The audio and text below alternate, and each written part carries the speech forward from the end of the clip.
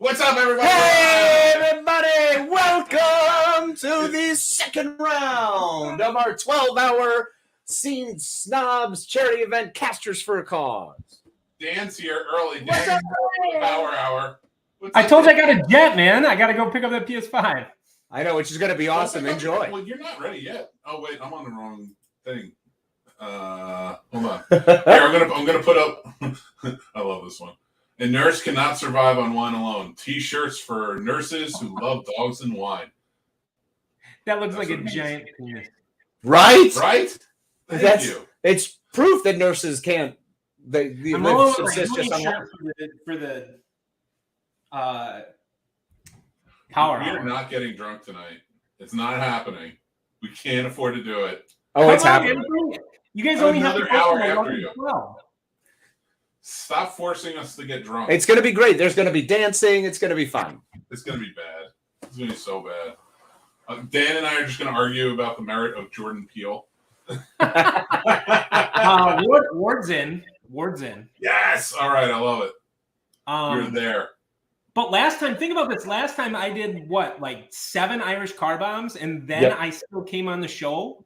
Yeah, it was amazing. You crushed it. So Dan has been around since Save Brady, the first one. I mean, before then, but he was there. He came on. He did his show, his old show, which I wish he would bring back. I get it, but I wish he would bring it back. So he did that, and then he was hammered. It was so much fun. And then Dan was in the second show, but we did final onesies on that one, didn't we? Yep. No, final onesies was the last show. We were hammered at final onesies. Yep. That was like one of the last shows of the night. That was when we went to 3:00. We learned our lesson. Mm-hmm. Truth. This is so much easier. I even got my, you can see my screen. I got the timer ready for the power hour. I'm not, last time I did a mutant power hour, I had issues with the audio. So this time I just went with a clock. So way more effective. Dude, I can't get over, what is this other one that you put up?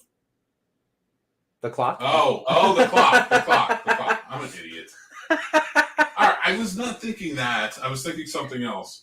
This helmet is so heavy. It's so heavy. You guys see the new bar sign or no? Casey would love it. I love it.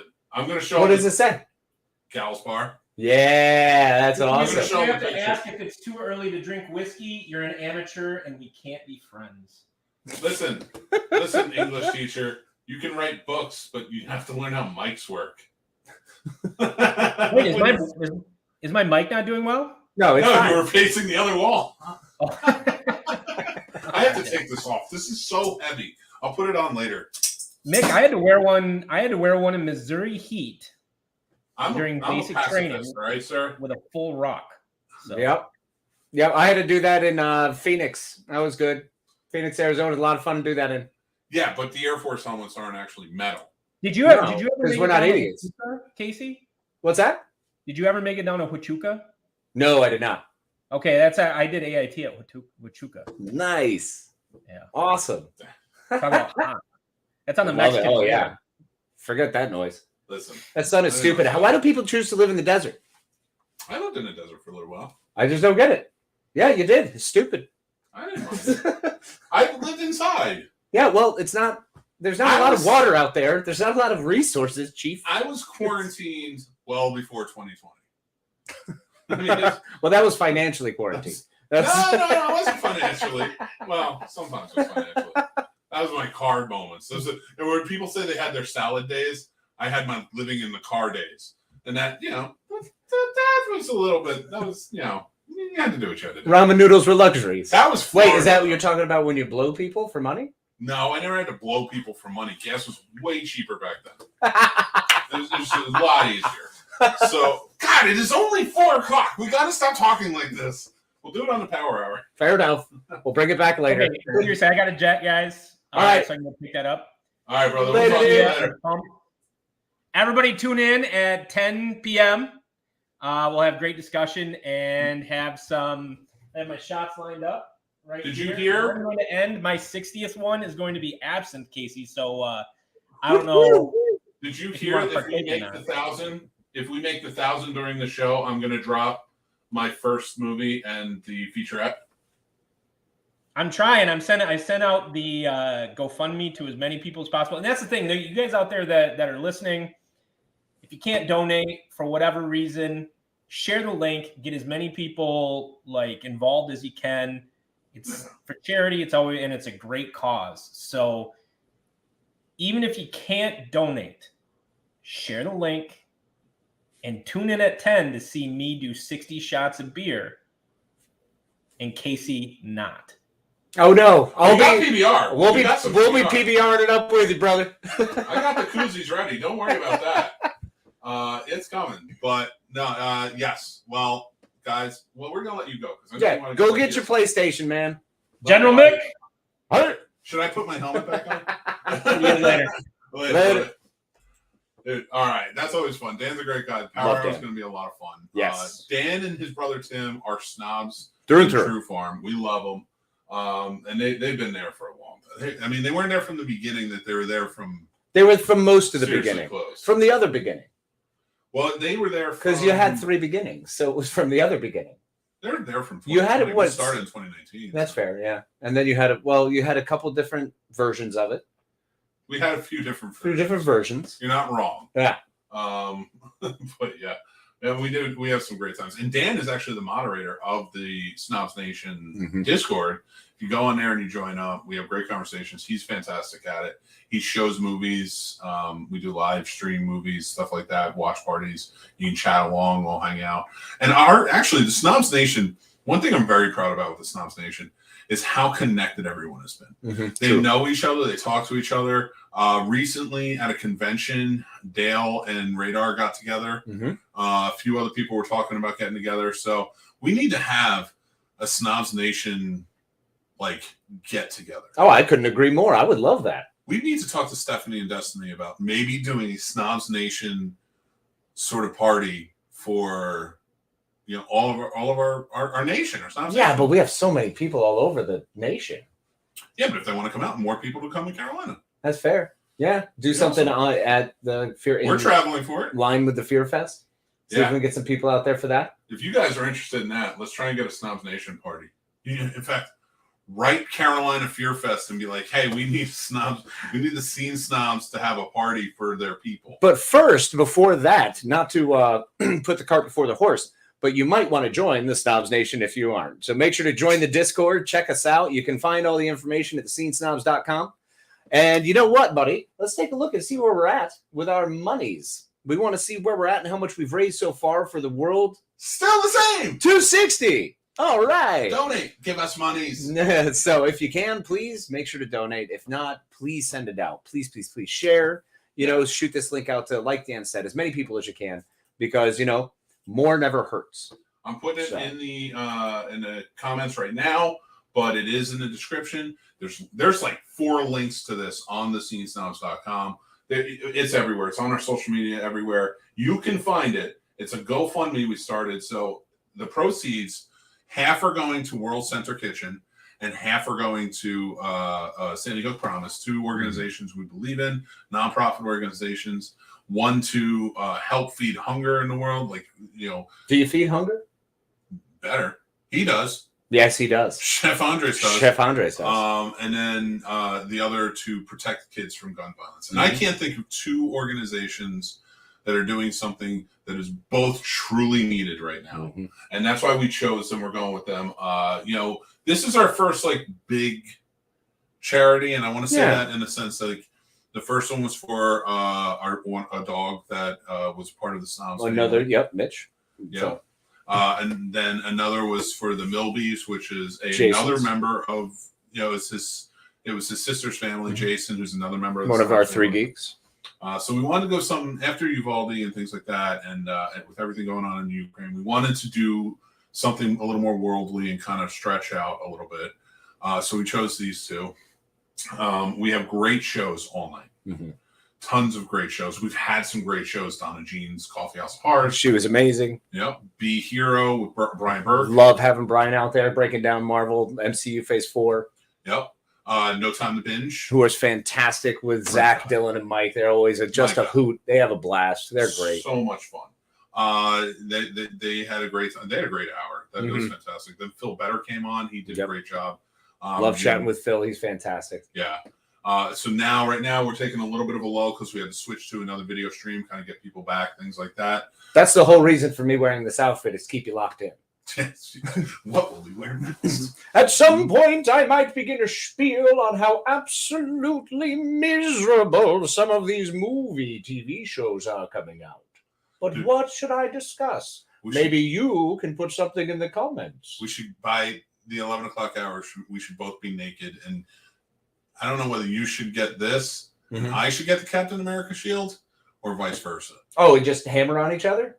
No, just hide our junk. Like do it all like, well, you need the shield way more than me, buddy. I can use like that bottom corner of Stormbreaker be just fine. Be kind to yourself. I am. And that's a true testament to our friendship, that I'm willing to let you put your junk on my hammer. Yeah, that's who we are. We're hammer junk laying dudes. I will not let you put my balls and put your balls in the Last Crusade challenge. I wouldn't ask to, because that'd be sacrilegious. That would be sacrilegious. I love it. Let's get to some of the comments. Yeah, let's see what y'all are talking about. Paul Dunn will be on later. The Dunn movie report. He'll be talking about Jordan Peele's movies, especially Nope. Nerdbox says it's debuting a new set tonight. You too? Ooh, nice. And they can compare bars, so obviously it's a bar set. Sweet. I love it. MD Alaman Bizwas says hello. How are you today, sir? He also asks, how are you guys? Doing great. Good. Thank you. I've received some of your messages. He's a nice guy. Cool. Paul Dunn, hey, $20 is $20. That's true. Ain't no lie. Especially when you're living in your car in Florida. And you've dented that car many times on movie shoots. I don't know why you stayed in Florida. You went from I know, but you went from two of the worst places. I didn't mind Orlando. Actually, 3. But I guess anything from Jersey's a step up. Try that again, and I'm gonna smash your balls with Stormbreaker, you dick. Drop it anyway, Mick. No, I want that $1,000. I want to get $1,000 charity. If we meet or exceed our goal by the end of the show. Now, the GoFundMe is going until Sunday, right? So hopefully we can get it done. Plenty of opportunity. Yeah, but if we can meet the goal during the show, which we've always done, because he always finds the fish. We always find the fish. I already told that story. You have to go back and watch that one. Jace Taylor, I love this guy. Thanks. Oh, thanks, buddy. Yeah. I think he was talking about Dan, but yeah, No, he's trying to get us to fight. Oh, is that what he's doing? Any update on the ant? What ant? I don't know. My ant? Your ant? I don't know. Do you have an ant? Halloween is great. What about awesome Halloween? Holiday. Oh, no, he brought up Halloween when that's when we should do our snobs thing, where we should all link up for Halloween. Well, yeah, because we do a live snob show. We did it from the Hideaway Cafe last year. If they have us back this year. But anybody who wants to come out is on the East Coast, you're more than welcome to do it. Yeah. You don't have to be on the East Coast. If you're in, I don't know, Michigan, and you just feel like showing up and hanging out. Come on, man. I would love to eventually do a Scene Snobs Halloween party. The downtown Julie Brown Scene Snobs Halloween. Annual Scene Snobs Halloween party. Yep, because we haven't stopped the numbering. We have not stopped the numbering. Because we always had a Halloween party called the Downtown Julie Brown Halloween Party. Boom. And she never came. No, not yet. Not yet. We're still holding on. Not yet. Wait, did she die? I don't think so. I hope not. I really hope not. I really hope not. This is going to be a weird segment all of a sudden. Yeah, that would just drain the room. So we're doing a seance every year is what we're saying. So, I have a Ouija board. No. From the hotel room I got kicked out. Oh, that's right. Oh, we need to book a hotel room. See, that's what we can do. You're coming with me. Yeah, I know. You're coming with me to a haunted hotel. I'm great to be at a haunted hotel. We're doing this shit. It's happening. Okay. We always go all out. Should I do it in this outfit? I feel like if I do it in this outfit, they might recognize you. That's the thing. It's too memorable for some of the ghosts. They'll be like, Hawthorne? You don't want to be Hawthorne. I don't want to be Hawthorne, baby. That's bad juju. So, yeah, we would love to do a Downtown Julie Brown Scene Snobs Halloween party. So, maybe eventually we'll get there. We need to find people who actually want to go. Yeah. But, yeah, we will. We'll get there. And we'll charge at the door for charity. Yes. Ooh, that would be a cool. No, that's a great idea. Yeah. Snobs after party. Now that if we can do at Carolina Fear Fest. See that I think that would be righteous. Yeah. And we can find one of the small parks, like, where that Coliseum. You just get the whole Coliseum. Just get the whole Coliseum. With one small Scene Snobs banner. Oh my God. Yeah, it's just like right in the middle, and it's like this tall. Yeah, like one of the ones, a lawn banner. It's smaller than Stormbreaker. And hey, what's up, AJ? AJ? And AJ was the one that actually asked about the rumor of Michael Myers having a kid in Halloween Ends, which is coming out. Yes. God, I hope not. If they decide to do something so foolish, they would put at risk the very franchise itself by doing something for the sake of just doing something. Yeah. Yeah. They take away a part of that human animal. This guy is more than meets the eye. He's more than your average person.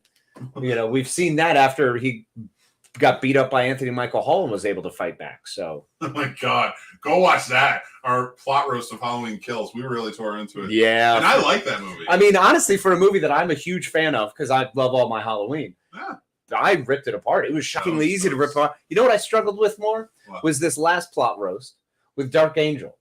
That was hard to tear apart because it's really good. It wasn't hard to pick apart. No. But no. we really liked it. Yeah, enjoyed it. It brought joy and goodness. Look at Michael. It's not Michael in the suit. I kind of noticed that. My problem with it is, like, if you make him the son, it's a lot. It's really detached. And what does Michael Myers name his son? Frank? Frank? No, Herman. Joe? Destiny? Destiny is you underneath the mask. No. What about Hubert? Nah. Hubert's a great name. Hubert Myers. Donald Myers. Hubert Donald Myers. The old H.D. Myers. You can't stick with Hubert Donald. Okay. Maybe Donald Hubert? Donald Hubert works. DH. Yeah, the DH Myers. He's the designated hitter. He comes in with the real Mike Myers can't go swinging. I like it. MJ. Oh no, and he tops it. Chase Myers. Chase Myers. He actually runs. Oh, wow. You see, the thing is, I'm not a big fan of what's happening, to be honest with you. Of the TV show, What's Happening? Of where they're going with it. Oh, with the whole Halloween thing. Actually, Dale brings up a good one, Jude Myers. Like, that's a little more serious, but like that works. That would fit better. Although he killed her. Yeah. I don't know that he would name his kid after. But who's to say you don't love the people you kill, right? I mean, hypothetically. Scott Peterson? See? You're a judge, you tell me. Well, you see, back in our original days of court in 1314, you would be able to do anything you damn well pleased, as long as you could prove you were either richer than them or they were inferior. That's fair. Yep. I guess. I don't Yep. know. Yeah, I don't know what you name it. Like, and I hope they don't go the kid route. I really don't. Because I feel like when you add a son or daughter or whoever, just a kid in general, hint at a recent Marvel movie that just came out. You add that element to it, it should make sense that the person they're adding it to isn't a psychopath. Theoretically. You want the kid to come in, like, I never liked the horror movies where they're like, it's the son of, and they don't happen often. I think they happen more within movies. Yeah. Movies about movies. Yeah. Yeah. So stuff like that, but like it has happened. And when that does happen, I don't think it works. Well, like the son of Reanimator was pretty good. Was it? Was this good? Are you stretching on this one a little bit? It might be pulling a little tight. Might have pulled a hammy on that one. I'm just saying. I think if you're going to add the element of a child being introduced that we've never seen or heard from before, it needs to be, and more of a movie where the parent is, it can be dramas. Like more involved. Well, and here's the thing, though. If they're going to do this, why don't they just commit to it, though, a la John Candy? Let's have Mike Myers taking him to camp, and that's where he busts into Jason. I was just going to say that. So, I mean, you just ruined my whole spiel. I'm glad I did that. No, you did. You did in a good way, though. All right, I really appreciate it. Cool. Yeah, so don't not a bad way. It's a terrible element to add. We hate you for it. Yep. David Gordon Green, we're kidding. We love you. Do great. You'll do right. You're doing great. I liked your first two movies. Yeah. I trust you. Yeah, it's going to be a good. I trust you. God, don't fuck this up. Please don't fuck this up. We are trying so hard not to curse, but it's hard not to in this instance when it talks about a kid of Michael Myers showing up. It's honestly, I heard that and I got a little scared. So please don't screw with us, David Gordon Green. Just be good, bro. Be a fan. Be kind. Danny McBride over here. This Righteous Gemstones or whatever that show is. It's amazing. Coming back and writing Michael Myers as a kid. Shut your mouth. No, you guys, we're having a lot of fun with this. Of course, you know us. We're all about embracing the absurd, so that's what we're doing. We have a great trivia show coming up for you next. So we got a few minutes before that happens. I think they're still setting up. But it's called the Stuff I Never Knew Trivia Group. So join in with that. Jeff is the host. He's fantastic. We're going to bring him in a second, introduce, then we'll take out and we'll put everybody else in. So big thing with that is 4:30 we have the Stuff I Never Knew Trivia Group.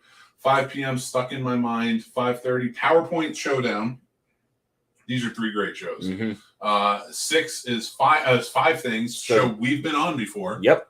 And we have a lot of fun with another great show. And then we're gonna finish off that 6 o'clock hour with the Dunn movie report with Paul Dunn coming in and talking about Jordan Peele's movies, especially Nope, doing a review and kind of doing an in-depth dive on it. And then we'll start. Actually, we're kind of getting more into a horror realm after that. It's gonna be a lot of fun. We'll as we go, we'll talk about the schedule a little bit more. But we are doing this, of course. This is a 12-hour live stream for charity.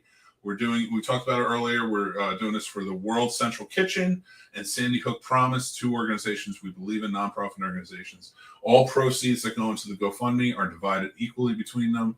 And yeah, we were just excited for it, and we appreciate you guys. You've donated so far. We are at. Let's see. Take a look. Oh, hey, 300. Yeah, all right. Thank you very much, and in honor of all of the Spartans felled by those. By Xerxes' army, we're very grateful. We want to thank you now that we've achieved that milestone here at the Hot Gates. And history. Yeah. That's what I'm going to say. He's saying words. So I said history. And then he was going to go, science will come up later. Science will come, yeah. We're going to go the whole gamut. But I went to Catholic school, so science there is very different. Science is like, a baby did it as he walked on water. So, There were a few ideals. Maybe Jesus is my homeboy. I love Jesus. Hey, holler. But anyway, Jesus Christ. This is what I'm talking about. We've reached 300. We appreciate you. We love you guys for doing this. We're trying to get to 1,000 by the end of the show. If we do, I'm sticking to my promise. I will drop my first ever student film, Second Grade to Love, and the horrible behind-the-scenes featurette that we did that's longer than the actual movie. Yeah, and it's not worth it. He's seen both, and he knows that it's worth. I can't believe we're going to do this. Yeah, you have to. It's too late now. God. You're not getting out of this, buddy. And we might even do a watch party on the Discord. So if you want There's always a chance we might. God, I can't believe it. So, all right. So, hey, buddy, are you a trivia fan? I am a huge trivia fan. And, but they're still getting set up. So once Jeff comes in, then I'll know and we can get going. Xander was glad to help out. He logged into his PayPal, which is linked to mine. He couldn't enter his name as donor. So Xander, oh, that's right. The Alan, we called Alan, which is AJ. But yeah, Xander Pool Gaming, go check them out on YouTube. They're fantastic. If you love video games, you're gonna love Xander Pool Gaming. He's a great kid. He's always about charity and doing great things. His father is a fantastic guy, wonderful supporter of the Scene Snobs, snob himself, and we love him for it. So AJ's just always been very supportive and great. So anyway, all right. Let's but thank you, Xander. Without any further ado, yes, thank you, Xander. Any further ado, let me bring in no more gilding the lily. Let's get this Jeff in. Yes. Jeff, what's up, buddy? Hey, how's it going, everybody? How are you, sir? I am good. I got high energy. I'm ready to go. I don't know. I should have 3 guests joining me. You do indeed. I think, is one of them named Jeff? I am Jeff. I should have a Sarah, a Maria, and a Diane. I have a Diane, a Sarah, and I'm going to bring them in now. Hello. Hello, ladies. Hello. Hi. Hello. We're just waiting on Maria. All right. Once Maria's in, so we knew she was busy. I'm going to change up the thing so it's not over your face. My apologies on that one. I had another one somewhere. Duck dodge. There we go. There we go. Oh, no, there you go. That's better. That's pretty good. I will take this out, and I'll switch you guys as you guys are talking. Does that sound good? We'll have to. We'll just wait for Maria. Hopefully, anybody heard from Maria, Sarah? I haven't. I'll double check. Okay. The game works with 3 players. We're going to get started. This is a little bit of a nonsense trivia show. We do some silly games. We have some fun. I got a special announcement for you today. One thing I like to do is really challenge my guests and, sometimes turn up the pressure a little bit. So we'll find out what that means in just a minute. Jeff, do you need me to add anything to the stream, or are you good? I will need you to put the videos up and I have a scorecard that you can pop up. We can show everybody right now. We have a live scoring at home, and this is gonna play into the surprise announcement that I have for you. So we're gonna make sure we keep score for everybody. All right. And we're gonna keep our fingers crossed that Maria shows up. Here she is. Maria's here. Oh, Maria! We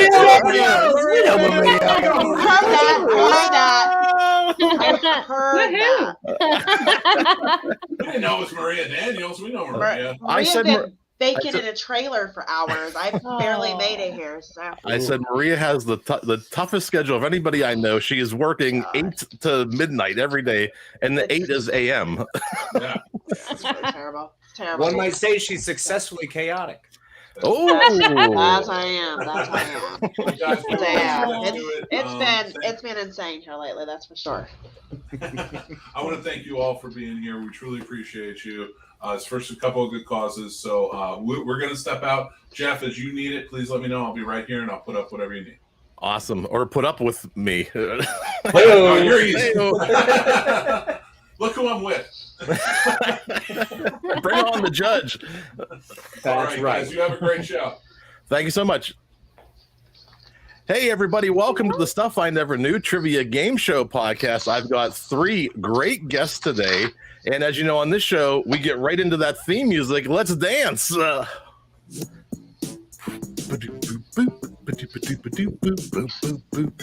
are correct. Hard to dance in a chair. Yeah, right? I don't know. I just should have spun around. Well, I've got 3 great guests today, Sarah, Maria, and Diane. And as you know, on this show, we get right into it. We go right into round 1, but I'm going to do something a little special today.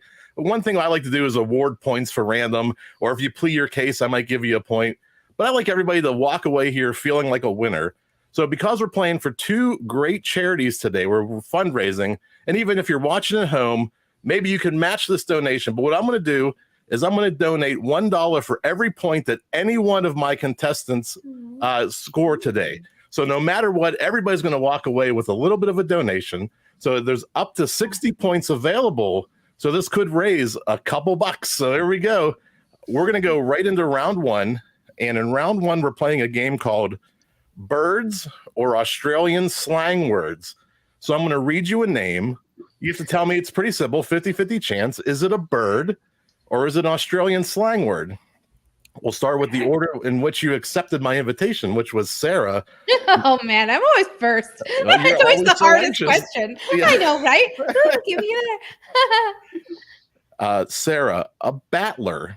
Is a battler a bird or an Australian slang word? Oh, boy.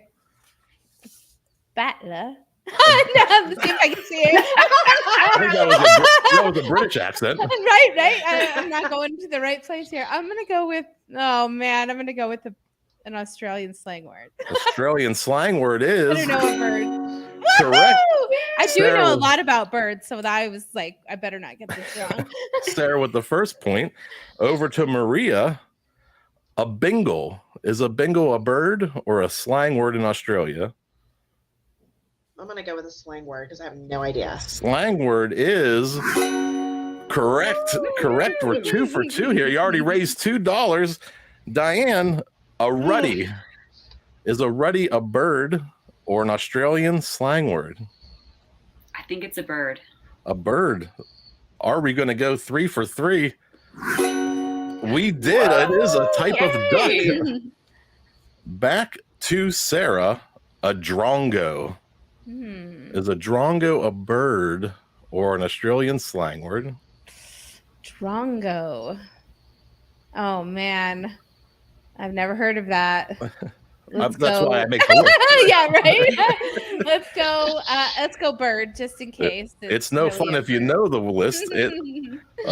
A bird is Oh, incorrect. dang. That's okay. We're going over to Maria. A yabber. Yabber, is that a bird or a slang word? I'm gonna go with a bird. Bird, it is. It's slang for talking a lot. I probably should tell you what these mean too. A drongo is slang for a dope, or a silly, like me. I'm probably a drongo in Australia. A bingle is a motor accident if you get into a bingle, and a battler is someone working hard for a living. Let's go to Diane. Rufus. Is Rufus a bird or George Carlin in Bill and Ted's Excellent Adventure, or an Australian slang word? Definitely a bird. A bird is correct. Woohoo. I should have made a cash register sound for the correct sign. And back to Sarah, our last one in this round. A tattler. Is a tattler a bird or a slang word? Let's say a bird. Bird is correct. Maria, a cobber. A cobber. Gosh, I'm terrible at this game. Have you ever been to Australia? I have not. Oh well, But it wouldn't matter. It wouldn't matter anyway. Let's see. I'll go with Australian slang word. I don't know. Australian for are we cobblers, Maria? It's friends. That's correct. Everybody with 2 points. Diane could break the tie, the three-way tie. A sticky beak. Is a sticky beak a bird or a slang word? Or am I trying to trick you with an obvious one? Well, exactly. Are you? I'm gonna go with Australian slang word. There's no fooling Diane in this game. That is correct. A sticky beak is slang for a nosy person. Ooh. So I could I'm also gonna use that from now on. I love that. Yeah. That's not Get a your sticky beak. sticky beak out of my business. Well, my favorite part of the show comes up in round 2. I'm going to put each of my guests in the hot seat. But before we do that, we're going to meet them. And what happens in round 2, they each get 3 questions from 3 categories, plus a name 5 bonus question. And the name 5 is a simple category, like name 5 spices in your spice rack. But then I put a timer on and I put a lot of pressure and you're in the spotlight. So it's a lot of fun. And Diane, because you have the most points, you can pick the order for round 2. Would you like to mix it up or keep it the same? Let's go Maria, Sarah, and I'll go last so I can see what happens. We'll put Maria in the hot seat first. If we could, producer, make Maria the big screen. There we go. Drag her over. All right, Maria, The big screen. Welcome to the show. We've been seeing a lot of each other lately. Absolutely. We're just on another show we recorded last night, and you're back. I was awesome on that show. I'm not gonna lie. I think what was my final score, like -3. I think That's pretty good. That's pretty good. It's not too bad. So Maria, tell us a little bit about yourself, where you're from, and what you're playing for today. Okay. Well, first of all, I am Maria Daniels, and I do host a podcast called Successfully Chaotic. I'm a small business owner. I own several businesses in Southern Ohio, and I am actually going to be representing Sarah's summit coming up. It's the 1 in 44 tour that I'm super excited to be co-hosting, and I'm excited to be on the show today, even though I am not good at it. I'm not good at the show. I'm having fun anyway, dang it. You're doing great so far. You're tied for second place. It can't get much better. If we could pull up that scoreboard too, just to show everybody, we've already raised $7 in our first 3 minutes here. So I put a little running total at the bottom. So every point you earn, we're going to donate $1 to the GoFundMe package.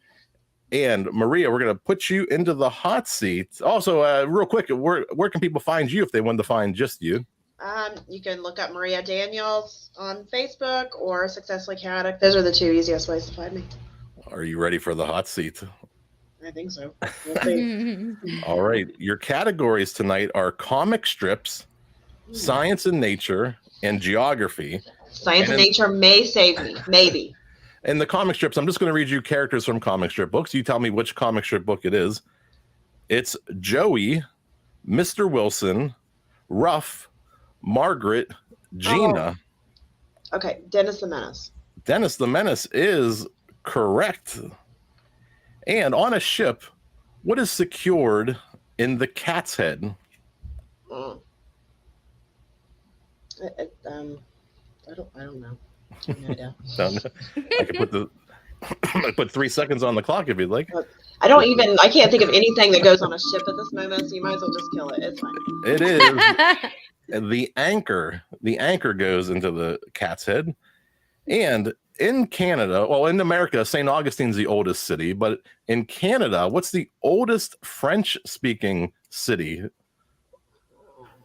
I don't know that either. Not even going to guess? I'm not even going to guess. It is Quebec. Quebec.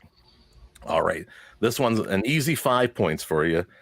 I'll put 10 seconds on the clock. Once I read the category, Maria, name 5 pizza toppings and go. Pizza sauce, cheese, anchovies, black olives, green peppers. I haven't been counting. Onions. At the buzzer, you got 6. I only needed 5. I got 1 point for you in the first part of it, and you got all 5. You got 8 points total. We've raised $13 already. So here we go. We're going to move Sarah into the hot seat. Whoop, whoop, Sarah. Here I come. Watch out, everybody. Sarah, welcome back. We've also been spending a lot of time together. I know. Can't get enough. You have a big something coming up in August. It's a summit and it's fantastic. It's going to be educating everyone, parents, educators, employers on experiences of autistic individuals. And we're going to be talking a lot about support and how we can just know more about our world and how we move forward, become better, right? Awesome. And then what's the name of the summit? The 1 in 44 tour. And I think you've already created pages on Facebook, LinkedIn. Look for the 1 in 44 tour. It's coming up August 13th, 12th and 13th. I should know that, right? The 1 in 44 tour. We have links in the show notes, and just find Sarah over on SJ Child Show. Tell us a little bit about your podcast too.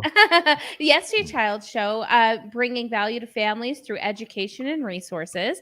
So it's a parenting show. I do a lot of neurodiverse discussions and really try to just get the word out on how people can get better resources for their families. Very good. SJ Child Show, the 1 in 44 tour, and the most important question I'm going to ask you: are you ready for the hot seat? I'm ready. Oh, all right. I even got like a little. Excuse me. Well, something. All right, Sarah, your comic strips: Daddy Warbucks, Sandy, Punjab. Little Orphan Annie? Correct. And your science and nature. What is the second lightest element often used for inflating balloons? I mean, hydrogen? Hydrogen. Incorrect. Helium. Sorry, that was a helium. It's for charity. Yeah, right? It's for charity. Don't make me go down the periodic table, okay? I feel like you meant helium and you just said hydrogen. Yeah, Yeah, I right. was trying to say, you should know that. DJ, I guarantee you. I totally knew it. Like, time. don't tell him I said the wrong one first. Yeah. Don't tell anybody. All right. And your geography question: what is the name of the sea that lies between Israel and Jordan? The Dead Sea? Dead Sea. Somebody just went 3 for 3. That is correct. And your name 5 bonus question: name 5 things people do when they first wake up and go. Okay, stretch, put on shoes, brush their teeth, yawn, make coffee. There's 5. Put their pants on. I don't do that. Dang it. I don't do that. You can't even count I was it. questioning the shoes. Who puts their shoes on when they get up? My husband, that's the first thing he ever does. First thing I got to do, put my shoes on and brush my Like, teeth. I put my shoes on. I'm like, I just why? paid attention to what he was doing. I didn't tell you any of the things I did. Well, if we could pull up that scoreboard real quick, we just raised $24 already. So we're already making moves. $24. Sarah in first place with 13. Maria in second with 8. And Diane, we're going to move you to the hot seat. All right, I'm ready. Are you ready? Well, Yes. Diana, we have not met yet. This is Diana was invited by Sarah and Maria, but I think Diane's also part of the 1 in 44 tour coming up, and you have some great things to share with us right now. Yes, I'm really excited to be a part of the 1 in 44 tour. Sarah has been just an amazing supporter and resource and cheerleader, and she's just spectacular. And I am not surprised that she's putting on this amazing 2-day event. My role, I'm going to be speaking on parent mindset and helping to kind of get yourself through the hard times. If you're raising an autistic kid, it's not always, a bunch of fun and games. It's a lot of fun and games sometimes, but not all the time. So I'm a parent coach. And so I'm going to take that angle and give parents some ideas for how to make things better and more successful so everyone thrives in their home. Very good. What's the best way people can find you if they want to reach out and connect? Probably the best way is my Instagram. It's Dr. Diane Hudson, just Dr. Diane Hudson. All right, we'll put that. Well, I don't have show notes today because we're live, but we will link that up for you and share it across the 1 in 44 tour. Are you ready for the hot seats? So ready, yes. Oh, it didn't work. I tried to give you the same sound effect. Sometimes I miss the button. All right, Diane, your comic strips question: Marcy, Lucy, Woodstock, Linus. Peanuts. Peanuts is correct. Yay. And for science and nature, what fresh fruit should be squeezed into a margarita? Into a margarita? You could put anything in a margarita, couldn't you? A lime? Lime is correct. And what is the largest lake located entirely within a single U.S. state?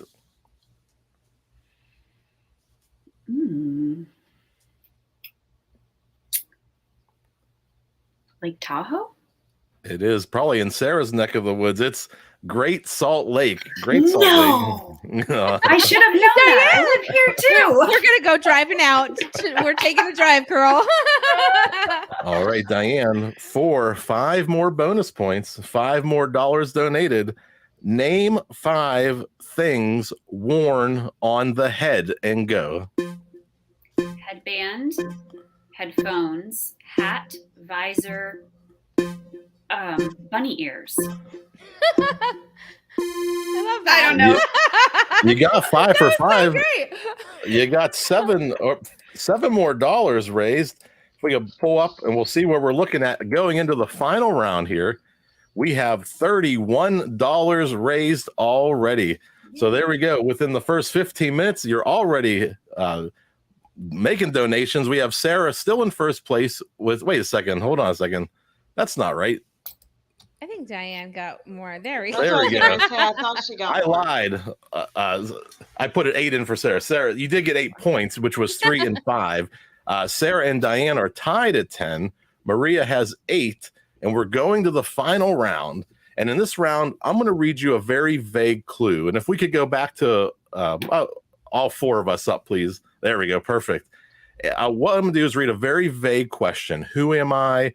What am I? Where am I? And then I'll start to read a series of 3 clues. So if you get it right, you can buzz in at any time. I don't know if I told you to bring buzzers today or not, but if not, you can just say your name. I like it. We got 1 buzzer. I forgot my buzzer. That's okay. You can just say Sarah or Maria. And what's going to happen is as these clues come out, this is going to be a video round.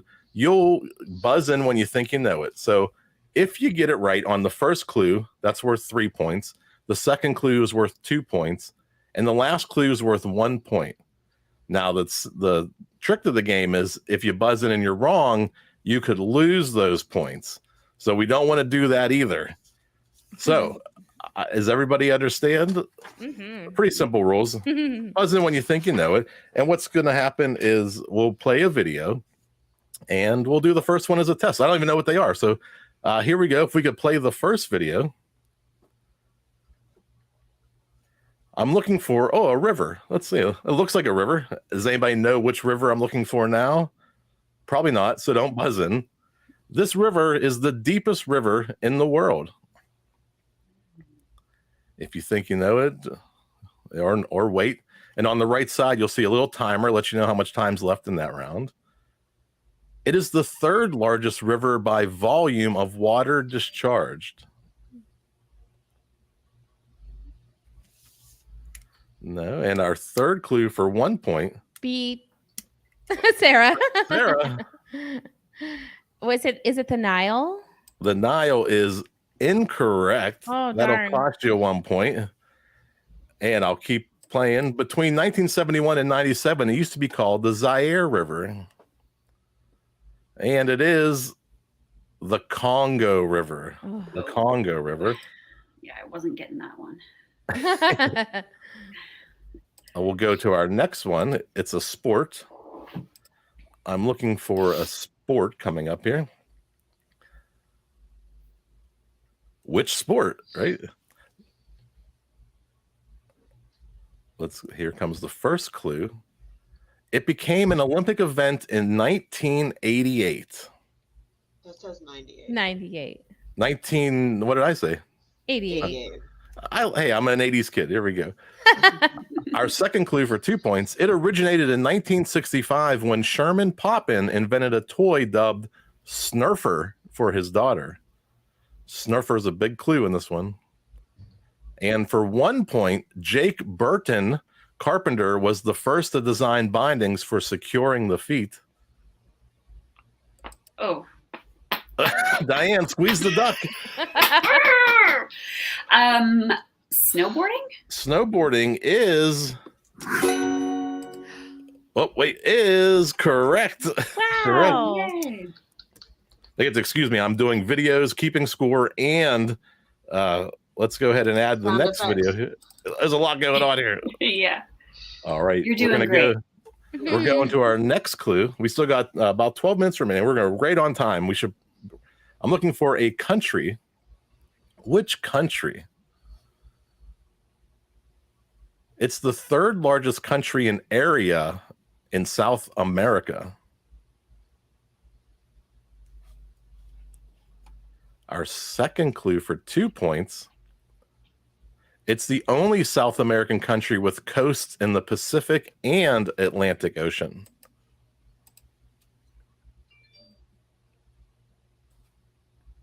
And hands on the buzzer, it is infamous for its cocaine cartels. Let's see who parties. Nobody parties. I'm looking for, not to be confused with the motion picture company, Colombia. I was going to say Brazil, so I'm glad I didn't say it. Oh, I stopped sharing my screen. Hold on 1 second. Chrome tab. All right, so we still have, I'm going to the next video. Oh, I did it again. Share. I keep deleting the scoreboard. Let's go to which car manufacturer? I'm looking for a car manufacturer.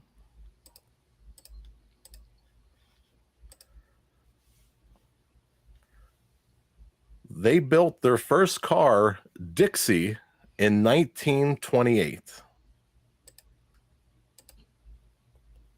All right, it's good. These are tougher today, huh?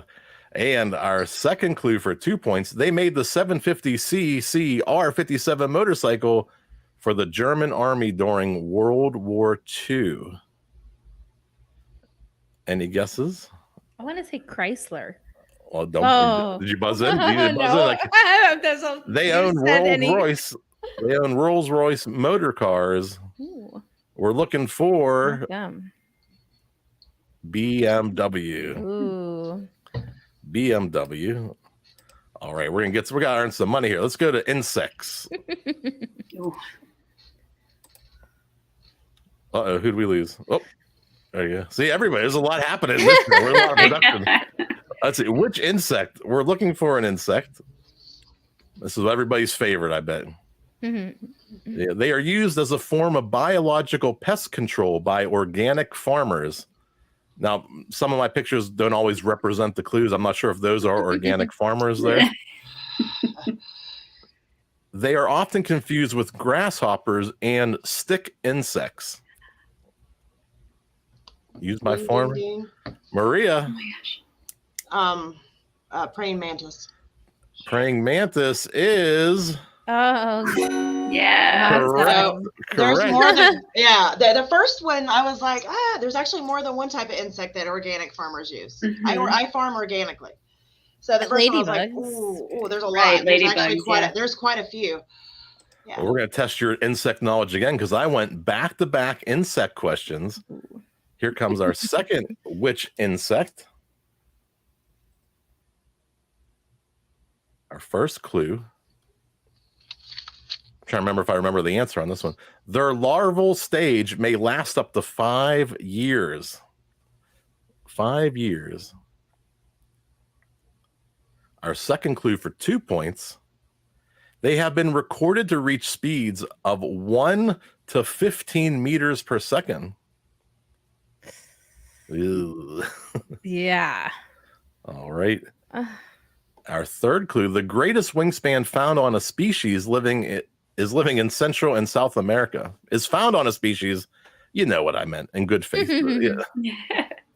All right, I'm looking for a dragonfly. Yeah, I should have guessed. That was my guess, but I wasn't sure I was right. All right, we got 4 videos remaining. Yesterday I kept guessing. And then I ended up with -3. So now I'm gun shy. Right, we're still holding around $30. We can check that scoreboard, see where we're at right now. It hasn't changed too much. It's a 1-point game between first, second, and third. $30 raised already. We're going to our next video question. I'm looking for a singer and pop cultural icon. I think you'll knock this one out of the park. She transformed herself from a Playboy bunny into a style icon, inspiring music and fashion for decades. For 2 points, before finding fame, she was a member of the Stilettos.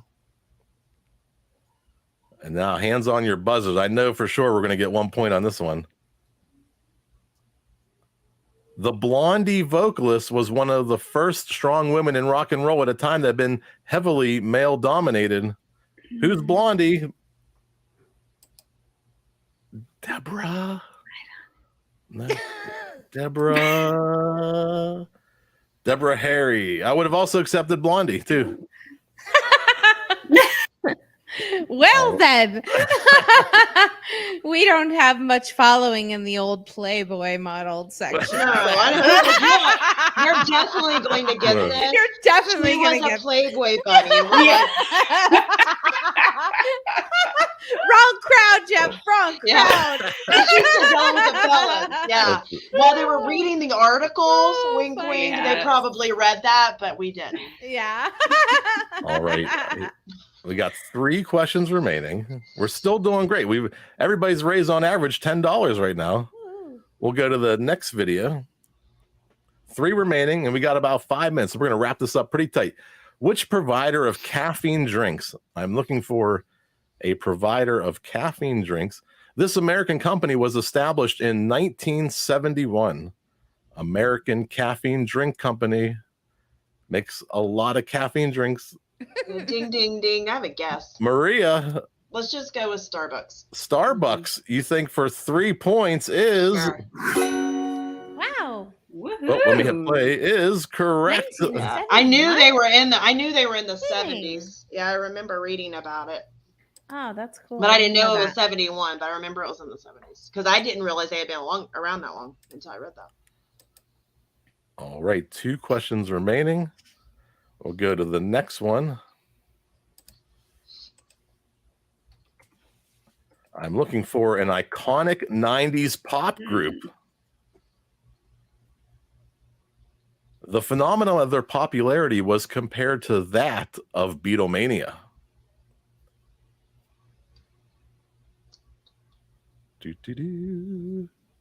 Our second clue for 2 points: with more than 75 million records sold around the world, they are the best-selling female group of all time from the 90s. Are you? Was that a buzz? Yeah, right. Yes, ding, ding, ding. All right. Spice Girls. Spice Girls for 2 points is correct. Nice. We have one question remaining. That puts Sarah out of the negative, back to the positive. 34 total points. Our last video question. It's a tough one. I don't know if I'll know this one. And I wrote it. Let's see. Oh, looks like we're going fashion. I'm looking for a fashion company. Which fashion company, in launching its collection for it in 2004, Karl Lagerfeld was the first designer to cooperate with this retail company? Second clue, 2 points. French fashion house Isabelle Marant collaborated with the company in 2013.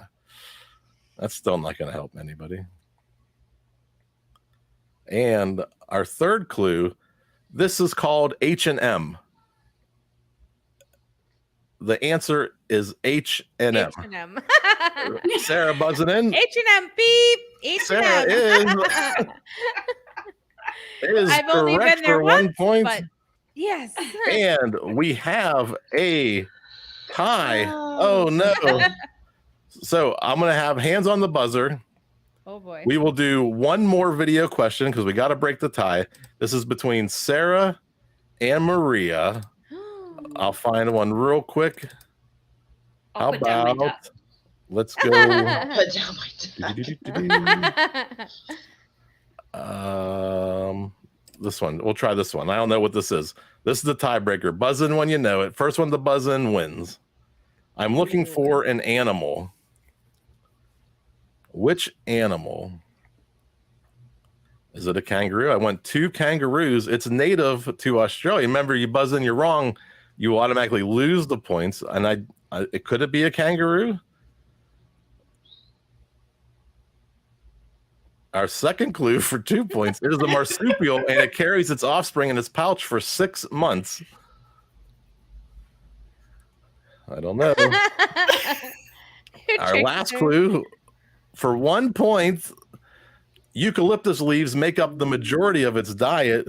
Ding, ding, ding. Oh, is a tie. Okay, Go ahead, Maria. Sarah. Go ahead. 3, 2, 1. 3, 2, 1. Say it at the same time. Sarah can do it. Sarah can do it. She's good. Koala bear. Koala bear is correct, and that's going to give you 15 points total. Just so we make it an even 50. If we could show the scoreboard, the Stuff I Never Knew Trivia Game Show podcast, Sarah, Maria, and Diane have raised $50 that we're going to go to the GoFundMe page as soon as I get out of here because I'm getting close on time. I appreciate the Scene Snobs having us today. Please, if you need to reach out to Sarah, Maria, or Diane, reach out to me. I'll put you in contact with them. It might be the easiest point of contact when we're short on time. But look for all of them online, and we're going to get out of here. Thank you, everybody. This was the Stuff I Never Knew Trivia Game Show podcast. I had a blast, and we raised $50. So let's get it done. Woo! Thank you, everybody. That is awesome. I hope you enjoyed it. Thank you. Oh, it was great, Jeff. It was fantastic. I got to watch some of it earlier, watching your show, and I fell in love with it. So you put on a great game show. All of you are fantastic. Thank you guys so much. Truly appreciate this and appreciate the donation. It's going to go a long way. Very grateful. A lot of people. Yes. I'm heading over right now. $50 will be in there. Next time you come back from a break, you'll get to see it. You guys are the Awesome. best. Thank you so much. Thank y'all. Take care, guys. See ya. Make sure you're going out there and make sure you're watching their show. This was so much fun. You guys were so fantastic. I had a blast. The Stuff I Never Knew trivia game. Go ahead, guys. Thank you, and we will talk to you guys very soon. We'll see you. Thank you. Later. Bye. Bye. All right, guys, we're getting started. Oh, sorry, we're getting started. Yeah, so we have another great show coming up, but before we get there and introduce him, I know we're running quick on time. Wise is a great guy. He's got a great Love show. Wise. Stuck in My Mind podcast. It's a great show. But guys, thank you so much for all the donations and everything. Thank you for supporting us.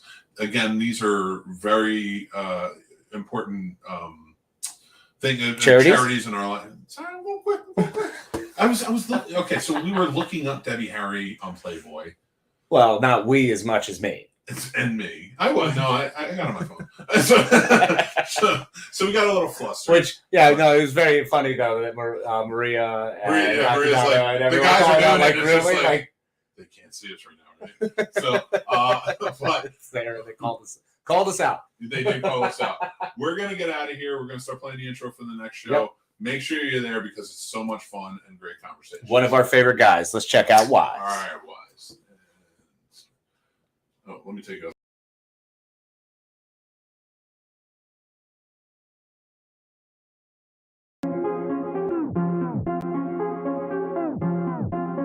Welcome to Stuck in My Mind podcast, the show where we dive into the mind of a regular guy on his road to self-discovery. You'll hear everyday people just like you share the latest topics, personal stories, and things they've learned along the way. And now, please welcome your host, Wise.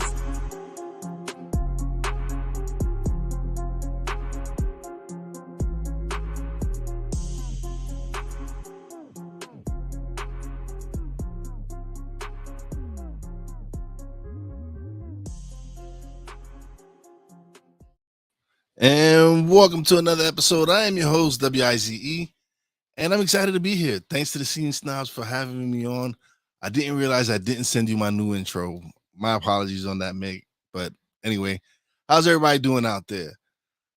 I always, whenever Mick or any of the guys in the group put up anything that has to do with charity, I'm always down to do it. They already know count me in for whatever event they have because you have to give back to the community. And being able to connect with a lot of the people that we do, it's just amazing. Like the network that we have is amazing. You had Phil Better on. Phil is awesome. And Phil, yes, I will be on your show if you will do mines. All right. So I would love to have you on as well, because to have people like Phil Better in your network, it makes you a better podcaster because he is awesome and he is willing to share what he knows. And that's why this community is such an amazing community, because we've come together and we all have different types of shows. We all have but we all have a common goal, and that's to see each other succeed. And that's why I love this network. And so when I started podcasting, I didn't know anything about it. I didn't have any experience, but I did the research and I wanted it to improve and get better. And the more I started doing my podcast, it was a great experience for me. It was a time for me to just go and discover myself. Like, I didn't know I had this in me. I didn't know podcasting was something I wanted to do, but somehow it got a hold of me. And since then, I've just been loving it, man. I've met some great people. I did Podfest for the first time this year, and it was a great experience. I learned so much. And I learned that networking is you're going to continuously hear me talk about networking, because the only way you're going to be successful is if you connect with successful people and you connect with people that want the same thing as you. And Mick and these guys are some amazing people that have some great hearts. They're always doing stuff for charity. And those are the people you want to associate yourself with. You want to be able to hang out with these guys and learn from them and see what they're doing to make you a better person and a better podcaster. So Mick, I love you guys. You guys are awesome. And anytime I will continuously come and support you guys. So anybody out there listening, definitely donate. It's to two great charities. And what else is going on out there, man? It's been some crazy times now. But you know what we got to do? We got to continue to keep our heads up and grinding. And I just appreciate everybody out there who's tuning in, everybody who's made donations already. Keep coming in, just keep dropping, because I want to see Mick's movie. Everybody out there, please help. I would love to see his movie. And he said he was going to do behind the scenes as well. So we definitely want that. I know Mick doesn't want it, but we do want that. So let's reach that goal. Continue to donate. Appreciate you tuning in. And I'm having a great time, man. I love podcasting. Just coming to see everybody's show. Everybody comes on and they've just been putting on some great shows, man. Like Phil, I love Hot Shots. Hot Shots Part 2 was one of my favorites.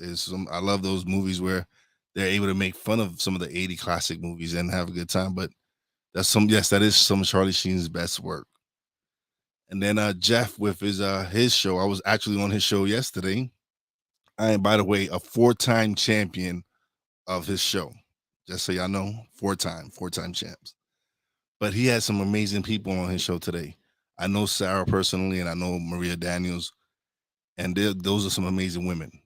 So if any of y'all are looking for some great guests, definitely check out Sarah, SJ Shaw Show, and Maria Daniels is Successfully Chaotic. She is, listen, she might look all crazy, but Maria knows what she's doing. She's an amazing person, and they actually have something coming up. It's a virtual event, and definitely I'm helping them with it. So if you guys can definitely tune in, it's the 1 in 44 Tour Virtual Autism Summit. It's going to be hosted by Sarah and Maria. It's actually happening August 12th through the end of 13th. And let's see if you can see this so you can scan that. But yeah, this is it. These two women are putting up together a great event, and I'm proud to call them my friends. They are some amazing people. And that's what I've been blessed with, is to be able to connect with some great people here. And oh, it looks like I'm having a little difficulty. What's going on? Is that me?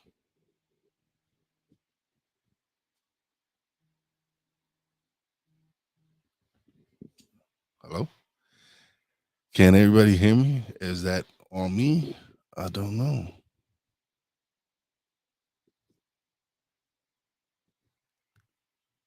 Hello? I see. Is that? I'm. Hey, bud. Can you hear me? Or is it just? Am I frozen? Yeah, you're frozen, but we can hear you. Oh, sorry about that, man. I just ran away for a second. I didn't know if it was me or not. I don't know if am I having technical difficulties at my side? I think so, because I think we're active. I see you. Yeah, I see you. But we can hear you. And Poppy Joe's here. Jay's here. That's well, Poppy's not here. That's my other nephew. But yeah, okay. it's hey, hello. Yeah, that's my nephew Rolando. What's going on? But no, like I was telling everybody, I don't know why I'm frozen, but I can see him. But your beautiful face is there. So hey, hold on to and it. those dulcet tones. Keep going, Wise.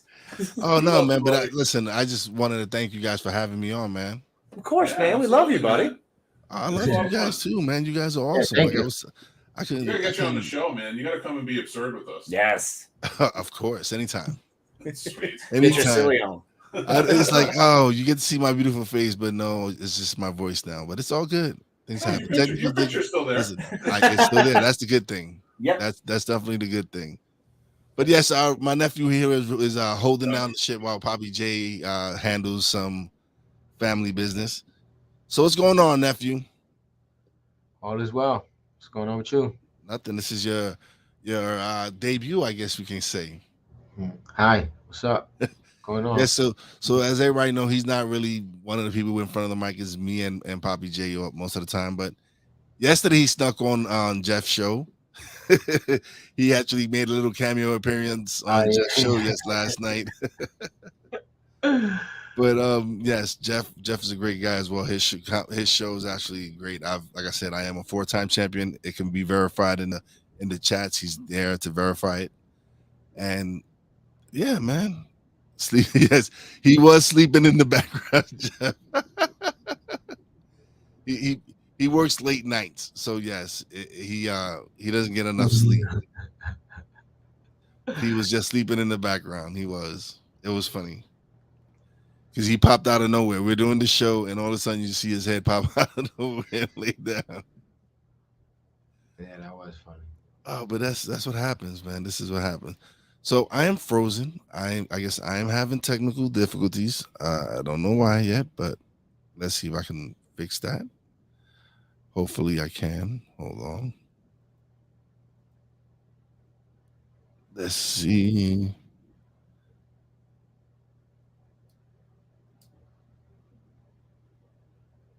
Hello, darkness, my old friend.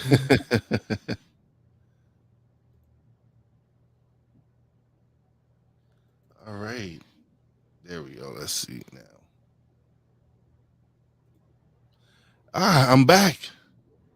I fixed it. I fixed the problem. I am back, nephew. No need to worry. Okay. Everybody else. But everybody else. So you're coming down this week, huh? Yeah. Yeah. Should be today in a little bit. You're leaving today.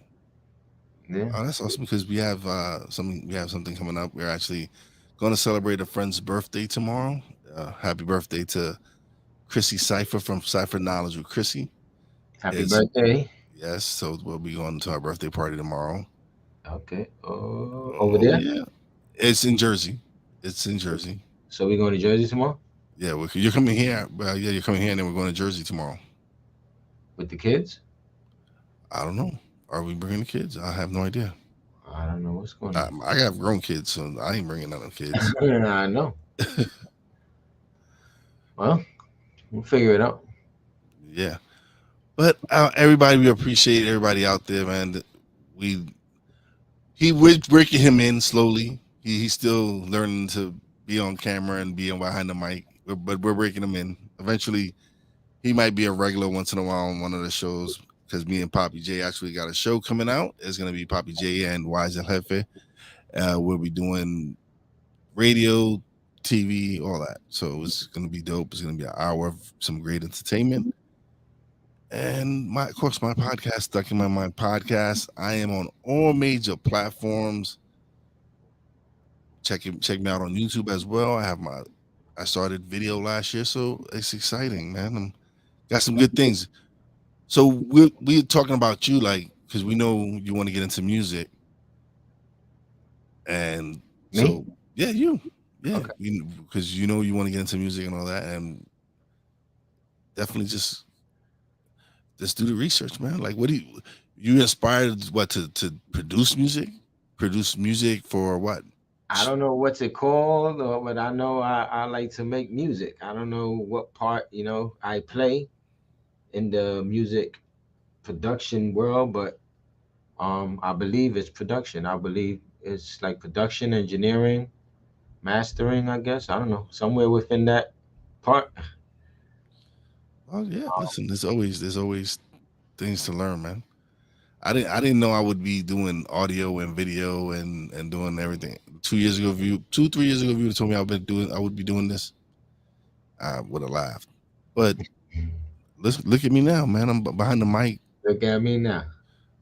So if you're really serious about doing the production aspect, do it, man. Look, find out what programs you want to use. What is it that you feel that you're comfortable using, and what basically is simple.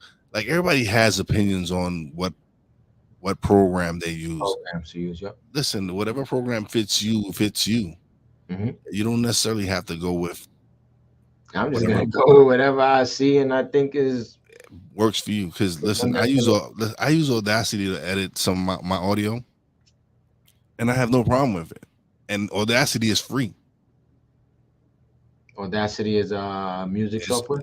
It's a software where I can edit music and all that. Yeah, edit my podcast, and it's free. Yeah, and so it got video editing features. No, not video editing. It's audio. Oh, audio alone. Yeah. Okay. I got other programs that I use for video, but yeah, it's up to you. But definitely do the research on the stuff, on the programs that you want to use to actually create the beats and stuff like that. But Audacity is good to record. I love it. I use it to record. So I want to use something that's going to be compatible with everything that I've been doing so far, so I can move it and do or whatever. You know what I'm saying? I don't know if it needs to be compatible or not. I don't want to lose all of this stuff that I've already done. Well, I guess not like it might be of the greatest, but who knows? I don't know. It's just, you never know what you have until. Well, if you can make them into MP3s and then upload them to the computer or whatever, then you could probably work from them through there, whatever. But there's definitely programs out there you can definitely. I want to put them up on the computer so I can edit them, fix them, do what I need to do. Because I edit and fix them as much as possible on the phone, but it's kind of hard to do it because You're limited to how it sounds on the phone because of also the quality of sound. Yeah, everything. but so no, it's understandable. But Same. again, like do your research. YouTube is a nice forum for where you can go punch in whatever program you feel that you want to use and do that. Okay. Somebody's here. We have Poppy J's in the house. Yeah, he got here with the kids. Yeah, I heard him. I heard him in the background. He's already laying down the Poppy J laws. You know how it goes. Of course. But yeah, I'm gonna definitely do it. You know, I definitely gonna be having more time to be able to do it now. So, you know, more focal time with the children and to where I'm around a computer and I'm not within, you know. Listen, and that's all. That's what it takes. It's time. You have to dedicate time to whatever craft you're trying to improve in. Yeah, and that's even with podcasting. You don't just come out being a podcaster, man. Like I started off, I did 5 minutes my first episode, man, and now I'm doing half-hour shows, hour shows. I think I've done even a 3-hour show. Like it's nothing. Yeah, because once you start talking, especially when you start talking to some interesting people and you start having some great conversations, you can just go on for hours. Yeah, and it just happens that we just recorded and it just happens to be some great content, man. Being able to speak to the people I've spoken to on my podcast has been a blessing because I learn from it and my audience gets to learn some things. So it's a win-win situation. That's why I love to do what I do, because I'm growing as a person, and hopefully the content that I'm delivering out there is helping people grow as well. You never know who you're helping, who in the mental kind of state. And it could be one person, especially being in our community where mental health is talking about mental health is frowned upon, and something that we really, where you're ashamed, it's like people are ashamed to talk about that they're having mental issues, or a lot of people are suffering from mental illnesses at this. But again, it's the way, it's where we come from. Like in our communities, it's man, you got to be strong. You can't be, and that's been in general as well. Like with everything we got going on too, you know, even with men in general, where we need to be aware that we need to take care of ourselves. Also, we need to have a mental check on ourselves as well, because it's not easy. Life isn't easy. And nobody's gonna check on you. It's not that nobody's gonna check on you, because I have some great people that it's that you need to focus on yourself. Like, how can you help yourself? How can you help anyone if you're not helping yourself? This is something we've discussed plenty of times, where if you're not taking care of yourself, how do you expect to help anyone? Because all you're going to start doing is drowning yourself, because you're already drowning. So it's always good to be able to talk to people and be able to. That's why I love doing it, because this is therapy for me as well. And to be able to do this, mental cases too, bro. It is. Sometimes you need. Sometimes I have a rough day at work, and I just need to come on and talk. I might not talk about whatever happened at work, but it's still being able to talk and do what I love to do. It's just kind of like, all right, it wasn't that bad. Yeah. Yes, but man, I appreciate the Scene Snobs for definitely giving me this platform and opportunity to share this. And listen, keep donating. Reach 1,000. We need 1,000. You've come a long way too. Thank you. I appreciate it. From just watching you, you know, I've seen it was like a flower just growing little by little. You know what I'm saying? I appreciate that, brother. I definitely do. I'm watching it. Trust me, I see it every day. It's like progress, little bit by little. It takes time, man. Eating at it, yeah. It definitely takes time. But no, man, listen, people definitely donate. I want to see that movie, so I need y'all to go. What movie is that? Mick has said that he'll play his movie that he did, and so I want to see the movie and the behind the scenes as well. So he said he will release it if he got the goal of 1,000. So Who is people, that? I know One of the guys that we just was on the earlier. That was on the screen? that's Mick. Yes, that's the Scene Snobs. Okay. Yes. So we need those likes or whatever it is that you gotta get out. Donations. We need those donations. We need people to click on the links and everything and donate. Because I want to see that movie. Don't everybody in the chat want to see that movie? I know y'all do. I know everybody. Great job to Jeff, man. Awesome on the $50. Ladies, great job on earning those $50, man. That was awesome. Definitely keep doing what you guys are doing. Definitely support Jeff. Definitely support the Scene Snobs. Definitely support everybody who's been on here. Feel better. SJ Chow. Listen, that's what the community is about. It's about supporting each other. So I love this community because we here to help each other out. We are, man. Like, yeah, I see it. Some of the networking that we've done and some of the people that we've connected with. You guys are amazing. They're like their family. It's not like they're their family. They are definitely family, and we all look out for each other, and we all try to. I see you be having a lot more great conversation with people like this and people. That's the point, man. That's the point of networking. That's why me and Poppy did go. We went to Podfest for a reason. We wanted to go network and grow as podcasters, so we felt like this was an opportunity to do that, and it was a great experience. It was something that we needed to grow as podcasters and to be able to go network with some amazing people and learn new tricks and learn new things to help us grow as podcasters. Like, hands down, I'm looking forward to it next year. I'm looking forward to any events that I can get together with. Poppy's grown. Poppy be talking about stuff that he Listen, we got him to do his first TikTok. We actually got him to do his first TikTok, and he loved it. He had a great time. Another one. Got to convince him to do another one. And he actually shot a reel the other day. He's been getting a little bit more, doing a little bit more reels because we know that to help promote what we're doing, we need to use the tools that are given to us, and Instagram reels and TikTok shorts and all that. Those are just tools that need to be used, man. Come up with something, man. We gotta come up with a commercial or something, some type of. Listen, my man Cole Johnson, he just cut a promo. He cut a promo for me that was fire, straight fire. Big shout out to my man Cole Johnson for definitely, and that's the trailer. That's what I use on I just put it on my YouTube channel. Was a trailer he created for me, and it was awesome. But see, that's and he did it because he was like, yo, my brother needs a dope promo. It was like, it's not like I went and asked him. He could have easily had charged me for it or whatever.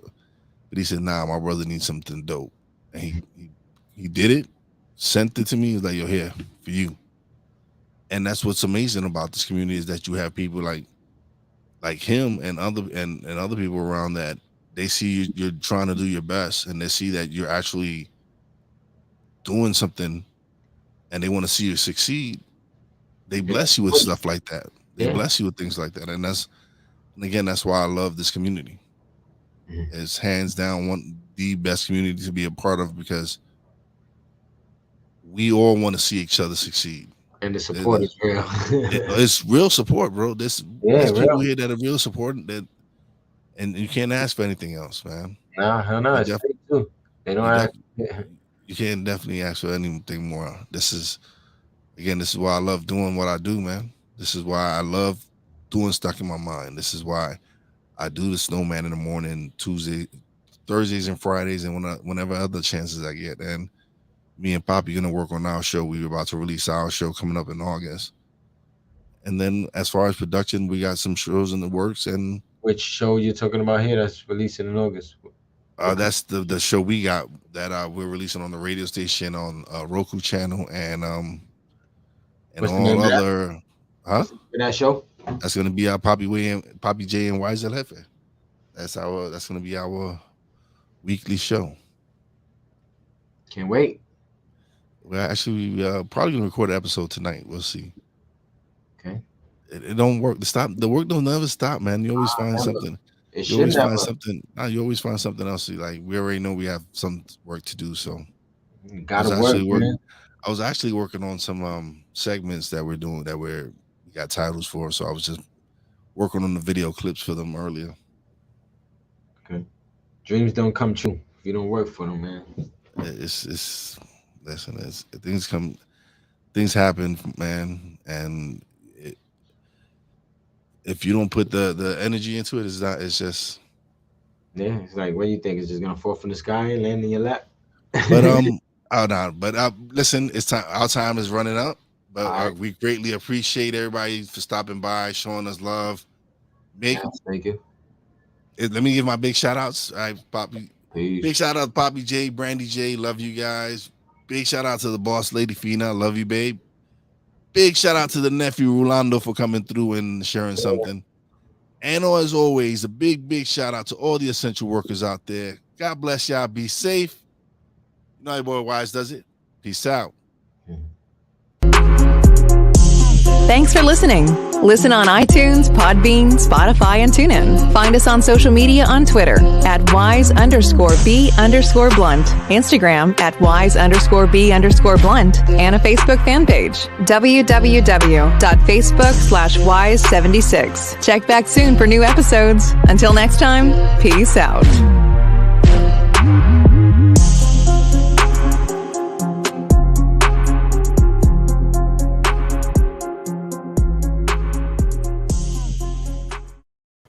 I love Wise's music. I mean, how could you not? I love everything about Wise. I mean, and what a great time too.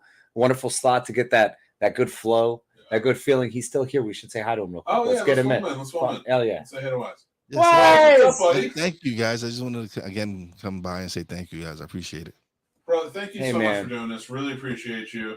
I love it because like we're right at that time, and it was very calm, chill, and very nice. It's going into the hour because I know later it's just going to be chaos. And always was such a great message, Wise. I do appreciate that, man. You always, man, you're so perfect at articulating that exact message and kind of why we do it and why we built this community and why we enjoy hanging out with everybody. So, and it's fantastic to just keep growing it and seeing it just continue to build and seeing everyone else's success has been awesome off of it. So it's great seeing you just kicking butt, man. Listen, and the fact that, like I said, the people that we have in our community that we associate with are amazing. They're great. I love you guys. I love like Maria and everybody they were here earlier. Yep. And it's just a great experience. Yeah, it really is. Yeah, it really is. Everybody just kind of they come in. Everybody does something. They bring their own value to it. Of their certain talents, things that stand out. Man, you're a great conversationalist. It's a lot of fun. Amazing. Thank you, brother. I appreciate it. But again, once again, thank you guys. And listen, get to 1,000. I want to see that movie. I know, right? Dude, forget the movie, Wise. You got to see the after show. I want to see the after show as well. Let's get to 1,000. But thank you guys. Love you guys and appreciate it. I love you too, Wise. Be well. Guys, just before we introduce the next show, let's pull it up, see where we're at. Let's take a look-sees at the numbers and see what your hard work has done for us so far. Guys, we're at 350. You aren't working hard enough. You're not working hard enough. Yeah. You're doing great, but you definitely need to work a little harder. How many times do I have to say it? Guys, so we're at 350. We are not at the halfway mark yet. Actually, Casey and I were talking about that while Wise was on, and I'm like, oh man, I'm so tired, and it's like, I feel so late, and we're not even at the halfway point yet. I haven't broached it yet. 6 o'clock is the halfway point of the show. Guys, I want to get 150 more by the halfway. Let's be halfway at halfway. I like it. That's smart. We could do 150. And look, if there's any show that's going to get us there, it's this one. Yeah. It's 3 absolutely brilliant guys. You haven't seen them yet. I'm gonna play their intro and pull them in, guys. The guys from No Time to Binge are back, but this is a different show. Well, one of them looks different because he doesn't have his glasses on, so I'm pretty sure it's a different guy. We get to see his sexy eyes. Yeah, we do. But I'm gonna say this: No Time to Binge. If you thought that was great, PowerPoint Showdown is so much fun. We both had a chance to be on the show before. I think we did all right. I mean, I think I did fantastically. You were okay. Yeah, I mean, that's fair. I don't know. We weren't even on the same time. And look at the treatment. Well, I did one where I was playing like this German guy, and I don't know. I may have gone a little farther. I was just McMahon. Fair enough. Well, I don't play German guys. Hey, buddy, it's never just. It's never just. And actually, instead of German, I'm going to go with Dutch. Oh, wait, no. It feels safer. That one, I was Mick Bronx. Whoa. I went to one borough for that one. All right, guys. So, yes, let me get situated here. So it is, the name of the show is PowerPoint Showdown. We're coming back to it. Check out their intro, and then they'll be up. And then, yeah, guys, please donate. I want to get halfway at the halfway mark. $150 more, and we are halfway to 1,000. And I'm going to release it. I'm going to release the Trump P tape. I mean, I'm sorry. No. I'm going to release my first student film and the behind-the-scene featurette, which is longer somehow and more. Oh my God, dude! And there's nothing better than seeing the Three Bro Show in full action. All right, let's get this thing rolling while I go look for a monkey. Yes, and I did get it fixed so that it was spherical again. You know, like a normal penis is spherical. Ladies, gentlemen, them, they, and all, it's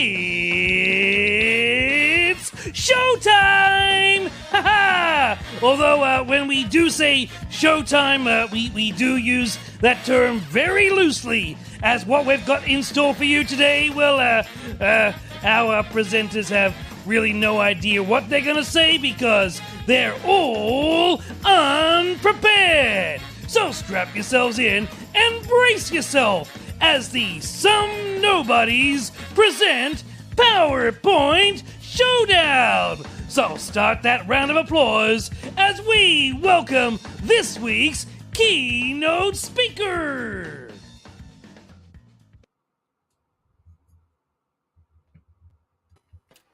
Hey, I'm a keynote speaker.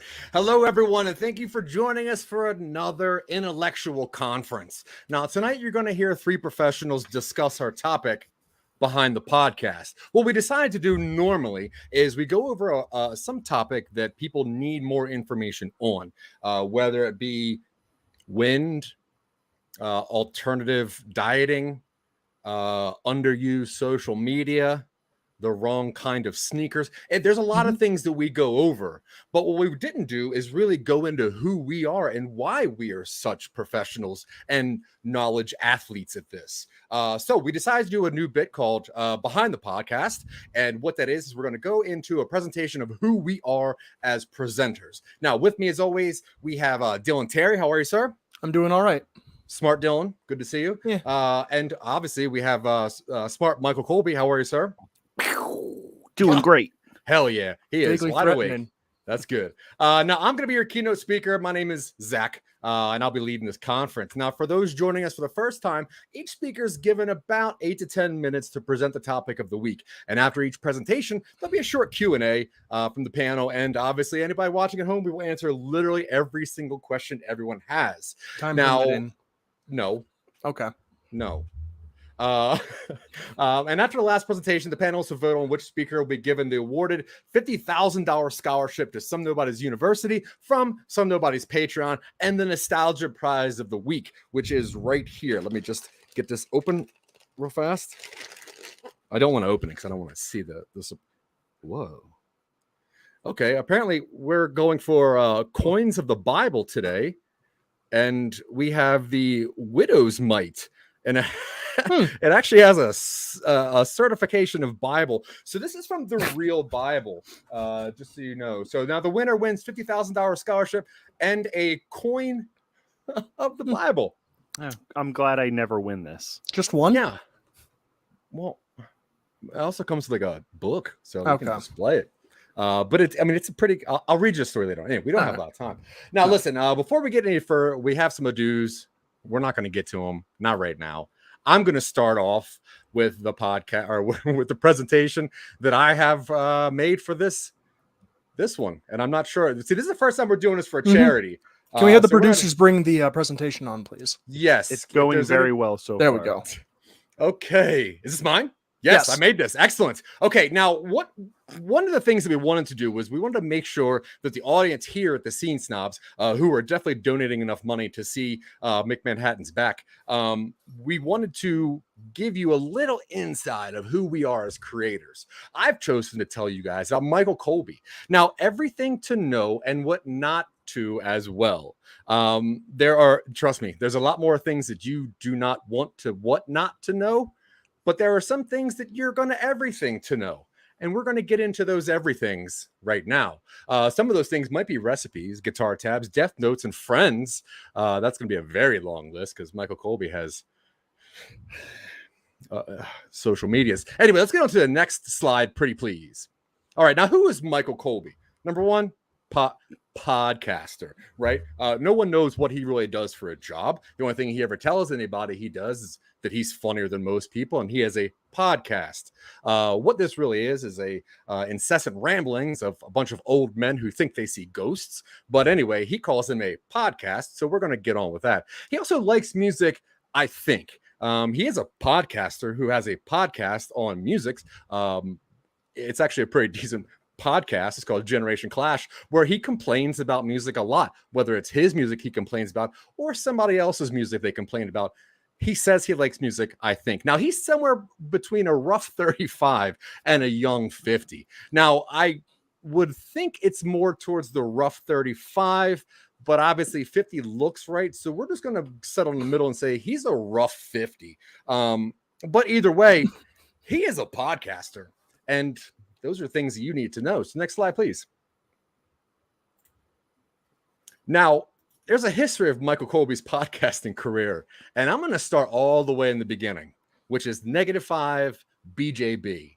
I'm not allowed to tell you what that stands for because I was warned of my cussing earlier, but let's just say that it's before Jack Billings. That seems like the easiest thing that we can get around without me getting in trouble again. Now, -5 before Jack Billings, Michael discovers a microphone. And what that does, it leads down the eventual doom of the planet. He looked at a microphone for quite a while. He yelled into it. Then once he plugged it in, he realized that he could record those yellings. Now, 0 AJB, which I guess we're just going to stick with this and say this is after Jack Billings. The first episode of Jack Billings Presents was released. And honestly, it has 5-star reviews on Apple. And I can't say that about all my podcasts. Now, let's hop ahead 15 AJBs later, which is right about now. Now, Jack Billings is elected to president. Now, what you don't know is Jack Billings is not from this country. So he's not president of the United States. He's president of his own country. And I'm not going to get into that because this is also not a political thing. Now, we're going to hop ahead 10 more years into roughly the future of 25 AJB, where Earth depopulated, universe collapses. What happened was everyone was spending so much time listening to all the podcasts that Michael Colby put together, they stopped having sex. They realized nothing was attractive anymore, and there was no need for it. They thought while it was happening, it was okay, but what was the point of really initiating it? For that reason, no more sex, population went down. Next slide, please. Now, here's a bunch of things that I wanted to tell you guys that are facts about Michael Colby. I've done my research. I've checked his Imgur page, and these are facts. Number one, Michael Colby went on vacation once, and it was an overnight camping trip to Costco, and it was unintentional. He thought it was a BJ's, and he only really parked around back because that's where the security guards don't bust you for sleeping in your trunk. But it turns out it was a Costco. He was very surprised, but really shocked at the value. Number two, it's not actually a beard. It's a prop. It is whatever the merkin is, but that goes on like the lower back. It's like a tramp stamp of long hair, like a rat tail that covers your butt crack. He didn't know what it was, put it on there. And now what I found out was that there's an antenna on his chin, and it's both for mating and threat display. He can swell it up to enormous sizes and also change colors depending on his mood. I've only seen yellow, and I think that means horny. Number three, the best artist of all time. Michael says it's Meatloaf, but he actually thinks it's Kid Rock. He's going to tell you Meatloaf to your face, but guess what? That's Kid Rock. Number four, Michael's a really hard worker. He doesn't sleep, not because he doesn't need to, but because of his guilt. When he's asleep, he actually feels like he should be doing something because he doesn't really do much. Even his job, I don't think he does much, which I can't verify what he does. The people outside of Costco said he didn't do a whole lot, but he definitely felt guilty. And number 5, Michael can't solve a Rubik's Cube. He just gives up and calls it a work in progress, which is nothing wrong with that because honestly, as a current work in progress himself, there's nothing wrong with fondling one of those every once in a while. Next slide, please. Now, here are 5 extra Michael Colby facts. 1, he's exactly 2% alopecic. He cannot grow hair on the very top of his head. Number 2, he calls headphones ear goggles for some reason. Number 3, he has no idea who Spider-Man is, which is why I wore this shirt.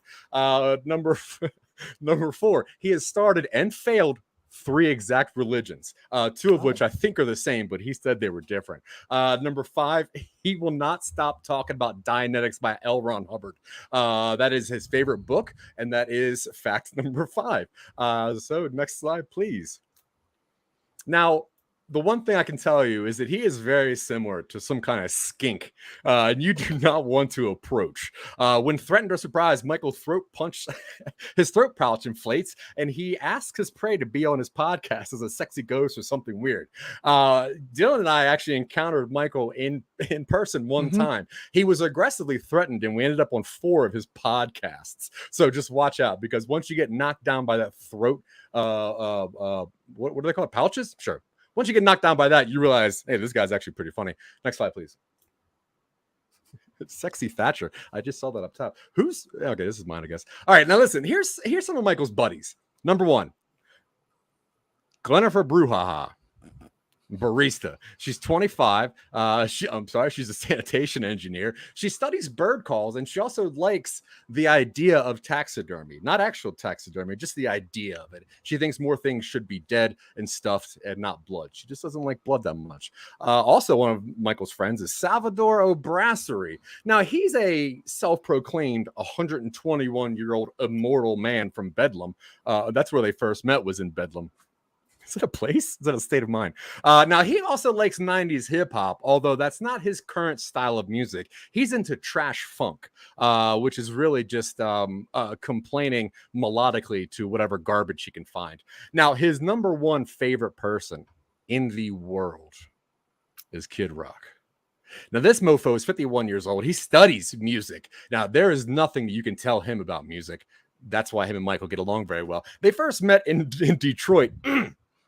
The thing he likes the most, his old music.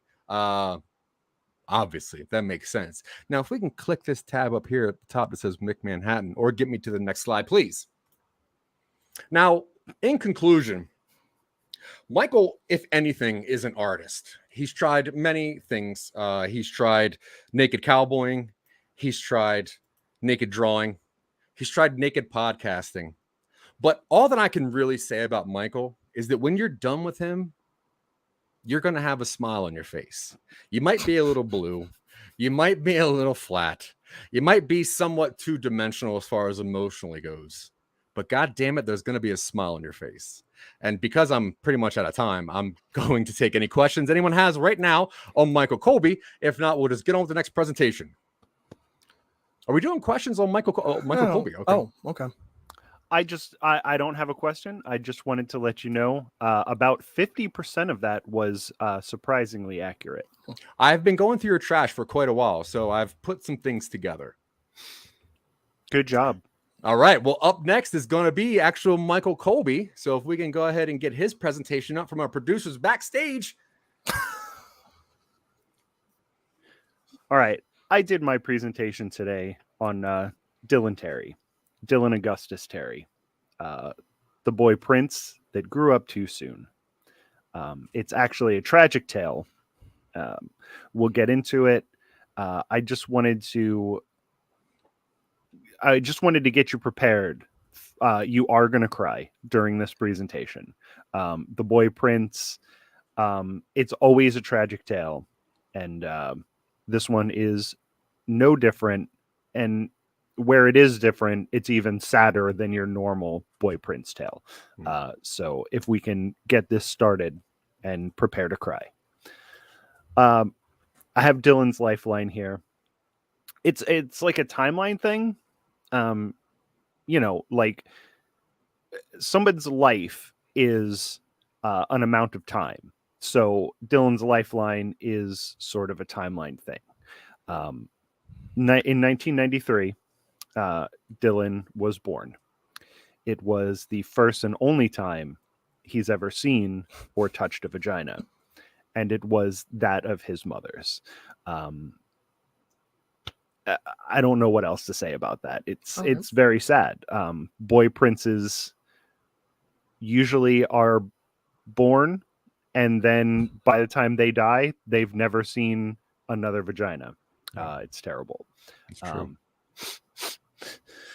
Okay, 1997, the year that I graduated high school. Dylan's 4 years old, and he sees The Lost World in the theater. His theater experience is fueled by dinosaurs. The pun here is that fuel, oil, gasoline is made from oil, which is old dinosaurs smushed and turned into goo. So that was the joke there. In 2002, Dylan graduates. After 3 tries, he gets a principal's pardon and is allowed to graduate high school. He was originally supposed to graduate at 6 years old. Instead, he's 9. He goes to college. He goes to college. He gets his doctorate. He's a 13-year-old doctor. I don't know why I didn't put that on the slide. I figured the more important thing was that in 2020, Dylan gets his first computer. It's a 1996 Gateway computer that has a Word doc. It's where he starts writing. He writes his first novel. Since then, he's written 17 novels. None of them are good, but there is a lot of them. Next slide, please. Whoa. Don't think that's all he's done, though. Hang on. We're going to explain the other stuff that he's done. If you're not crying already because of the fact that he is a virgin and he's a terrible writer, it's crying time on the next slide, which we'll get to right now, please. His other achievements. Now, you would think that an achievement would be something worth celebrating, but these are just all very sad achievements. This is the best he could do. He made a rocket to God and thanks her for his grandma. He never saw his grandma's vagina. As you know, he only saw the one, and it was his mom's. 8-year-old Dylan goes on the Gong Show, hosted by a math. He goes so he goes on the Gong Show, where he does I made very confusing slides for these very easy to explain concepts. He went on the Gong Show. He did a math thing.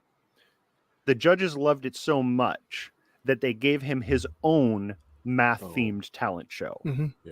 Again, sorry for the poorly written. I must have been high off of my mind when I wrote these. High noon, Dylan can only drink green teas. So shed a tear for Dylan's inability to drink other things. In 2023, next year, Dylan will get his driver's license at the young age of 27-ish. He loves TV. He's a TV fan. It's his number one achievement. So pretty sad. Pretty sad when your best achievement is liking television. He has a green thumb.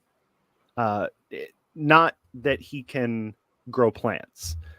This is a different kind of green thumb where he got chloroform poisoning on his left hand.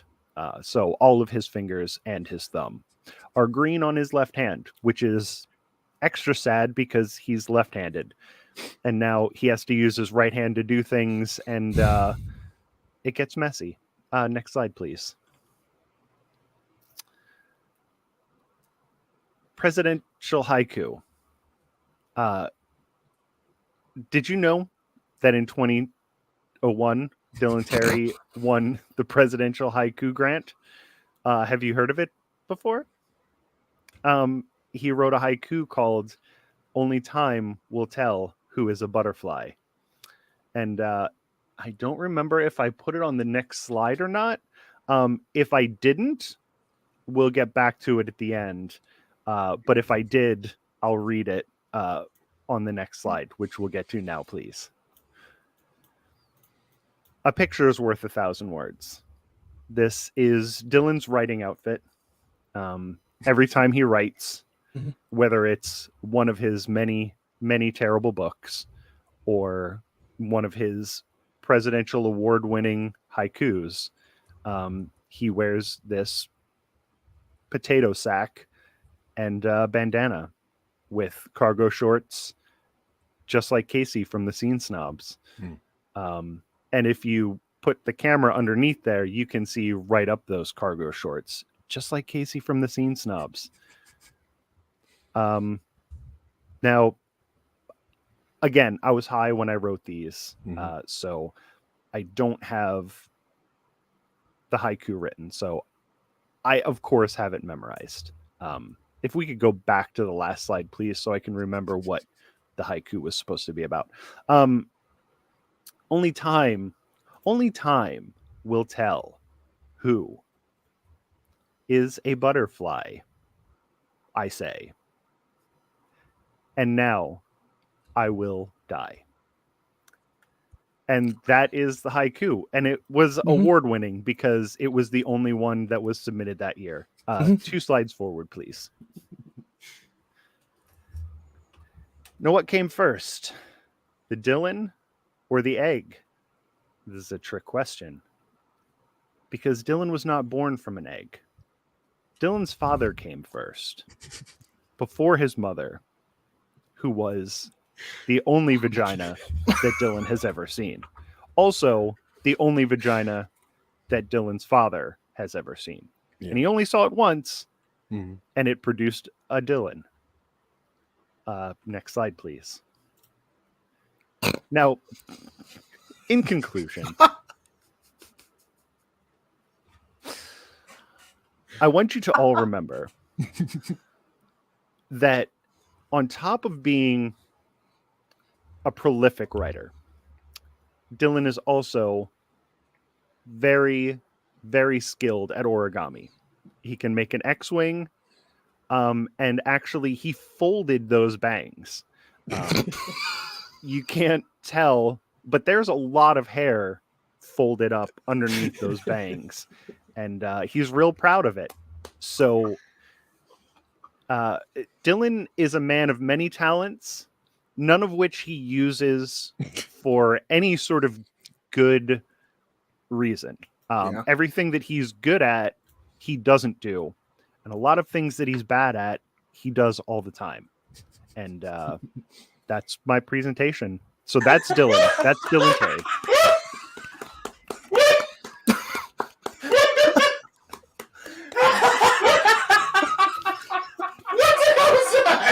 We did.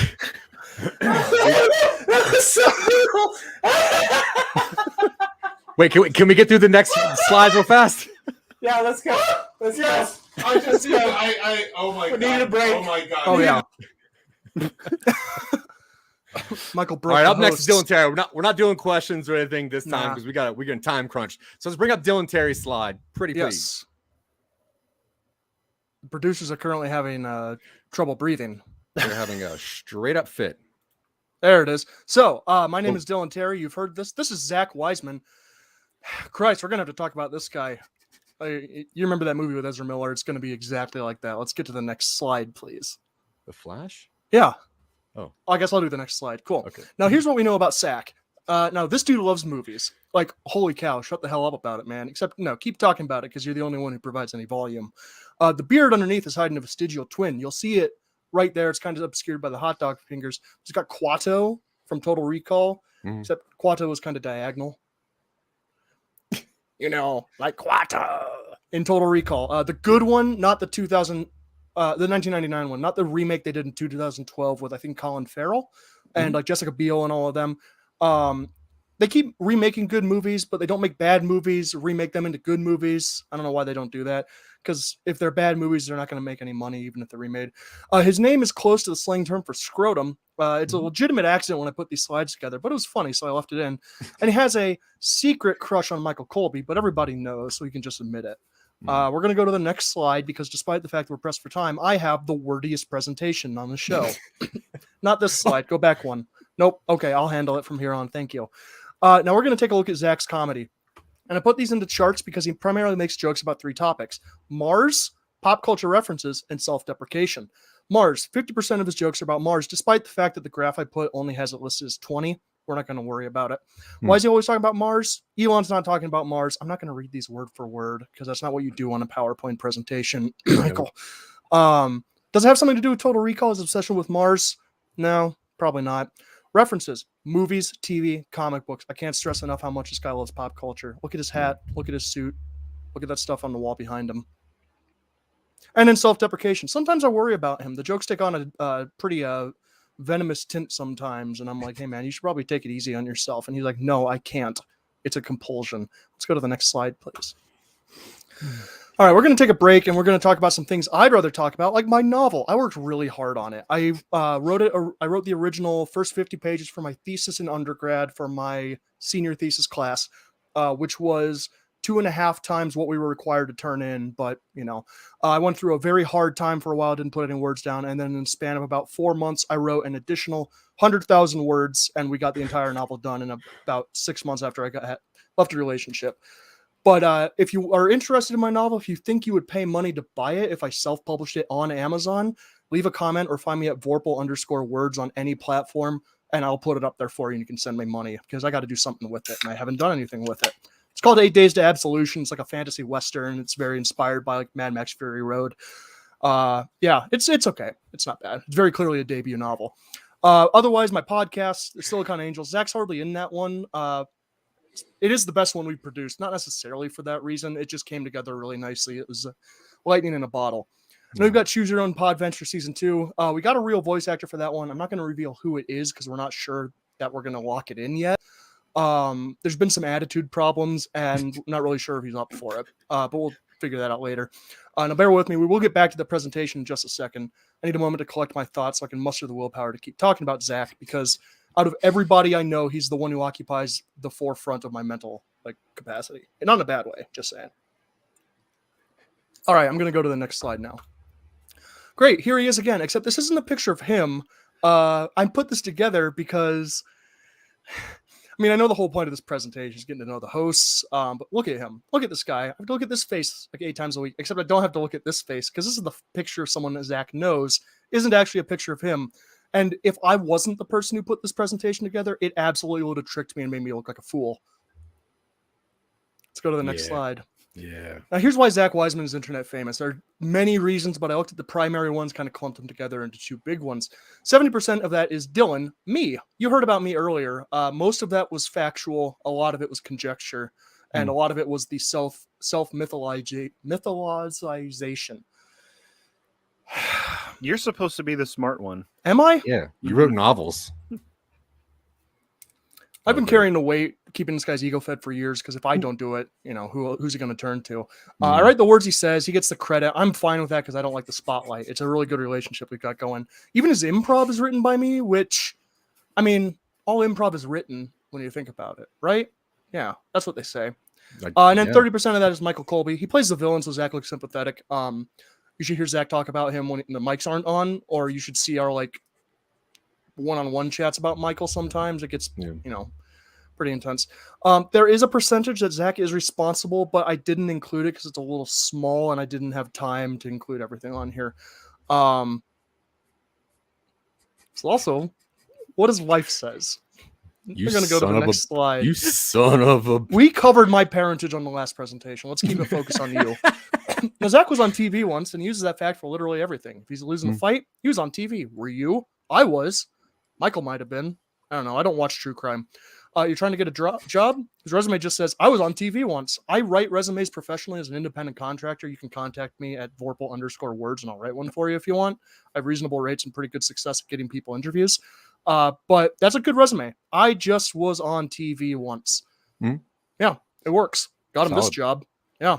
Boom. Doesn't tip the waiter? I'll sign this napkin. I was on TV. It's worth more than money. And that's true. He actually, waiter actually did sell a napkin Zack Wiseman signed for like $45, but the napkin also had a whole shitload of weed in it. So, who's to say what the reason was? And look how smug he is there. Now, this is another picture that doesn't actually look like Zack Wiseman, but I can assure you it is. He looks smug, even though you know what's weird. Quado is just sitting there. You thought I forgot about him. I did, but I didn't. Just behind that thin, wispy beard, almost as thin and wispy as mine. I think its name is Snackums. The beard? I think the beard's name is Snackums because Quato is the name of the vestigial twin. We're going to go to the final slide. In conclusion, Zack is like a thin Jack Black. You want to follow Zack even after all of that stuff? Follow him at Black Jack for Jack Black on Instagram, Twitter at My Neighbor Mitch1, or Facebook Dylan Terry. I'm not going to tell you which one, but I think you can probably figure it out. Credits. His presentation template was... I'm not going to advertise for them. Please keep the slide for comedic effect. I'm done. I'll applaud myself because I was talking about I literally could have said it better myself. Yeah, but you didn't. But so here I am. Good job. Now, normally we pick who the winner is, but in this episode, honestly, we're all winners because we're all friends of Michael Colby. I think he's the best one out of all of us. I think the real winners are the audience. Oh, fair. Yes. The real winners are the people that give money to the charity event that we're working for. Look in the links below and put some friggin' money in there. Because honestly, if we don't get halfway there, McManhattan's not going to take his shirt off and show you his hairy back, which apparently Casey signed with a straight razor. So I think he shaved something back there. But who really knows? It's either a QR code for 30% off your next purchase. It took him a week to shave the QR code in there. It was so many squares. Now, normally we have a fourth person on that has a podcast or that has their own presentation, which takes up the rest of the half an hour.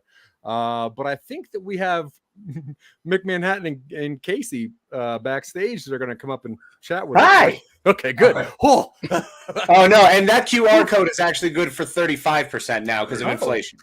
Yeah, perfect. Okay, excellent. Guys, you guys killed it. This was amazing. It's been awesome. Thank you so much. Thank you. Thank you for putting this together. We really appreciate you guys. You guys really, really work hard for indie podcasters. And even though we make a lot of jokes about stupid stuff, that really means a lot to us. So thank you. And yeah, we really appreciate you guys. Thank you. Absolutely, guys. Well, we appreciate you guys. You guys are fantastic. And it's always a hoot to have you around. So thank you. Thank you so much, guys. Appreciate you. Whenever. Adios. Now get out of here.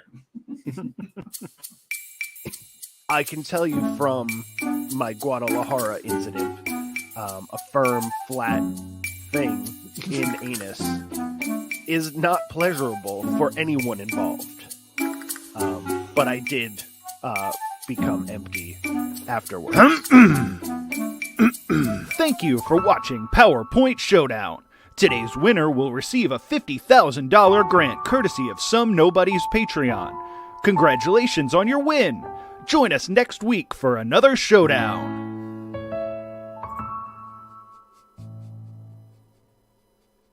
Thanks for providing that big prize, guys. Guys, we're moving along here. Don't worry. Every show's going to get their time. They're going to get their full time. So even if it goes over, because all it does is eat in our last hour. Yeah. And we're okay with that. Totally fine. So, guys, that was PowerPoint Showdown. They have a great show. Thank you so much, guys, for joining in. That was hilarious. We have another really great show. 5 things coming up next. But we are still at 350. Hopefully we can get to 500 very soon. We need 150 more to get halfway to our goal. But guys, if we get to 1,000, I want to show you something very quickly. If we get to 1,000, all right, I'm going to give you a hint of what you're going to get if you get 1,000. It's going to be breathtaking. Here we go. There it is. The 3 rows, yeah. Can you guess which one is Mick?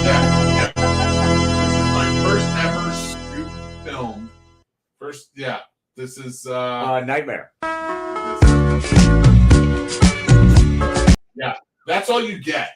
So you have to get to 1,000 by the end of the show, and I will drop the whole thing. And even worse, the longer behind the scenes featurette. That's even worse. Yeah. Okay, guys. So without further ado, I'm going to get them situated. I'm going to get out of here. And then, 5 things. Check them out. They're awesome.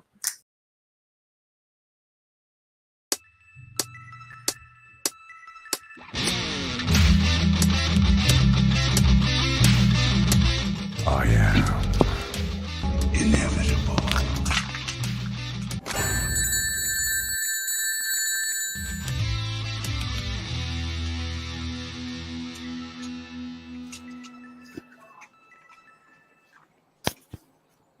Welcome to the House of Nerdbox, and I say house because we have multiple shows that make up our channel, and this is one of them. This is 5 things. This is the show where we talk about 5 things that you should check out or should avoid.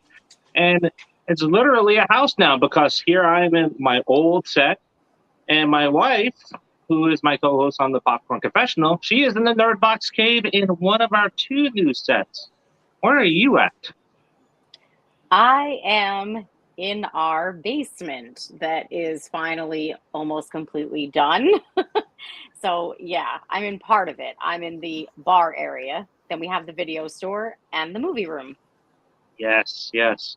So before we jump into our topic today, which is 5 movies that everybody else loves, just going to warn you, we're bringing the controversy now.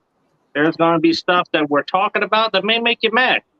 But before we dive into that list, I want to say a special thanks to Casey and Mick for having us a part of this charity event. So please make sure that if you have the ability to donate, because it's pay week, do that by clicking on the link that is in the description. If not, just share this and make sure that people are watching this and they can take part of that.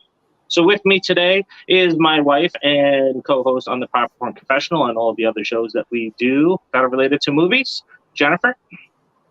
Hey everybody, thanks for having me. And then our guest is one of the men behind the scenes with us since Women of Horror, and that is Mr. Marcus McGill, producer on Terrifier 2 and Shrink. Hey everybody, how's it going? Thank you for having me. All right, so how this works is we go round robin. We go from 5, we go all the way up to 1. We start with our guest. Marcus, what is your number 5? My number 5 is actually Halloween 2018. Ooh, really? Yes. I was not a huge fan of that movie, but everybody seems to love it. I did like the Easter eggs to every single film in the franchise, even Rob Zombie's 2 films. And I did enjoy James Jude Courtney in the role, but the movie itself just didn't do it for me.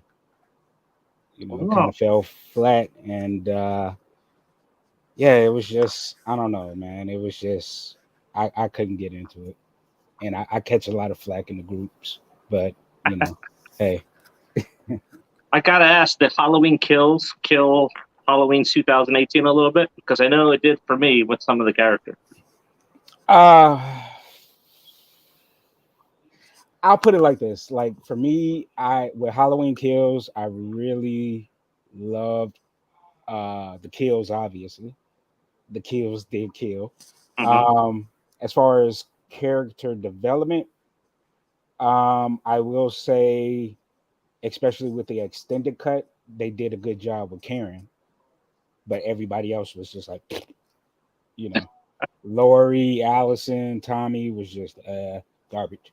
And even in the 2018 film, I just really didn't like anybody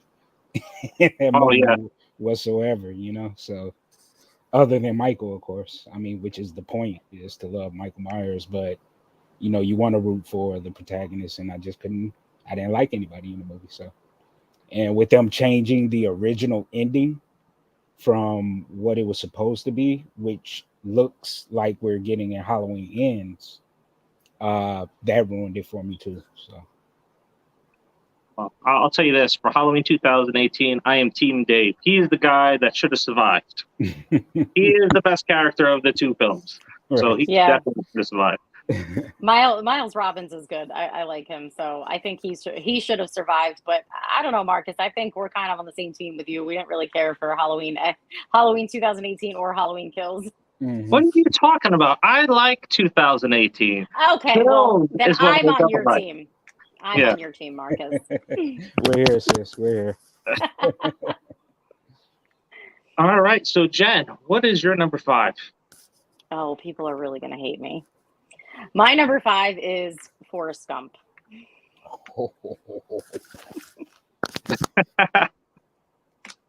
I watched it one time. Once was enough.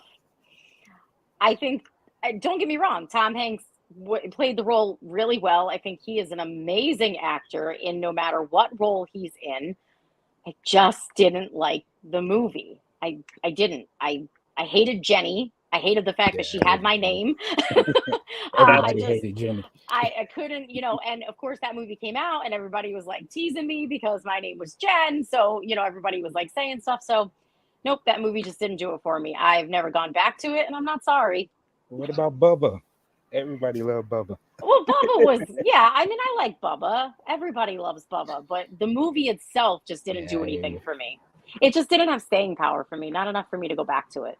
I hear you.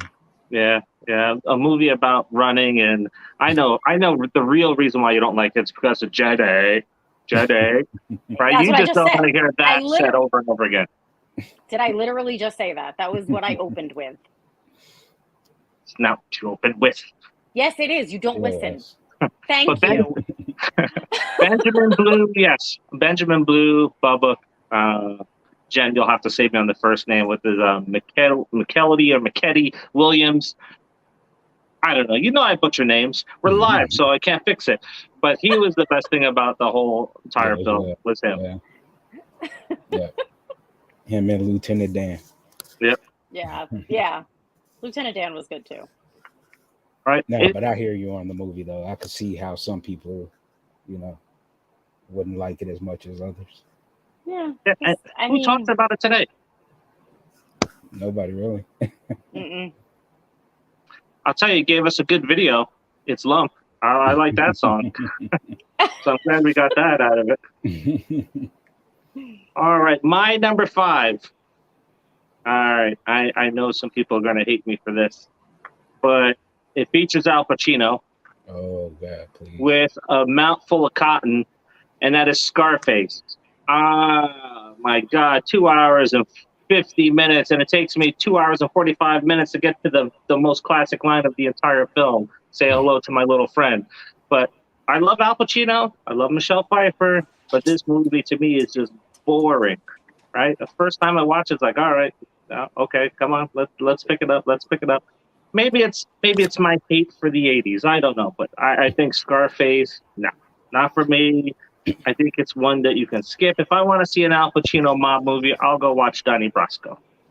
It doesn't age well, and him playing a Cuban immigrant, But I say the movie, honestly, like everybody else's performance and the story itself, where they were going with, excellent remake to the original 30s film. But it was just Pacino's performance for me as, Tony Montana being a Cuban. I just couldn't buy it. Knowing that he's, Italian American, So yeah, I feel like he was kind of over the top. Like Yeah. he tried too hard to be the Cuban American, and it didn't come off well. Yeah, it was like a caricature. Mhm. It's the Jim Carrey mobster. Now, if they would have had the actor that played Manny play Tony, because he is Cuban, then that would have been awesome, But yeah, I could see. It didn't age well. I watched it the other day. It really didn't age well. So I know they're talking about a remake, so let's see if they can improve upon it. But they've been please, talking God, about not that 3 remake hours. for over a decade, man. I Yeah. don't know if it's ever gonna happen. Yeah. Well, if you want a remake, go play Vice City. Right? Well, it's supposed to be starring what's the Mexican actor name that played Andor? The Andor Star Wars series coming up. He was the guy in Rogue One, and You know, he was the lead in Rogue One. I can't think of his name, but it's supposed to star him. We have a tradition here, right? If you don't know his name, it's What's His Nuts, right? The What's His Nuts from that episode. Yeah, that's it. Yeah, Dave says that a lot because he doesn't know anyone's name. Yeah. Yeah. But yeah, it's supposed to be him, you know, as far as like a Mexican immigrant, you know, trying to have the American dream. Yeah. We will see. We will see. So let's move into our number 4s. Marcus, what do you have? So I know I'm really going to catch hell for this one. And I won't say that I hated it because I didn't hate the movie. It's just, it's not my favorite out of the trilogy. And it's The Dark Knight, honestly.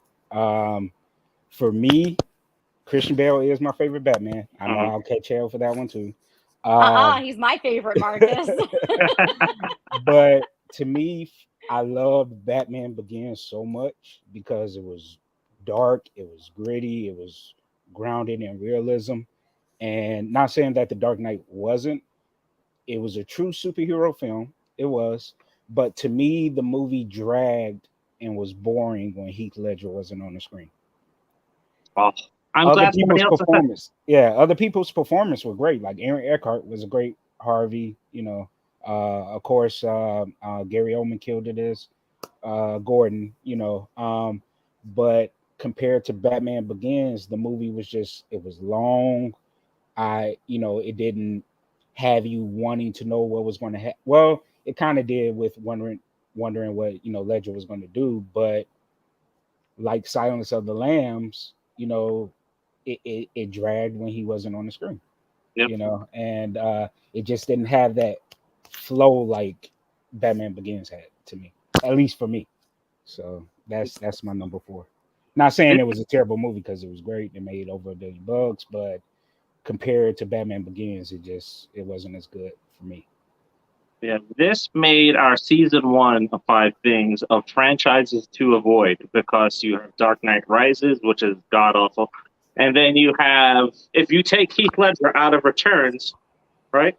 Like you said, it's like, all right, I need to see the Joker again, right? Mm-hmm. And it's not because he passed away before the film; it's just because the performance in his role was just so damn good. Right. So yeah, I agree with that one. And then everything else didn't measure up to his scenes. Exactly. You know? Where Batman Begins, it was just like a roller coaster. You know what I mean? Mm-hmm. And wanting to know what what's my man's name? Cillian Murphy was going to do as what's his name? Scarecrow. What's his nuts? What's his name? Scarecrow, and then what, you know, who the true Ra's al Ghul was going to be. You know, of course, you kind of knew that it was Liam Neeson based off of his beard, but then those that didn't watch the cartoon or read the comics didn't know. You know, so they were wondering like who the true Ra's al Ghul was going to be, or the correct pronunciation, Ra's al Ghul. So yeah, that's my number 4. Yeah. I think if they would have moved forward with Two-Face being in the 3rd film, I think the whole franchise would have been a lot better. Mm-hmm. Yep. All right. So, Jem, what do you got at number 4? So my number 4 is Scarface. Interesting.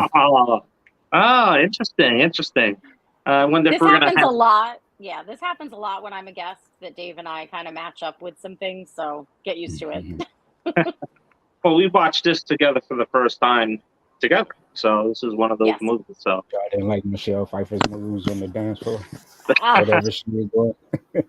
I don't know. The story was just, it dragged too much for me to get into the movie. And like I said before, I feel like Al Pacino was too over the top, too try hard. Mm-hmm. Mm-hmm. And I don't think he needs to be, because he's not a bad actor, but he just tried too hard in that movie. Right. Yeah, I'll go back and watch Serpico or A Dog Day Afternoon or Dog Day Night. Yeah, those are much better performances. Yeah. Mm-hmm. All right, let's keep down the pissing off people train. And I'm at number 4. I never bought into the hype. when the sequel came out.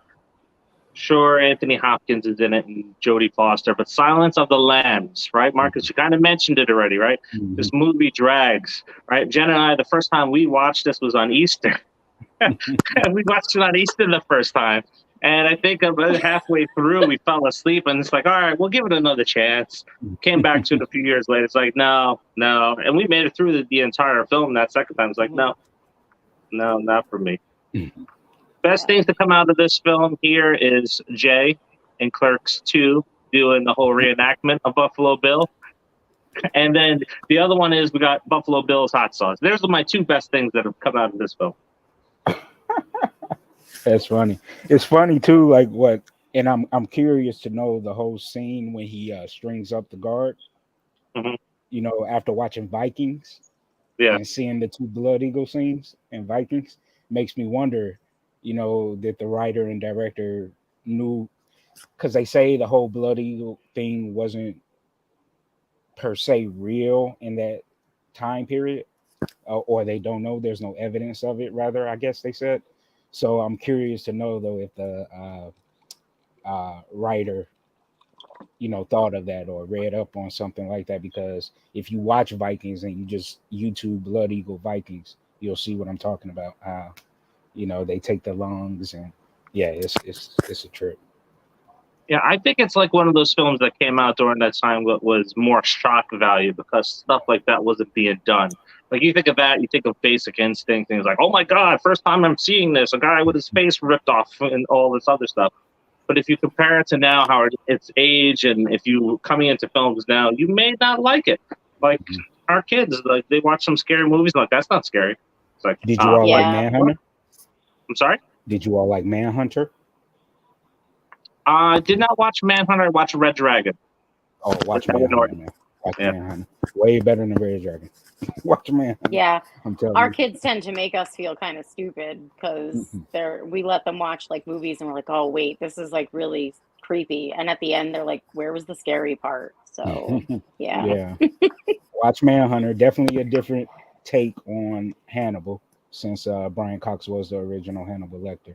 But I'll have to look into that one. Yep. All right, so that is our fourth. Now we're jumping into threes. Marcus, what do you have? Number 3 for me, another one that I'm gonna catch hell for, and I've said this countless times. It 1990. Yes, I agree with you. 110%. For me, like I was never, even when it came out when I was 10 years old, Tim Curry, brilliant, amazing, terrifying, added to my phobia of clowns next to Poltergeist. Poltergeist is what started my phobia of clowns. But the movie itself, the miniseries itself, even though you had exceptional actors in it, their performances weren't good to me. And the movie was like rather boring compared to the other TV, you know, the modern TV miniseries that came out in the late 90s, early 2000s. The one with Rebecca De Mornay and the guy from Wings, Steven, whatever his name is. What's his name? That one was. Oh no, I'm sorry, that's not it. I was thinking of The Shining. We'll talk about that one later. But I did like the two movies with Skarsgård more than the TV miniseries. And for me, it just felt closer to the novels. And I felt the kids' performances and even the adult performances you felt more was on the line with them than you did, you know, the original miniseries. So, and everybody online that's watching this, forgive me when I say Rebecca De Mornay and dude from Wings, I was talking about another TV miniseries. I was rushing in my head, so forgive me, scratch that. But yep, 1990 just didn't do it for me. I do agree that the new one, the movie, the newer one was more in line with the book because I did read the book. I was young when I read it, but I read it and it was more in line. I liked the 1991, but I enjoyed the new one a lot more. And I enjoy Skarsgård a lot more than Tim Curry. I feel like this. They're like, with regards to their performances of Pennywise, I compare it to Heath Ledger and Jack Nicholson's Jokers. You had the more playful, psychotic Joker with Jack Nicholson and Tim Curry's Pennywise.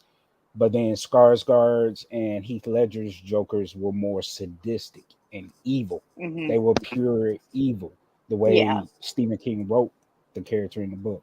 You know, so that's how I compare it. So when people ask me who do I like better, I said it's hard to compare because they play it differently. You know, so yeah, that's my number 3. Look, I dislike this movie so much that we watch a lot of horror movies as a family, introduce horror movies as a family. I think the last time that we watched this film and Jen introduced it to the kids, I was like, I'm going upstairs. Because I just don't like this film. I think it's really boring. And I almost was not going to see the new films because of it. Because it's like, it's too hyped up, right? We got the spider on the strings that's really noticeable. And you got the mole on the face that's always distracted me. ADHD is like, oh, look, it's like a red light on the wall. So I'm focusing on the wrong things. But I just don't like... Yeah. I just don't like the movie. I never saw the hype. I never even saw the hype as a kid because I watched it when it was on TV for the first time, too. It's like, okay, it's not that great. So, yeah, I agree with this one 100%. All right. So, Jem, what do you have at number 3? So I'm going to catch a lot of hell for this one. So my number 3 is Titanic. I could agree. I absolutely hate that movie. And I know, listen, guys, I'm not cold as ice. I know that like this shit really happened. Okay. I get it. But the movie, no, just did not like anything about it. There was enough room for Jack. There was, right? She was just a greedy bitch. I There was laughed enough room. Now I'm wrong. I know. I laughed my ass off when the Titanic was sinking. Like it my was God. one particular. It was one particular. So when you remember when the ship goes totally like this, there's Yeah. a scene Yeah. where you see the priest climbing up, and then it zooms out, it pans out, and you see the priest fall and then hit the Yeah. propeller. I was laughing my ass off. I was clapping. I was like, man, this is hilarious. But I will say, I did tear up. It was one moment when it's the scene where they're showing everybody in the frozen water, and you know you get to Jack and Rose, and you see Jack in the water on the plank. They showed a man holding a baby, and they're both frozen. That messed me up. That was like that was the only thing in the entire movie that messed me up. Everything else, I was like, this movie is crap. This is terrible. You know, so I remember when we didn't see this in the theater, so I remember when it came out for VHS and Walmart was running the special. Oh my God, if you spend $30, $50 on groceries, you get for free. So it's like, all right, we gotta buy extra because we don't have any kids. So it's like, we gotta buy extra stuff so we can hit the $50 and get the movie for free. And then I was like, oh, watched it once, never came back to it. But I am a fan of any movie that kills Billy Zane. So there's the bright spot for me. I love Billy. Oh, I hate him. I hate I love him. Billy Zane. I don't like anything about him. Oh man. All right, my number 3, we talked about it already, and that is also Forrest Gump. So we don't have to dwell on it. We could just dive right into number 2s. Marcus, what do you have at number 2? Number 2 for me is Avatar. Love the technology of the movie, but the movie itself was just Dances with Wolves all over again with blue aliens. And it just didn't do. I mean, I love Dances with Wolves, man, but Avatar just didn't do it for me. Like the technology, like seeing it in theater and seeing the technology when it came out in IMAX 3D, beautiful. But the movie itself was just horrible.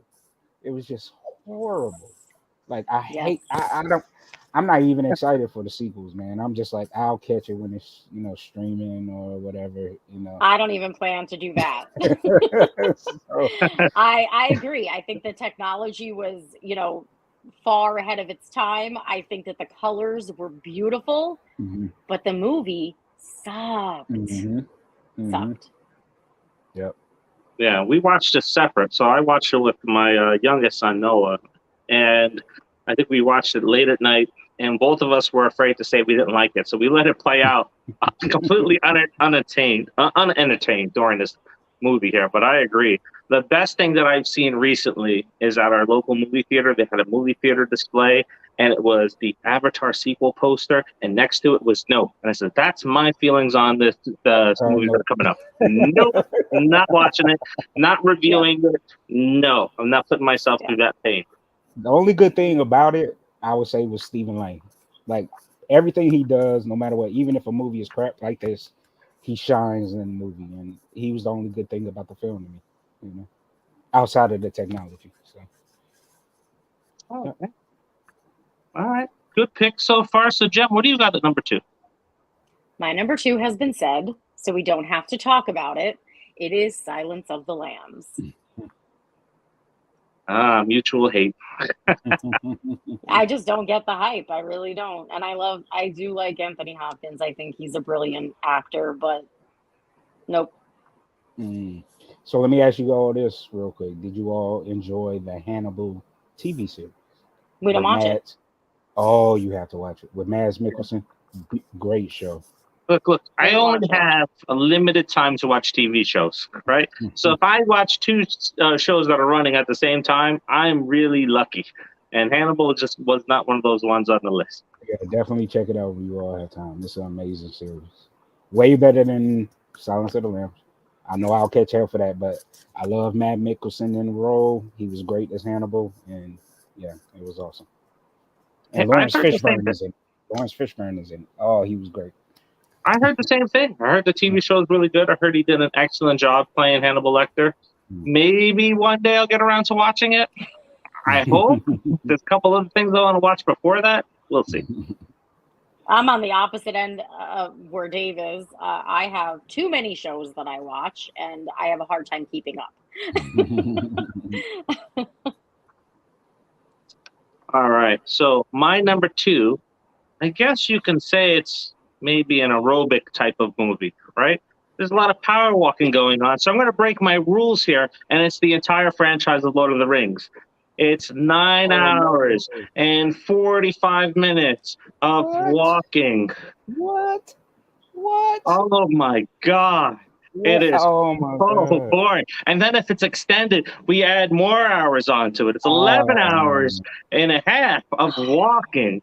This movie here, if it was on the Popcorn Confessional, this movie I would rate it as a movie I can sleep to, because I have great dreams listening to everything that's going on around me. But I don't want to watch this series. No. I love it. I'm opposite, man. I grew up reading the books, you know, and love the lore. I watched Lord of the Rings. Yeah, I watched Lord of the Rings with the boys. I think Noah's with Dave. I don't think that he likes it. Owen did. So, and I enjoyed it as well. Yeah, I can't. I also like Harry Potter. So. I hadn't gotten into Harry Potter yet, so. I watched that because of Owen. He read the books and he wanted to watch the movie, so I watched every single one. And the girls have watched it with him too. So. Yeah, I love Lord of the Rings, man. There's just something wrong with Dave. Yeah, you were dropped on your hip on that one. I gotta go again. Yep. The end of part 1. Who wants to watch the freaky stuff that's going around with the hobbits and whoever else that comes in there? Come on. Oh, please. No. I love that. That's one franchise, including the Hobbit movies, that I truly enjoy. So, yeah. I don't know. Maybe my disdain comes from being a kid and having to watch the Hobbit cartoon on TV. Every time it was on, people put it on and just have to sit through that crap. Now, I'll give you that. I didn't like the Hobbit cartoon. Yeah, I never did like the Hobbit cartoon, but yeah. Oh man, that's crazy. It's 10 hours of walking. That's all I'm gonna say. Let's go right into number 1s, because I know my number 1 is gonna piss people off if this one didn't. So Marcus, what do you got at number 1? So, like I said earlier, forgive me that I went out of order. But my number 1 was The Shining, and that's what I was talking about with Rebecca De Mornay. I preferred the TV miniseries over the Palmer's film with Jack and Shelley Duvall. I just felt, don't get me wrong, Jack, memorable performance. Shelley Duvall, memorable performance. But the movie itself was just boring. It was just boring. like you were saying, all the walking with Lord of the Rings. That's how I felt about The Shining. You know. So have you gone back to it, Marcus? Yeah, I've gone back to it. I watched it more than 10 times, and still just like, wow. Because I always try to find something redeemable about the film, and it just doesn't do it for me. But the TV miniseries with the Morning and the guy from Wings, more accurate to the novel, which I truly enjoyed, and then their performances were awesome. Granted that the guy from Wings, wasn't as how can I put it, as great as Jack was, basically, but he was good. He was terrifying, in the movie, the TV miniseries. So yeah, I'm gonna catch hell for that one too. I know. Actually, one more thing. I actually like Dr. Sleep more than The Shining. I did like Dr. Sleep more than The Shining. Yeah, and even though that film wasn't accurate to the book, the book, yeah, I enjoyed the movie itself more than The Shining. I mean, a little in your defense, it did take Dave and I 3 tries to get into The Shining, and that was over a span of years. Like we didn't try it like 1 year or the next year. It took a long time. We were like, all right, let's go back to it. And then finally on the third one, we started to like get into it. I do, however, think that Dr. Sleep is better. Yeah, I same. That took 3 tries to get into Dr. Sleep. The Shining, right? Took 3 tries to get into it. Our one son, same thing. Took him at least 2 tries to get into it. Our daughters, on the other hand, 3 teens, loved the film from the first time on. It's actually one of their favorite films. Yeah, they request to watch that film. They absolutely loved it from the first time they saw it. Apparently they saw something in it that we did not. Probably the twins and Danny. Yeah, maybe. Yeah. Our dog, who I'm surprised hasn't popped up and tried to ruin this taping, Cece, she's afraid of the movie because I think when she actually watches TV. And with this movie here, because there's so many things that are hidden in different imagery, like if you watch it and you're rolling up on the mountains, you can see the Jack Nicholson's face or Shelley Duvall's face in the mountainside. The way they planted it, I think she can actually see a lot of the imagery that's hidden in there, and it freaks her out. We got pictures of her watching it, huddling up with Jen, hiding at certain points during the film. It's pretty freaky. Like that she climbs in my lap. Like that whole sequence, the end of Dr. Sleep, and they're doing the callback to the first film. To me, that little sequence was better than the entire movie. Honestly, don't get me wrong, there's some iconic stuff in the original movie, but it's just, I don't know, it's something about De Palma's direction, I don't know. Yeah, I don't know. All right, we went from walking to cycling. Jen, do you have an exercise in your number 1 pick? Well, yeah, maybe a little bit. People, I saved the best for last because people are really, really gonna be upset with this one. So you ain't top of me. No, go ahead. My number 1 is The Exorcist. Oh. But here's the thing. A lot of people who watch this movie are religious. They were brought up Catholic or in some other church. I was not. I wasn't brought up religiously. I never went to church. I'm not a religious person. I'm a spiritual person, but I'm not religious in any sense of the term. So I think that for me, it just hits me different. It's not the same for me because I'm not fearing what's going to happen to me when I meet God or whatever, because I don't think that that's going to happen. So I don't have that same fear that I feel like people who have grown up that way have that fear. And I think it affects them differently than it affects me. For me, because I did grow up in the Catholic household, and before I continue, I messed up. I didn't mean to say De Palma for The Shining. I meant to say Kubrick. This brain fog, I'm still suffering long-term effects from COVID last year. So, but as far as The Exorcist, religious movies always mess with me because of the fact that I grew up in a Catholic household. Exactly my point. So Yeah, I would say it was more so, the demonic possession that I do believe in.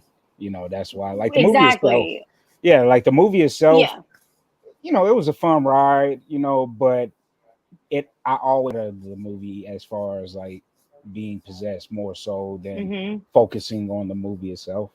And that's the difference. So you can see where I'm coming from. Where with me, I'm focusing on the other aspects of the movie because the religious part doesn't do anything for me. It doesn't do anything to me. Yeah. And so that's not to fault anybody who's religious and is scared by the movie. For me, the movie is just kind of comical. And really disturbing. I mean, as far as like, the shit with the crucifix, like, you know what I'm talking about. We don't need to get into it. So you especially considering she was like a little kid, Yeah. So you like the scene from Scary Movie 2 more than the movie?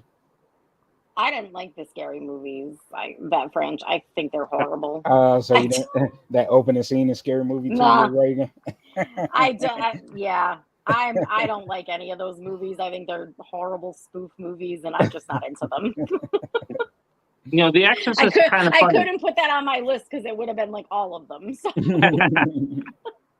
The Exorcist is kind of funny, right? So as much as she hates that movie, the two cabinets that you see behind me and all the other stuff that you don't see, the first thing in the collection that started the whole thing off was a gift from my wife, and it was the Regan coming down the steps. It was one of the first two figures that I got. My wife bought me that. Regan, whatever. What's her nuts? It's not Regan. It's What's Her Nuts. And then the first filming location that we went to was the Exorcist filming location. So we got to see the steps and the house. And I actually have stones from that visit in my cabinet as well. Yeah. And why is that? Because first of all, you really enjoy the movie. So why not let's go see the site? And I'm not afraid to have the stones in there because I don't believe in it. So it's fine. And it's not that I can't appreciate it. It's not that I can't appreciate any of that stuff. I don't like the movie. The house is in Georgetown, right? Yeah. And then the steps are here where I am. Yeah, downtown. Baltimore. That's right. I haven't been yet. I should have gone with y'all when y'all went there. Yes, you should have. Yeah, you could have met us there. I will say this. The real story of Roland Doe is a little bit more scary than The Exorcist. And, shameless self-plug here. Nerdbox Paranormal has the story of Roland Doe, and we reveal the names of the people that are actually involved in the case, including the kid. But let's move on to my number one. Oh, boy. You ready? Should I dodge bullet? It's Shawshank Redemption. It is 2 hours and 25 minutes of absolute boringness. If I want to see a prison movie, I am going to watch Blood In and Blood Out. I prefer that movie over Shawshank Redemption. It's way too hyped for its. There you go. There's Cece making her appearance. But anyway, so every time.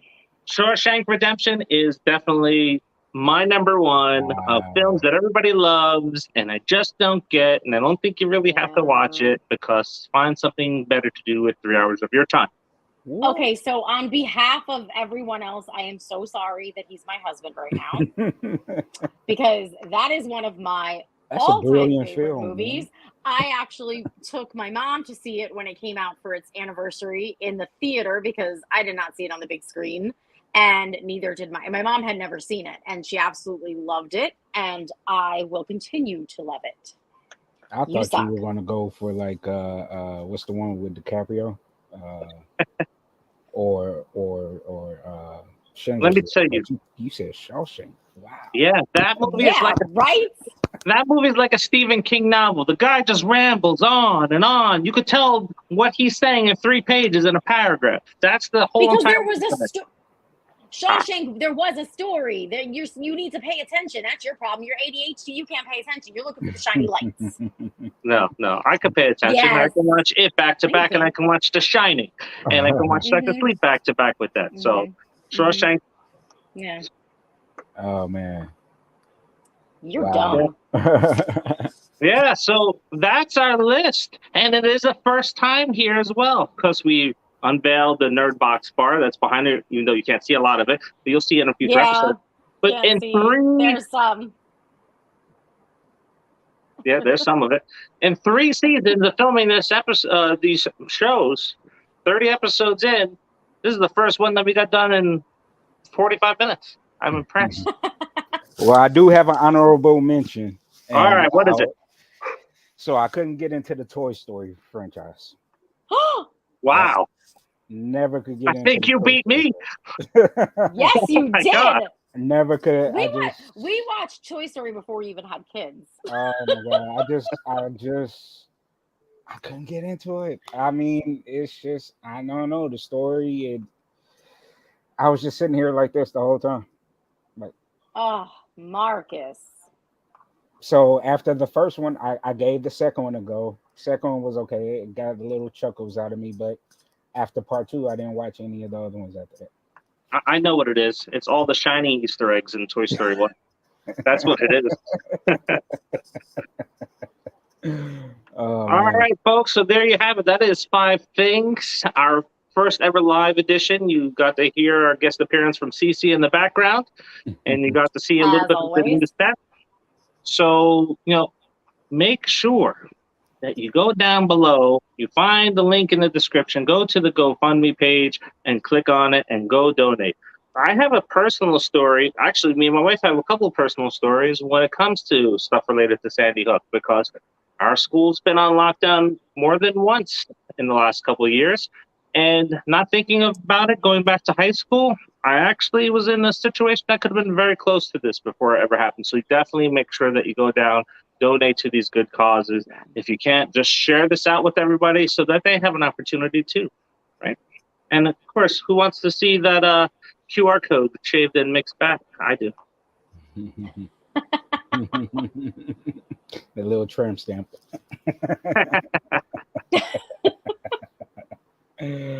Oh man. We Good can't time, hear you. guys. What? Good time. Can't hear you. I muted myself just in case I popped on, and then I forgot I was on mute. Thank you so much. Really appreciate this. 5 Things is an awesome show.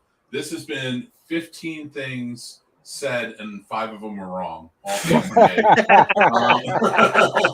No, but it was a great time. We appreciate you guys. Check out Nerd Box. Go follow them, subscribe, everything over there to their channel. They're putting out really fun stuff. So thank you guys again for coming to help out with the charity. You guys are awesome. Really, truly appreciate it. Yeah, thank you. Thank you. And Thank you for having us. Yep. Yeah, Don't forget to click the donate button, everybody. All right, we appreciate you, and you guys, we will talk to you soon. All right, take it easy. Take care. See ya. Bye. See ya. All right, guys. So it is getting time. Yes, it is. What time? Actually, we weren't supposed to be on the next show, but the little bastard roped us in because he's like a little brother to us. Yeah, I don't know the sacrifices we make for this young man. He gave me this sign, which I love. All the things he's done for us and all the nothing we've done for him. We got time. It's 6:48. I'm not pulling him on any earlier than I have to. No, but before we do pull him in, I am going to check where we're at with the. We've had our correspondents standing by and taking all of your orders and receiving all of your numbers. Now we're still crunching numbers and things are still coming in. As you know, things change. There's bureaucracy to it. We went up 390, guys. 390. Get us to 1,000, and Let's you get go. to watch the abomination that is my first student film, and it's terrible behind the scenes featurette. I don't know about you, buddy, but I feel some electricity in the air. I mean, you can shave it. I feel like it's what? Oh no, that was different. I like the static charge in my nethers. No, this one is more important, realistic. Like we're going to hit our goal by 10 p.m. Okay, I dig it. I think that's what's coming in. I will need you guys to share this out more. Yes. And I want to thank Master and Mrs. Shake for their donation. I truly appreciate them. Yes, appreciate you.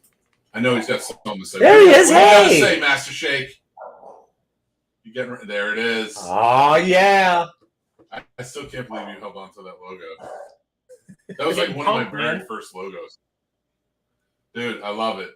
We're gonna be doing the Dunn movie report soon. We're going to be talking about Jordan Peele, so I know it's nothing you're interested in. It's good. It's good movies. I don't know about you No. guys, but my friends and I just did our first chug of the Friday night. So it's too early. The sun is still out here, and I've been doing this too long. that just I'll means do you it only have to later. drink beer. You can drink hard liquor once the sun goes down. Now, I do want to say, while we are doing It's our only power beer. hour, What?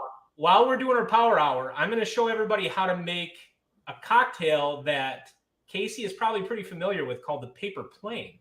Oh, a paper plane. Interesting. It's a Is it on a great paper summer plane? cocktail with bourbon and Amaro Nonino, if you know the flavors. And I'm pretty psyched about it. I also got a 6-pack of guaranteed summer essentials. Your summer what in the 6-pack. world is that? This is bad. This is going to be really bad. I'm going to be wearing an army helmet. I'm going to be dead. I don't know what's going to happen. All right. We're kicking you out because I got to bring Paul in. But I will talk to you soon, brother. Can't wait. Carry on, my friend. All right. And Dan's going to kill me. Let's get Paul's big, beautiful face in here. All right. And let's get ready for the Done Report. Done Report. Serious now. Like, no. I love that logo, by the way. That's not it. What's up, brother? Not much. How you guys doing? Oh, great. You know, we're just here for a cause, hoping to make some money and bring a little happiness to some people, right? You're the star. Hey, there We're you go. staying on the side. Oh, yeah. We're going to be tiny pictures. Listen, Sturdy, I'm going to tell you right now, AA Ron, you want to see that film, we need to get 1,000 before the end of the show. What are you, a 1940s detective? Yes, this is Smoking a amazing. cigarette at the I table. love it. Crazy, man. I I love it. didn't pour the mug, but I Do you have still got bourbon? the whiskey though. So He is a This is 1940s great. Yes, detective. yes. Hey, Gumshoe. Go get your Tell me pour what's on. Hey, aren't you almost married yet or what? yeah, we got less than 2 weeks. Yeah. Okay, let me ask you this. Did you get the marriage license yet? No, we have to pick that up actually when we get to Iowa. So Take that'll be that first time. very seriously. It's a big day. Take it so seriously. Very important. Trust me, I know what I'm talking about. Yep. You do not want to leave that to be light. No. Okay, take No. it seriously. I saw it. I didn't realize that meant you were married, Right. and I did not handle it well. They basically threw it in the back of the car like, yep, whatever. What other errands do we have to do? What's next? I thought we were getting errands done, and we had to pick up a piece of paper. I didn't realize that's what it was. But fair. anyway, I'm still married, so that, you know. There you So go. That's far. all that matters. All right.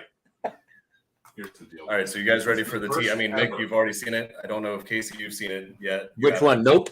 Your Yeah. penis? Nope. I have not seen Nope. it. Hence why I'm going to abstain from Nope, this conversation. I haven't seen your penis. The done. This is how I'm going to hide.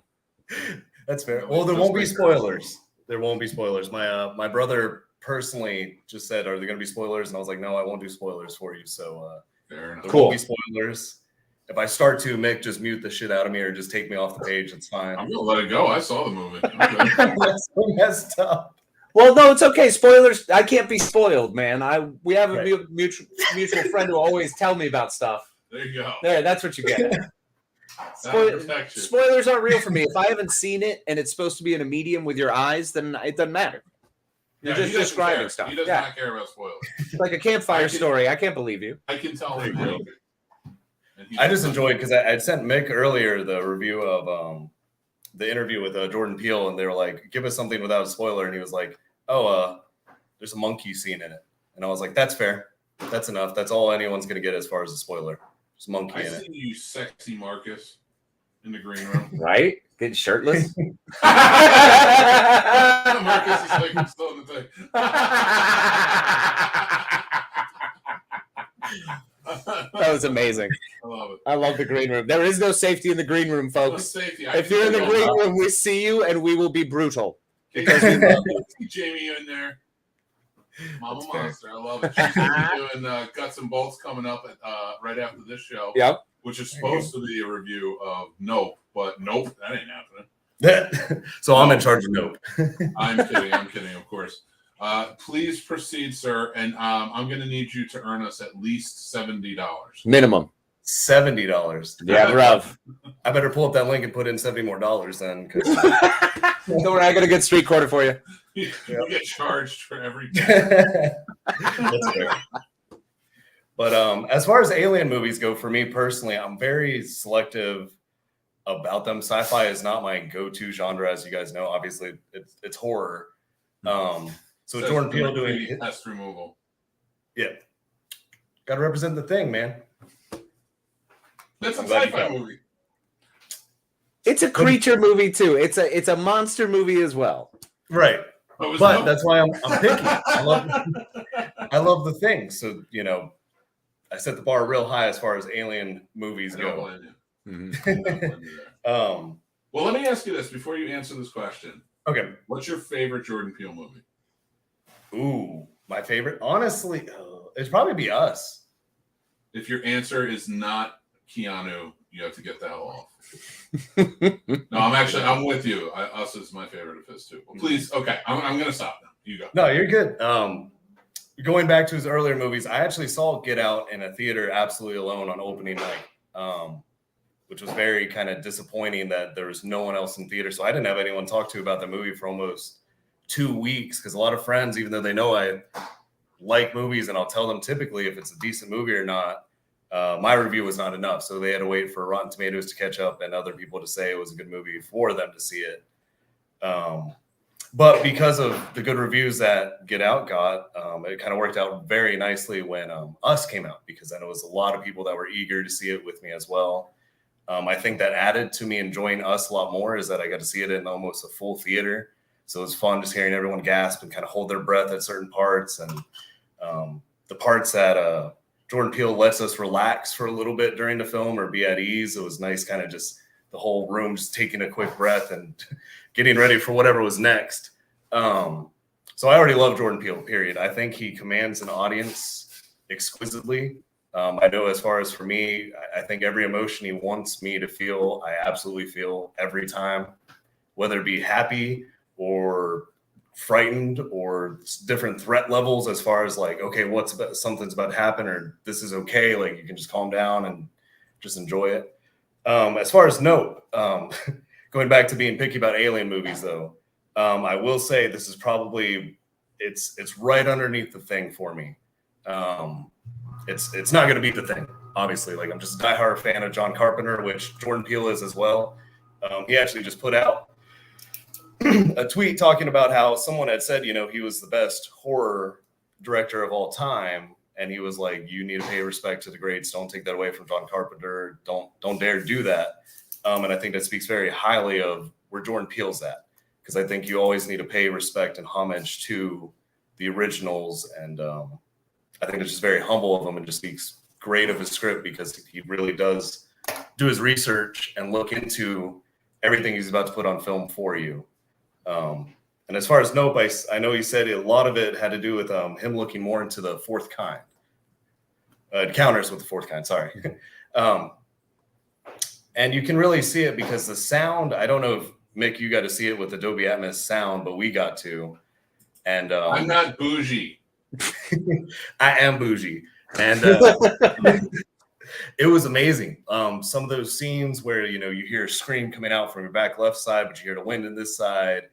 And then, you have something else going above you and it really sounds like it's above you. You can tell they filmed it with that in mind. And I think we've got the full experience with that because our theater, because we're bougie, also has vibrating seats for the bass players. So a lot of those intense scenes, we're shaking a little bit too. And it was absolutely phenomenal. I know they were saying that something that I didn't even think. Real quick, let me interrupt you. I'm sorry because Jamie's waiting. I don't think she knew we were running a little bit late, so we're going to be starting around 7:05, Jamie. So there you go. Thank you. Cool. All right. I'll be quick. Yeah, wrap it up, dude. Wrap it up. I don't wrap it up. Anyway, I'm getting married. Who cares? Yes, starting your family. It's so sweet. I love it. By the way, as much as I love Dunn, can you take her name in a hyphen? No. Come on, that'd be great. Dunn Leisure. Dunn Leisure. I would have taken her name just outright. Yeah, or Leisure Dunn. I kind of like, or we could just add an LY and be leisurely done. Well, now you've changed the name entirely. Yeah. I mean, that's not really the name, though. That's a lie. I think Sturdy wants me to go raw on you.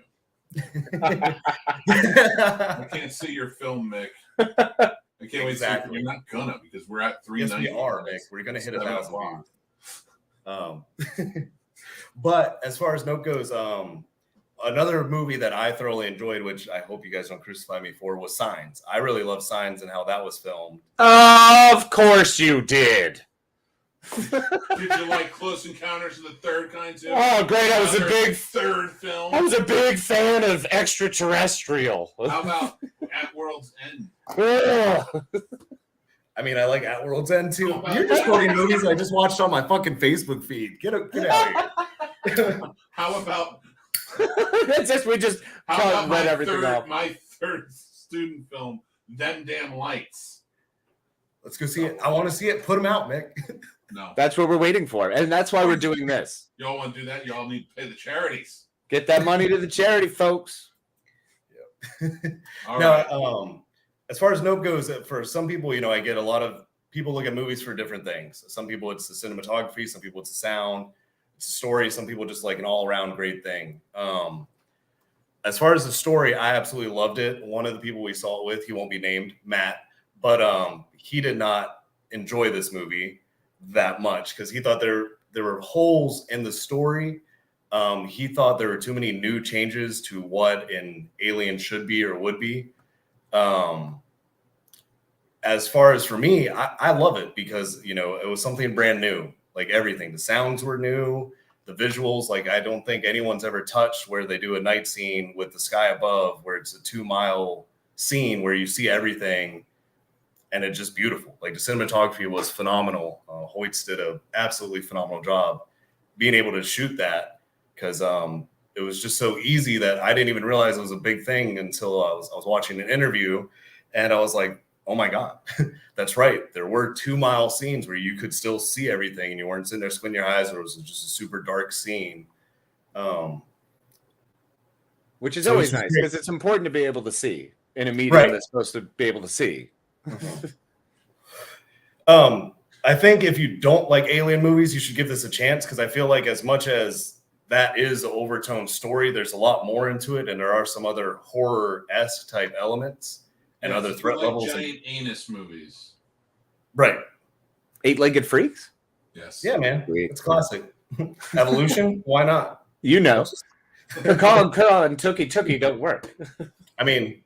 We'll just name it. I mean, The Stupids have aliens in it, Great movies all have aliens. All right, that's enough. You're done. And done's done. Hey, all done, everyone. You get the small screen now. You had a bad connection. Overall, for me, though. If anything's coming out of you mentioning The Stupids, I got to tell people why we had to watch that dumb movie. So, on our Patreon, we have a show called Plot Roast. You can watch the cut version on our YouTube. If you don't want to join, that's fine. But our patrons pick the movies. So, and of course, Paul here. Our good friend Paul Dunn. Picked The Stupids with Tom Arnold. And it isn't the worst movie we watched for Plot Roast. But somehow it's not the worst. Actually, I'm starting to think maybe I shouldn't have let you come on and review a movie after making us watch it. Especially when we're supposed to side with part of your conversation about the Jordan Peele thing. Yeah, I know. I'm a fan of Jordan Peele, and now I'm wondering. That's fair. Now you sound like Sam. Dan says, I can't believe you. Dan, you haven't even picked a movie for Plot Roast yet. Get on it. I had to pick something that would make you guys happy and miserable at the same time. What's up? For The Stupids, that's why I picked The Stupids. I had to pick something I knew you guys would hate, but at the same time, almost enjoy because of how bad it was. No, there was pick something we hate. No, you really didn't. You really didn't, and much less something that was like awful to watch. It's just miserable. Well, if you want the complete opposite of The Stupids, look at the synergy. 3 of the 5 things picks on the wall. Yeah, I hate to say this to you, Nerdbox.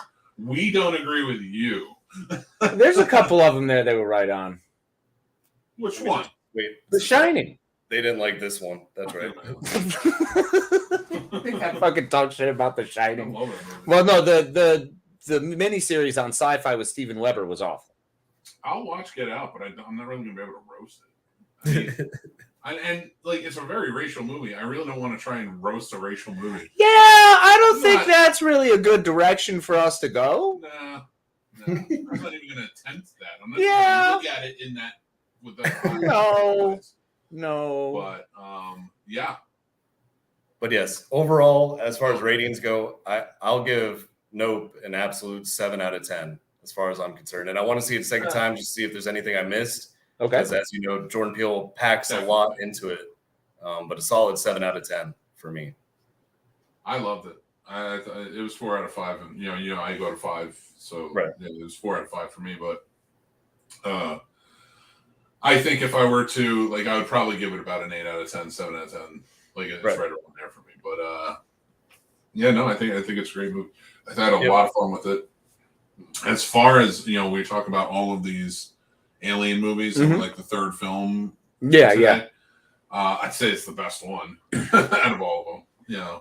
And I don't dislike any of the other ones. I just maybe World's End was on. World's End, just by comparison, was slower and different. Yeah, but World's End isn't as good as its predecessors in the Edgar Wright trilogy. Like Shaun of the Dead Shaun of the Dead was brilliant. I mean, it's one of the best. Hot Fuzz is one of the Hot Fuzz is amazing. Yeah. Yep. So yeah. Well, we are running on a little behind. Again, we don't care if we run late because it just carves up our time. We don't takes our time away. But if you're still around later, let me know when we're in the final hour. Anybody can join in. You know that. I just feel like such a happy parent right now. Like, you did great, honey. Thank you. Love you, bro. Get out of my sight. I'll talk. Get out of here, done. You're done. I love you, buddy. Take care. Love you guys too. Good luck. And make sure to donate, everybody. Keep donating. Keep donating. Keep donating. We're all here working to raise money for the World Central Kitchen and Sandy Hook Promise. So 2 funds that we actually believe in. And what did I say wrong? You went World Central Kitchen. I went like this. Oh. You went. Oh my gosh! And then I went like this, and I did not mean that. Yeah. That was That was amazing. That So please make sure to donate, and if you can't, just go ahead and keep spreading the word, because the more people that know, eventually we're bound to find someone, and that's what matters. See, pointing. That's what I want. Yeah. All right, guys. Next up, we have Jamie coming on with Guts and Bolts, which is probably my favorite name out of all the shows, including ours. Agreed. It's a very cool name. She's a makeup artist. She's going to show us how to make hearts out of gelatin. I want to bring her on. Jamie. Wait, wrong one. Hi, Jamie. There she is. Hello. Thank you so much for joining us tonight and doing this for us. We really, truly appreciate it.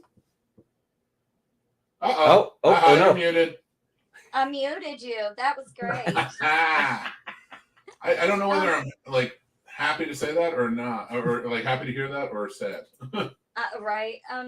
Did you have my co-host backstage, Don? Is he He coming in? is. Don is Fantastic. here. I'm going to bring him on right now, and we're going to give you your time. We really appreciate you being on. Thank you guys so much for your help today. I'm so excited to be here. Yeah, it's our pleasure, brother. Trust me. Appreciate it. Rock. Hi guys, it's us. This is not our usual thing. Usually, I'm in the podcast studio, and Don's hanging out with me, and we usually interview somebody. Tonight, I'm gonna make some stuff for you guys. We're actually gonna make a gelatin heart. So, something you can make at home with very, very easy things. I think I spent $7 on the whole thing. Damn. Right. So, we're gonna get our supply list. Gonna need a measuring cup. This is 3/4 of a cup because your heart is about the size of your fist. That's all you need to make. You can make extra because I'm going to teach you guys how to reuse this too. So this stuff is completely reusable. You won't ever have to make it again if you make a big enough batch.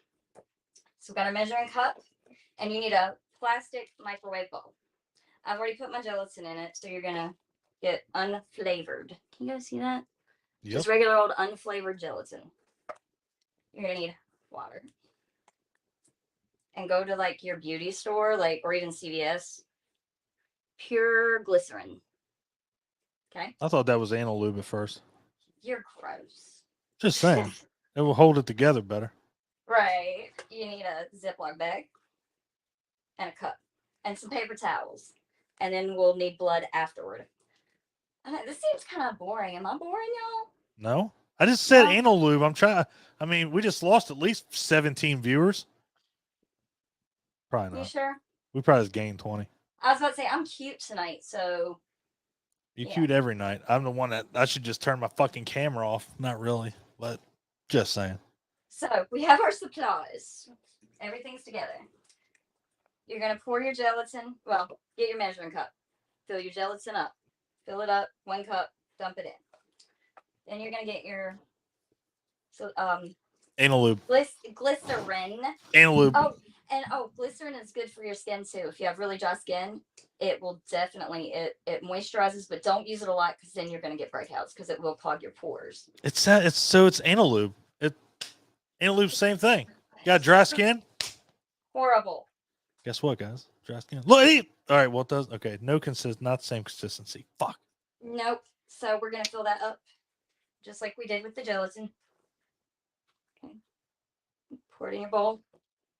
I got to step over. Oh, wait. No, I did grab a bottle. All right. So your ratio is 1 to 1 to 1.5 for any of this. So we did 1 cup gelatin, 1 cup glycerin. We're going to do 1.5 cups of water.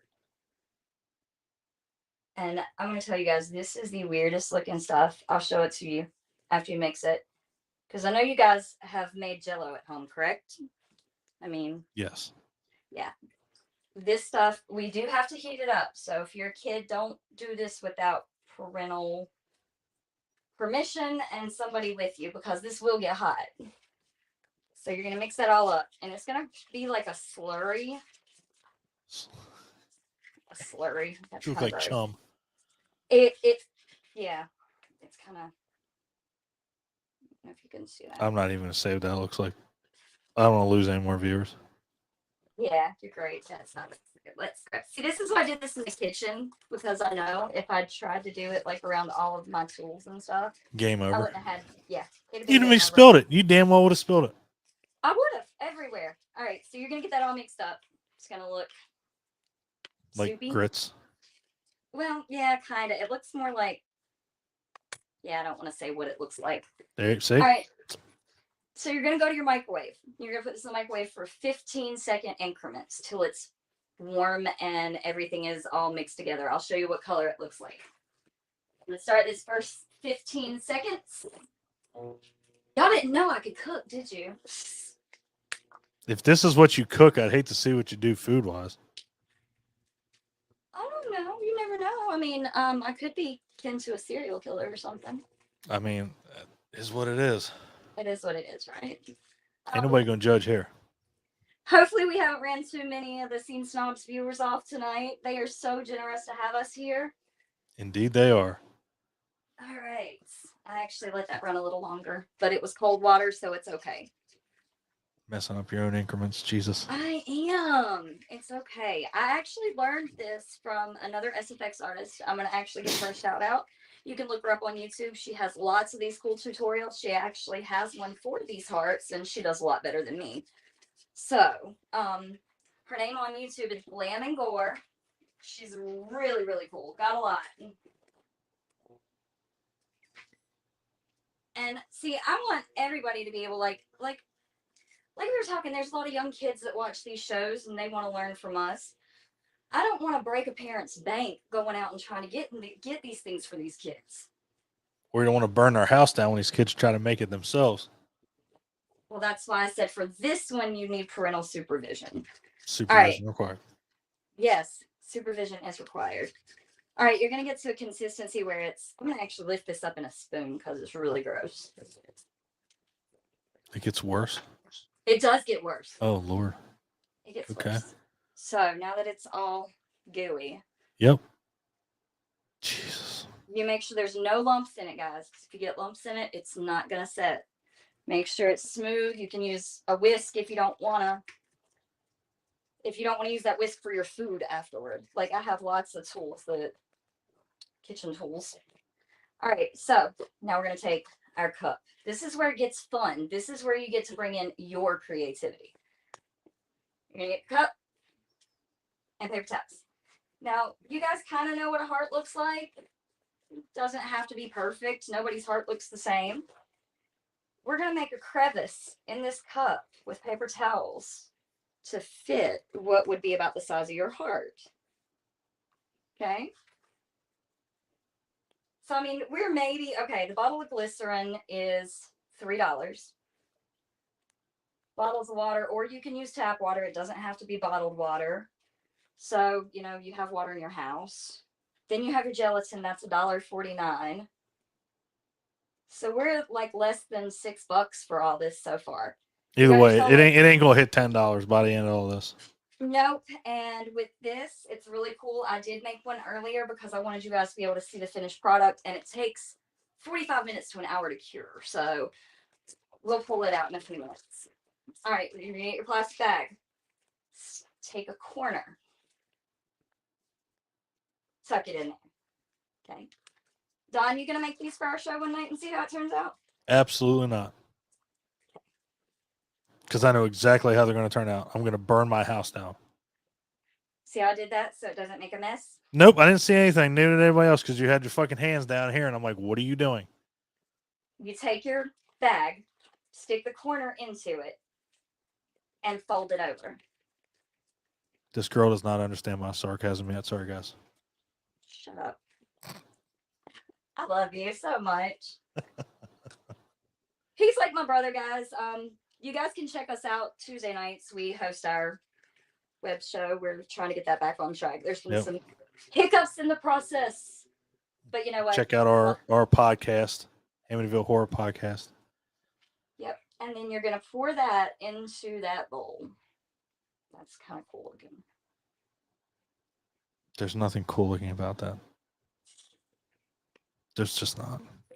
All right, what you're going to do, because this is going to make your heart look even more hyper realistic when it's done. I wasn't able to get it correct on the other one, so I can't show you how the. Okay, I'm going to show you. If you pull it out, this is what it looks like. Huh. Okay. You're going to crimp it and twist so just a little bit of that gelatin comes up through that neck. You know what that's going to make? Jizz bombs. That aortic valve that comes off your heart. So you stick that back in your cup where you've got that crevice kind of pointed in. And then I take another paper towel because a heart's not just a round ball. And I tuck another one in the front of it to create those two chambers in the front. Look at that. Look at you getting all medically correct. Well, I mean, that's the cool thing about being a makeup artist on horror sets. You really do learn a lot about the body system and structures.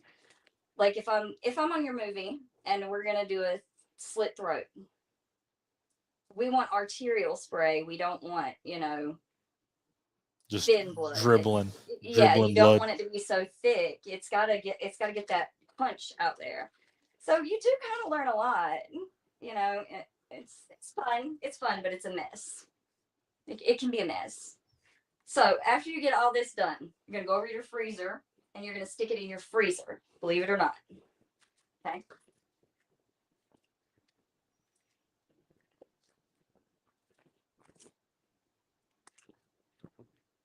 And like I said, I already had one done. So once you pull it out, it's going to be inside that plastic bag. You're going to peel the plastic out from around it. And what you're going to have is going to Okay, that's legit. Okay, that's pretty cool. Isn't it? That's pretty legit. Yeah. So for like 30 minutes of your time and some freezer time, you can make an at-home heart. So, but we're not done. We are not done. Now we're going to go for a big mixing bowl. I don't skimp on the blood ever. When you're on a set, the only time I'll use fake blood is if I'm, the cheap fake blood is if I'm testing things. Only because the higher the quality blood, it doesn't stain as bad. And Mayron stage blood actually doesn't taste bad. There's a lot of scenes that your actors need to get, you know, the blood in their mouth, and some of that stuff's pretty rough. So, what we're going to do, we're going to pour some blood in here. Nice. Nice. And this is like consistency of chocolate syrup. So this is more of a dark venous blood. Because, I mean, you are ripping somebody's heart out. And I suggest gloves. I always use nitrile gloves because a lot of people do have latex allergies. I try to avoid latex as much as possible. Sure, I'm not boring you yet. You look Nope. tired. Okay. No, who the fuck looks tired? Got any questions so far? No, I'm just enjoying the time and wondering why everything looks like jizz up until this point. But that's okay. We're getting there. That still does if you know, not going to go there. Daniel asked us what time Tuesdays. Brother, we are usually 7 o'clock. 7. Yeah. Oh, and I'm going to throw it out. We have our guest for this week. Nicole delivered SFX. She's going to come on and visit with us. Yes. So that one's going to be epic. So come see us. All right. We have our heart. We have this awesome, awesome heart. Blood. Okay. You're literally just going to throw it in there. Okay. Make sure you get it in all the creases. Look at this. This is incredible. A lot of fun. Huh? This is incredible. Like for less than $6. Yeah. We have a heart. What?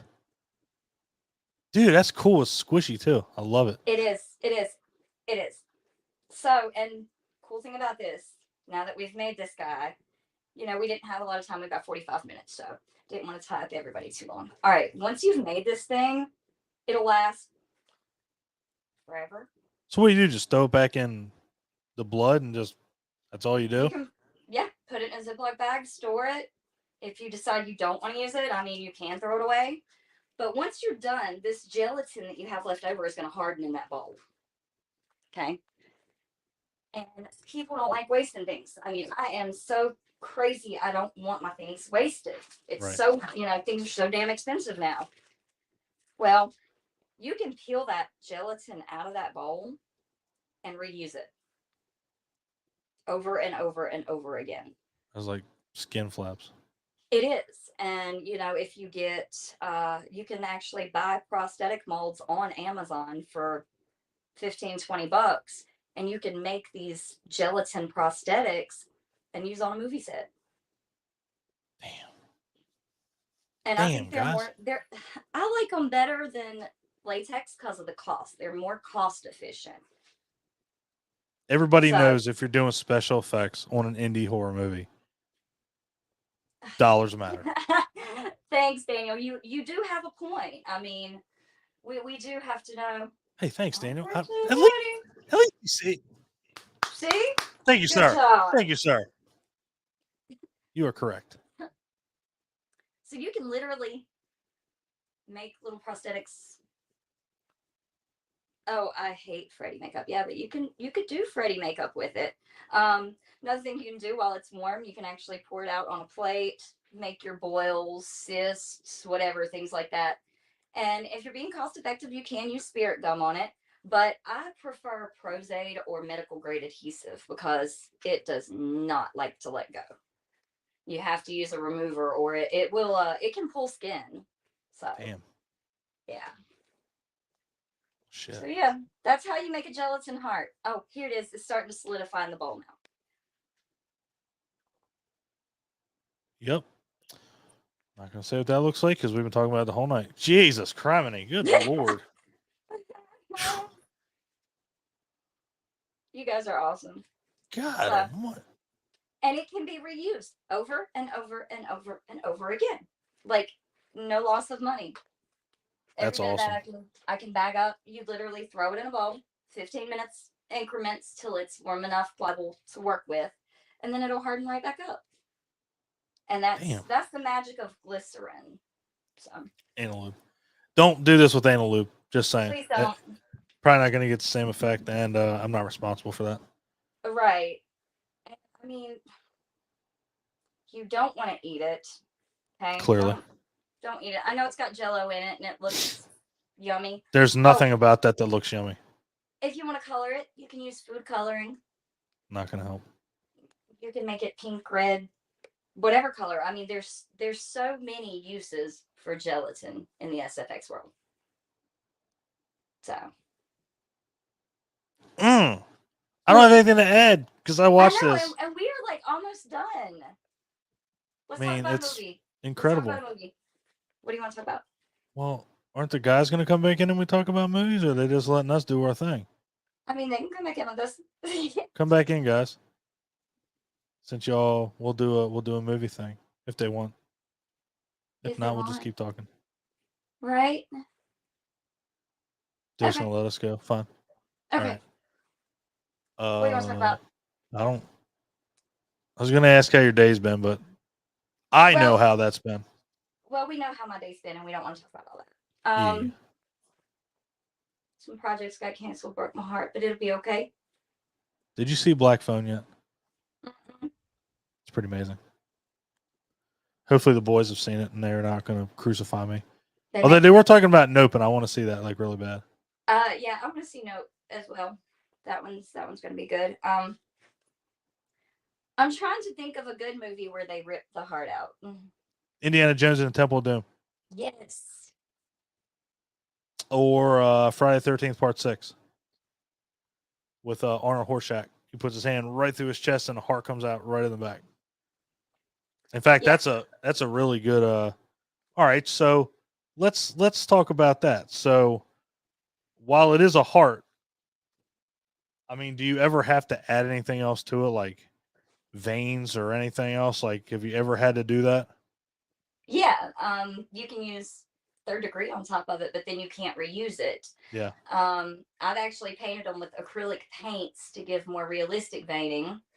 But of course, it's gelatin. It's gonna the paint's gonna flake and shit. But if you just need it for one quick scene, totally cool. That's why you twist the top so then it adds that vein coming out the top of the heart. Mm-hmm. The first one it didn't work right, but that's okay. But you can go back in with the leftover, melt it down, and add it to it. So yeah, you would definitely want to add some things to that. Hells yeah. Well, that is awesome. Well, again, she makes the hearts. I just watch them get ripped out. So, yeah, right. I mean, that's some cost efficiency too, man. I mean, again, it's these things ain't cheap when you try to do it the professional. No, and even this is professional. You can't even say like this isn't professional because it is. I mean, how many people do it this way? I don't know. I mean, most people I know would go like to Spirit or something and buy a cheap heart, unless you're, But even still, how much is a cheap heart at Spirit Halloween? $10, $15? Right. You didn't even spend that on the ingredients. No, you didn't. And I mean, you can get this at your neighborhood family market. I mean, It's not like you're having to order special supplies from a special makeup company or anything like that. Yep. And again, I mean, not everybody has Spirit of Halloween. And it's latex free, so it's allergen free. Yep, it's allergen friendly. So, and that's a big thing in the makeup world. I've tried to move completely away from latex. I use a lot of the third degree, which is a silicone. I use a smooth on silicone. It's just so much easier and it works better than the latex. I do occasionally use foam latex prosthetics, but if my people are allergic, they don't get to use it. Right. And this is, the gelatin is a really good alternative to that. If you can, okay, we're going to get into mold making really Let's do it. Let's do it. Get you a piece of clay. Make sure it's an oil-based clay that will not dry. Okay. Sit down and carve you out whatever shape you want, whether it be a gash, a wound, whatever, pus pocket, whatever you want to put on yourself. Carve that shape out. So, let's say we make a slit throat. You're going to get 2 pieces of wood. Like you could even use rulers. Okay. Glue those together. Use something like Gorilla Glue or a wood glue so it holds. It's plaster of Paris or some kind of quick set concrete. Be frugal. Be frugal because you can't screw these things up. I mean, if you're being professional and you're getting paid for it, that's different. But if you're being frugal, seriously, be frugal. I've even made molds in sand before. Damn. So you're going to get your clay, you're going to get it molded, you're going to take your plaster of Paris, and you're going to fill it till about, you know, you want your mold about this tall, or your box about this tall. Make sure your box has a bottom. What I do is I use a piece of cardboard. Easy peasy. So then you can just peel it off and pop that box apart when it's ready to break the mold. So you're going to pour your plaster of Paris all but about this far in the top. Yeah. Make sure there's no air bubbles. Shake it around a little bit. Take that prosthetic, the clay. Gosh, I can't even talk tonight. Take that clay and push it down into the plaster of Paris. And let it sit. You know, don't let it sink all the way to the bottom. I have literally taken toothpicks and put through them to keep it from running all the way to the bottom. And then you just push it down in there, and that's going to give you that form for your 3D shape. Let that plaster of Paris completely set. Peel your clay out. If it messes up at this point, you don't need it. It's already molded. And then you can pour your gelatin in there. You can do silicone. You can do foam. You can do whatever. I love it. And, you know, plaster of Paris at Walmart's like $10. You can get rulers for $1, piece of cardboard. So, I mean, it's easy. Yeah. Be innovative. That's the thing. I mean, and keep in mind, too, you know, when you watch these Hollywood movies, even, you know, big budget ones that spend thousands of dollars on SFX. I mean, I've seen it where, you know, somebody's throat's just out to here because they got so much prosthetics and they cut it. It's like, damn, guys, you couldn't like shave that back a little bit. I can tell it's fake. And again, you know, the movies that we watched, you know, they're obviously older movies, but still, I mean, I've seen a lot of stuff that looks amazing, you know, especially like the Italian slasher movies. They had it down. Oh, yeah. They just knew how to do it. Oh, yeah, definitely. I've actually been asked to work on a upcoming movie that's kind of got that Giallo vibes. Giallo vibes. Yeah, and that was the exact message that was sent to me. And I'm like, oh, of course I'm down. You know, I'm down for a lot. Now, what were they using in those movies? Just ballpark. What do you think they were using? Give me a year for the movie that it came out. Let's do let's see, when did Suspiria come out? Hold on. That's why I got IMDb. I think it was 77. I was going to say 78, but yes. So 1977. Probably liquid latex back then. I mean, you got to think makeup has really, really come a long, long way. Like, we didn't, you know, I had never heard of gelatin until probably, believe it or not, 3 years ago. Then before that, you know, silicone was the big rage. Then before silicone, you had latex, and latex has been like industry standard for years. And there are different quality latexes. Like, I'm a fan of casting latex. A lot of people, that's what they use to make their masks with. I like it personally on set if I'm doing something big because you can smooth it easier. It's not watery. It doesn't just pour out. Right. You can smooth it a little easier. It is hard to mix. Like if you need to mix cotton balls, if you need to make texture, whatever, it is hard if you're going to be mixing things with it though. But it's definitely, it's like butter. It's a little bit thinner than butter. It's like, okay, you know that parquet squeeze butter? Yeah. It's like that when you pour that out and versus Walmart or Spirit latex that's water. Yeah. Gotcha. I was just curious because, I mean, again, a lot of their, you know, special effects back then, I mean, they were still, I mean, they were pretty damn realistic. Yeah, and blood sprays, those, you still use a lot of the same techniques nowadays. Like, we just started getting into some air pressure squib rigs. I don't know if you saw the video on our SFX page. Ooh, I did. And so that's literally, believe it or not, we made those with just a little piece of metal pipe, a switch, and you use a Ryobi air gun, an electric air gun, fill it up to about 60 pounds of PSI, and those things go off. You just, I mean, I like to be cost effective. I may have to do a tutorial on some squib rigs next. I'm there. I'm there. You're there? 100%. 100%. We got 10 more minutes to kill. What are we going to do? I don't know. Huh? I don't know. Can't you make something else with what you got? I could show you how it melts back down. Let's do that All in right. case anybody wants to We know. can do that. I got 10 minutes. Let's see what I can do in 10 minutes. Fair enough. Fair enough. All right, 10 minutes. I like challenges. Yeah, but you always overcome them, so. Oh, I like good challenges. There you not go. That's better.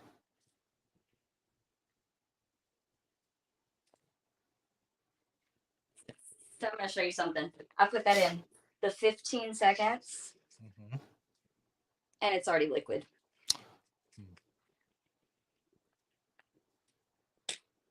All right. So, I'm going to put it on the counter. So I'm just kind of moving some stuff. All right, so gunshot wound. Oh, there we go.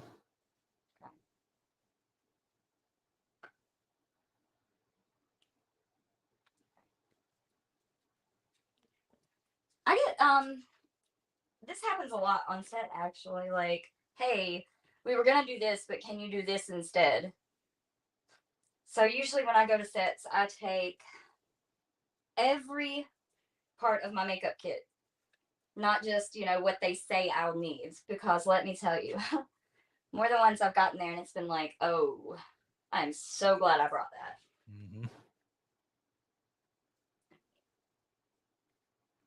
I'm just waiting on it to cool off because it was almost boiling. If you boil it, it'll cook and leave a lot of air bubbles in it and look like crap. Look like doo-doo. Like doo-doo. Like boo-boo. Boo-boo doo-doos.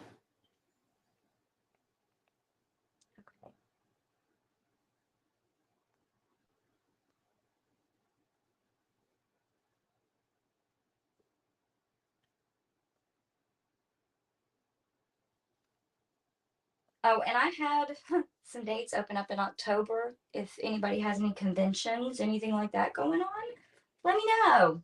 Oh, boy. Yeah, let us All right, know. look. Okay. All right. We have this. See this? Sweet. Ooh, Sweet. Looks like the biggest loogie I've ever seen in my life. ever. Just a little more of the draw to it. I want it to be too sticky, but not too. I don't know if that makes sense. Does that make any sense? What? You want it sticky, but not real sticky when you start working with it. Nope. No, that makes no sense. You either get sticky or. Nah, fuck it. Yeah, we'll let it slide. Well, this is what happened. Yeah. Mm. Yum. I'm still waiting on it, but I may run out of time. Well, Jesus. What is happening? I know. That's going to be a letdown, isn't it? Yeah, no kidding. We let everybody know this is what we're doing, and what the hell? Here we go. All right. It's setting. We're going to get it. I'm going to get it done. Sweet. All right. Now, this is going to be quickly made. I promise if you hire me for a professional set, your gunshot wounds will look better because I will have time to make them. I don't Okay? think anybody's going to judge you. You don't? I would hope not. Lots of people judge me. That's okay. That's on them. Huh? That's on them. We all love you. Yes, I know. I love me too. All right. Now we're going to get our hands dandy sculpting tool. Now, if you don't have a sculpting tool, what are your alternatives? You can use a butter knife. There you go.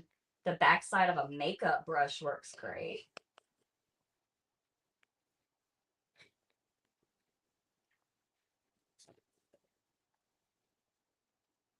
Backside of a makeup. That's so gross, bro. It is. It's not wanting to come up. Hang on, I got this. Good Lord, oh my man, this is ridiculous. All right, I got a necklace in the way. Hold on, let's do Now, I don't have my glue, so I'm not going to be able to glue it on. Is that okay? It's fine. It's still sticky. Still sticky. So if we had some glue, I'm going to tuck it under my dress. You can't screw it up. All right. So if we were going to do a gunshot wound, you see that consistency? It's like blowed out skin. Yep. Yep. So if you were going to That's do a gunshot wicked wound, ass cool. yeah, you could just take it and literally, like if it was an entrance wound, look. That's badass. And then all you need to do is add like some gel blood. Of course, glue it on or it's not going to stay there. I did it. And I got minutes to spare. So after you glue that on with your Prozaid, okay, what you'll do, I'm going to teach you how to decorate your wound really quick. Get your bloodshot wound glued on. You got your little circle here. I don't have my makeup, or I'd show you with makeup. Take a black with a fine tip brush. Go into those deep crevices with the black because it's going to give the illusion of even more depth. Okay? And you're going to progressively get lighter. You're going to go with your deepest red. Maybe add a dark blue in there to give it a purple hue. Because, I mean, if you've been shot, it's not just going to be red. Right. You have to think of the bruising, the muscle tissue, all that. Another body lesson, you know? Yep. So, you know, it's really sad, but for some movies, I've actually had to look up the wounds. You know, it's not for the faint of heart, guys. I think if I wasn't doing this, though, like SFX makeup and podcasting, I really think I would be like a mortician. Damn. All right. That was not what I was thinking. What were you thinking? I'm not going to say. Uh-huh. Kidding. I was going to say serial killer, but You know what? I want to do a movie about a female serial killer. I mean, there's a couple out there. But I want one that's completely off the wall. So you don't even want to like follow any kind of script or anybody that's been out there. I want something completely new. So if there's anybody out there, let's talk.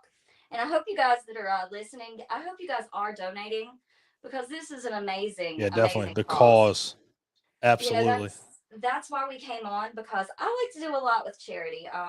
You know, that's my favorite thing. I like giving back because at one time I was that person that needed that handout. I'm a recovering alcoholic and recovering drug addict.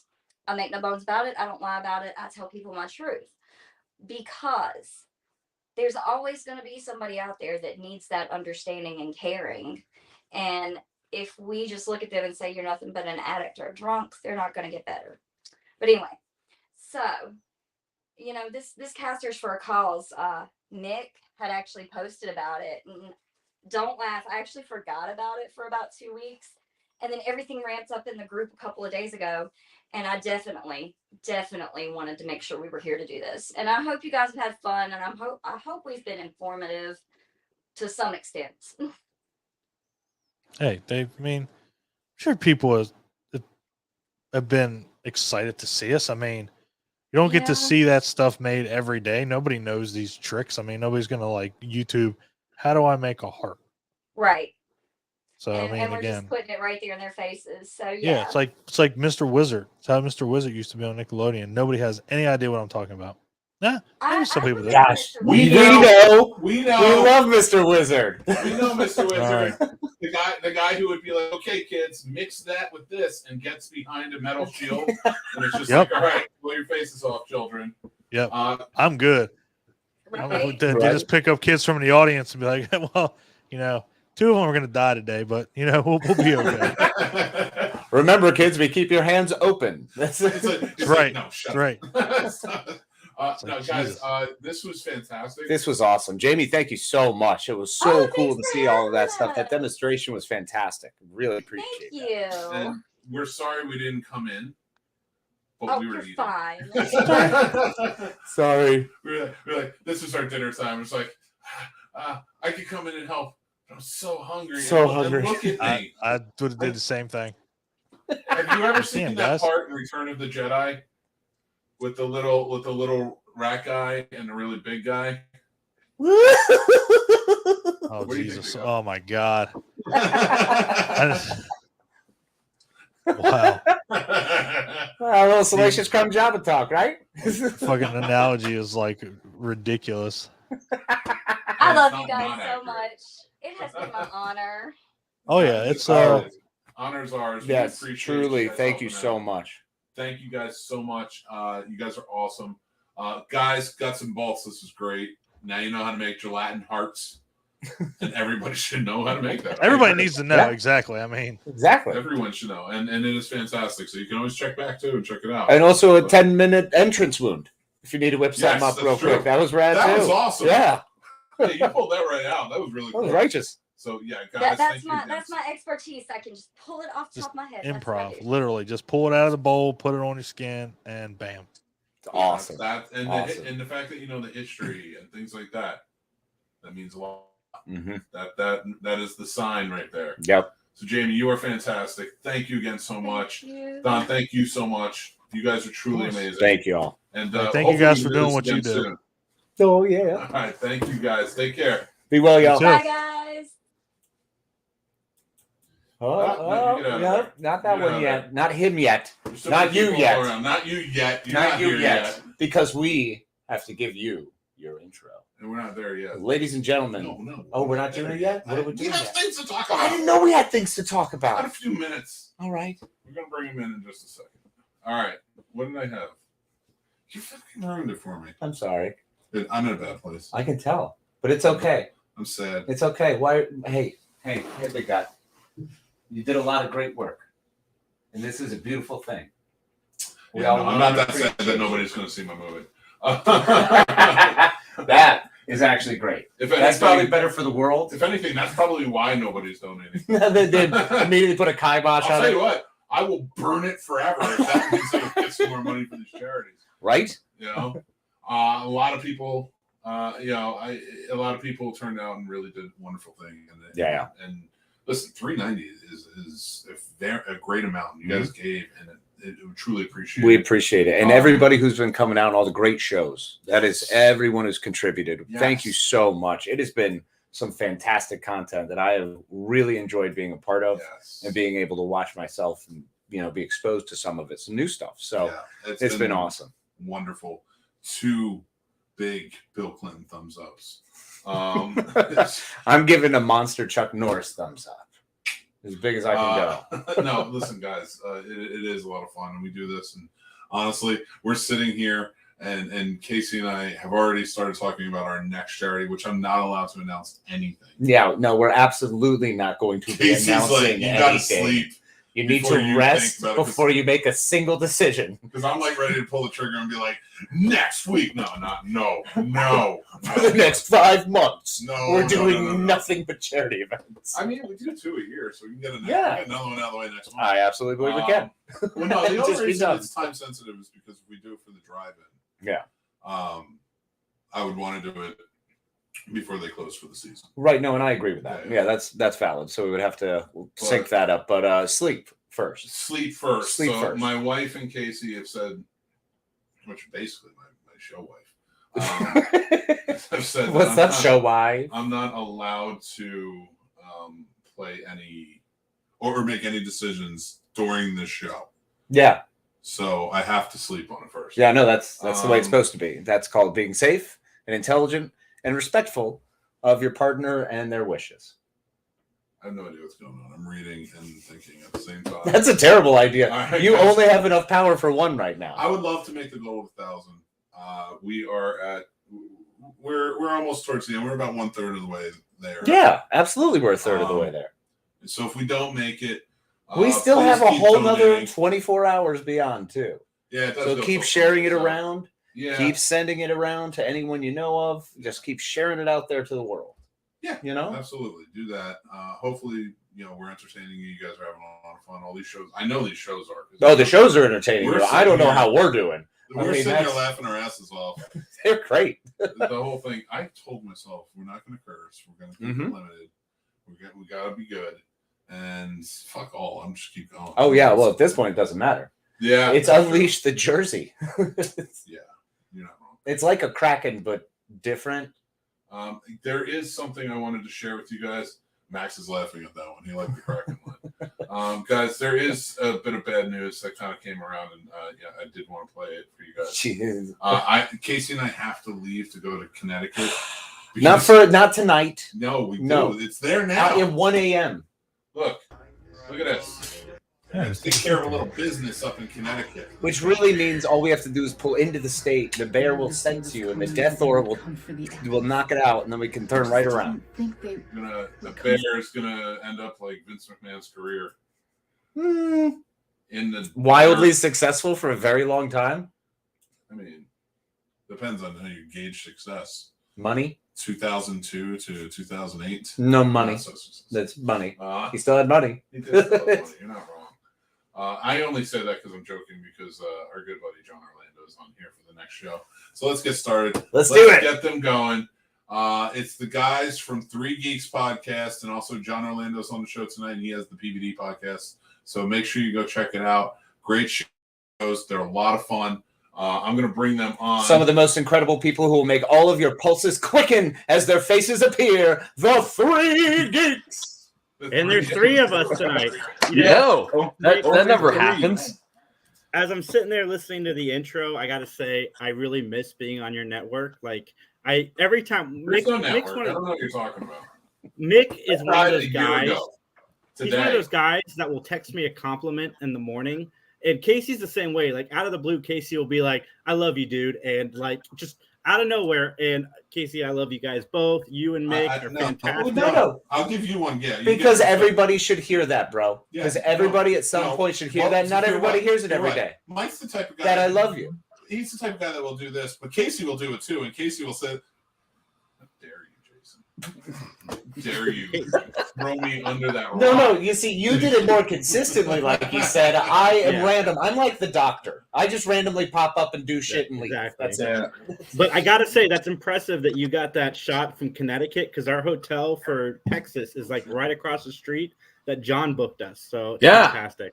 Well, you said you wanted to have a little bit of wildlife there, but I didn't know. I thought you meant actual wildlife near your hotel. There won't be after I go. If you want John to book you a hotel for anywhere, just don't plan on staying in that state. He will not book you in the state. All I know is that hotel's going to have a bearskin rug, and John Orlando's going to have to take a Burt Reynolds size picture. Yeah, I'll pay for that. Well, gentlemen, where can they find you? Where can they find 3 Geeks and PVD Cast? Everywhere at 3 Geeks Podcast. Literally everywhere. Go to 3geeks.ninja. That website really needs to be vamped. We're going to get on that very soon. We're going audio only, which I'm so excited about. Like, juggling schedules with 5 people that you want there on a consistent basis is really, really hard to keep it at noon on a Sunday. So this will give us some more leeway. But we're still going to do live shows once a month. It'll be fun. John? Awesome. Nice. Well, wait a minute. You said 3 Geeks is everywhere. Does that mean if I go down to Kroger down here at the end of the street, I can find some? Yeah. Find some one 3 Geeks? there. Okay. That's an impressive deal. You'll be able to find more geeks hanging out there. Yeah, whatever street corner you might find one of the geeks, working. It's fine. We're everywhere. I see Jason on the street corner just selling like old, Transformers cartoon DVDs. He would never sell those. He would never sell those. No, absolutely not. No, bro, look at the bootleg kind. He keeps his regular kind. They're burned on a Maxell DVD-R. I'm slinging Netflix passwords all day. For DVDs that he bought. He's pulling out laser discs. I'm selling subscriptions to Tubi. Hey, well, real quickly, throw my plug in. You can listen to PVDcast, pvdcast.com, or through all those major podcasting outlets. There you go. John, when he plugs on Matt Talk, it kills on a diatribe of all these places that you can go. You can find me in the Bible under page 497. Just look for PVD Cast. Oh my God. Wait a minute. Last page numbers. I don't know. I think it does. It puts you somewhere around Deuteronomy. I mean, you guys have 45 minutes, so by the time you get through all the plugs. Oh, I love it. trivia. I love That's it. actually our whole show today is John's plugs. His top 5 All right, gentlemen, we're gonna let you get to it, but thank you so much again for all your support and all your help with us. Appreciate you. Love you guys. Yeah, no problem, man. Love you guys. Take care. So, guys, it's the Three Geeks podcast. It's John and Max and I. I really thought we were going to have more of us here, and I thought this topic would be a lot of fun because, as a whole, of the 6 of us normally, we span all genres of music. And so I can't wait to see where we're at with here. I'm going to kick it off to John first, but the topic is first we'll go around the circle. We'll say our favorite genre and kind of why we connect to that genre, and then we'll go into the top 5. Okay. Okay. So we're doing. I've got the little. I had a little trouble with the assignment because I don't really listen to albums. Like I'll hear a song or somebody will play a song for me, and I'm just good with that. Like I don't really look for music. I don't like listen to music. Like I always listen to a lot of different things. And I'm sorry I'm on my phone. I had some technical difficulties. I couldn't get on my computer. I have not listened to 5 albums in any one genre. So I just went with my top 5 albums that I've actually listened to all the way through. That's fair. Yeah, that's okay. So what we're doing is we picked our favorite genres of music, and from those favorite genres, or in Max's case, all genres, we're going to give you. It's not going to be what I consider to be the best because what I consider to be the best and my favorites are 2 different categories. So we're going to give our favorite albums that we like to listen to in any given circumstance. At least in the case of myself, I can throw these on anytime, and I'm happy. I'm perfectly content. I could listen to them for days. That's what I did. So let's kick it off to John. John, what is your genre of music? I went with rap. Fucking copycat. No, sorry, we like just. Oh man, this is gonna be short.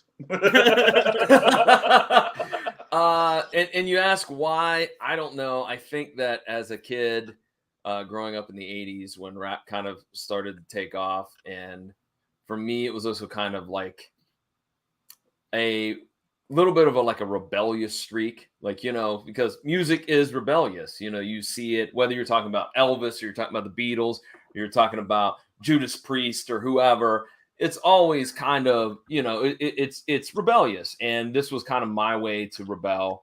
A white kid living in a white neighborhood who likes, rap music was not a big deal, but in my eyes as a juvenile, I was like, oh, this is pushing the envelope. And really it wasn't, but in my mind it was. So a little spoiler alert from mine, like you said, being a white kid listening to this kind of music, like not knowing that you shouldn't wear maybe like African clothing or like the certain gold ropes or the clocks. Like, did you wear a dashiki? Me. I did not wear a dashiki. There's actually a deleted scene. Yes, you did. Don't let him lie to you. He definitely did. I did not. I did have MC Hammer pants though. Max, what did you? Oh yeah, you choosing a little bit of everything, right? So you're going for pop. So it's a little bit of albums. everything. Yeah, but top 5 albums that I've actually listened to all the way through, and coming in at number 5. Hold on, we're not there yet. We're not there. Not there yet. We're just talking about why we connect to. Why do you connect to music? Okay, so it's a very rare occasion for me to actually listen to an album all the way through. So like these 5 were I connected to on some level, or I was with some friends that we were hanging out and the whole thing played, or I actually every once in a while I was like, oh okay, I need to check this out. And I actually sat down and listened to the album. That's like the most rarest thing to happen to me. But yeah, like I couldn't pick. I haven't listened to 5 albums in any one genre of anything. So I really couldn't even do this homework. I was really like this guy. I rarely ever do the homework before the podcast, and I sat down to do this, and I was just like, well, fuck. What am I supposed to do now? But we made it through. So yeah, it's just 5 albums that I've listened to. Yes, Max and I both did. I did not. I have a Public Enemy medallion that I would wear. Very and that will be represented later on in this podcast. Nice. I can't wait to talk about that. But for me, I don't remember for some reason hip hop just struck a chord with me. Like when I was 4, struck a nerve. That fucking hip hop struck a chord. Like I don't remember what I used to listen to back when I was 4. It's probably some Christian rap that my mom bought me, but I don't remember listening to anything else. Like it was hip hop, and for me, hip hop is really the only genre I tend to lean towards. Anything else outside of hip hop was either recommended to me or played near me. Like I never sought it out. Like it was just wasn't my thing. I like the sound of it. I like the rhyming. Anything rap, I would listen to, even if it was awful. I would listen to it just because it fit into that genre. Now that I've gotten older, I've gotten a lot more picky, and I look for rhyme schemes and bars and so forth. But you love everything. It's man. No, you just love everything. You don't have to lie to the people, Jason. It's okay. No, not with music, man. I can't do the mumble. I can't do the trap. But like I'm really in it. Lately, I've been really listening to choppers, which is really fast rappers. I'm really into that right now. But John, what is your number 5 album? Number 5 hip hop or rap album. I went with what I think is probably the best that these individuals ever put out. The Beastie Boys, To the 5 Boroughs. Yes. What tracks are on that one? Check it out. Check it out. What's it all about? Triple Trouble. Oh my God, it's a very political album too. Yes, but very well done. It makes it a little hard to listen to now because we're past some of that stuff, but like it is, it's my favorite Beastie Boys album too. Like they really leaned into the rap on that one. Yes, really dug it, really liked it, and I think Paul's Boutique is another favorite of mine. But That's my favorite. I went with To the 5 Boroughs. Paul's Boutique has like the most samples on a album. That's when they left Def Jam. Oh, so good. Yeah, absolutely, 100%. Max, where are you at? Number 5. My number 5 album goes to the Space Jam soundtrack. Yes. I freaking dug this soundtrack. I bought the CD. I listened to it back to front. Space Jam was my jam. I don't know why, but yeah, no, I really dug it. I love this album. There's a track on there called Buggin' where Bugs Bunny raps and he fucking spits. I love Hit 'Em High is probably my favorite song on the whole thing. Obviously, Fly Like an Eagle from Seal. We all heard that one 10,000 times. But Basketball Jones with Chris Rock, the comedy track on there is awesome. It's just a fun album, and it's one of my all-time favorites.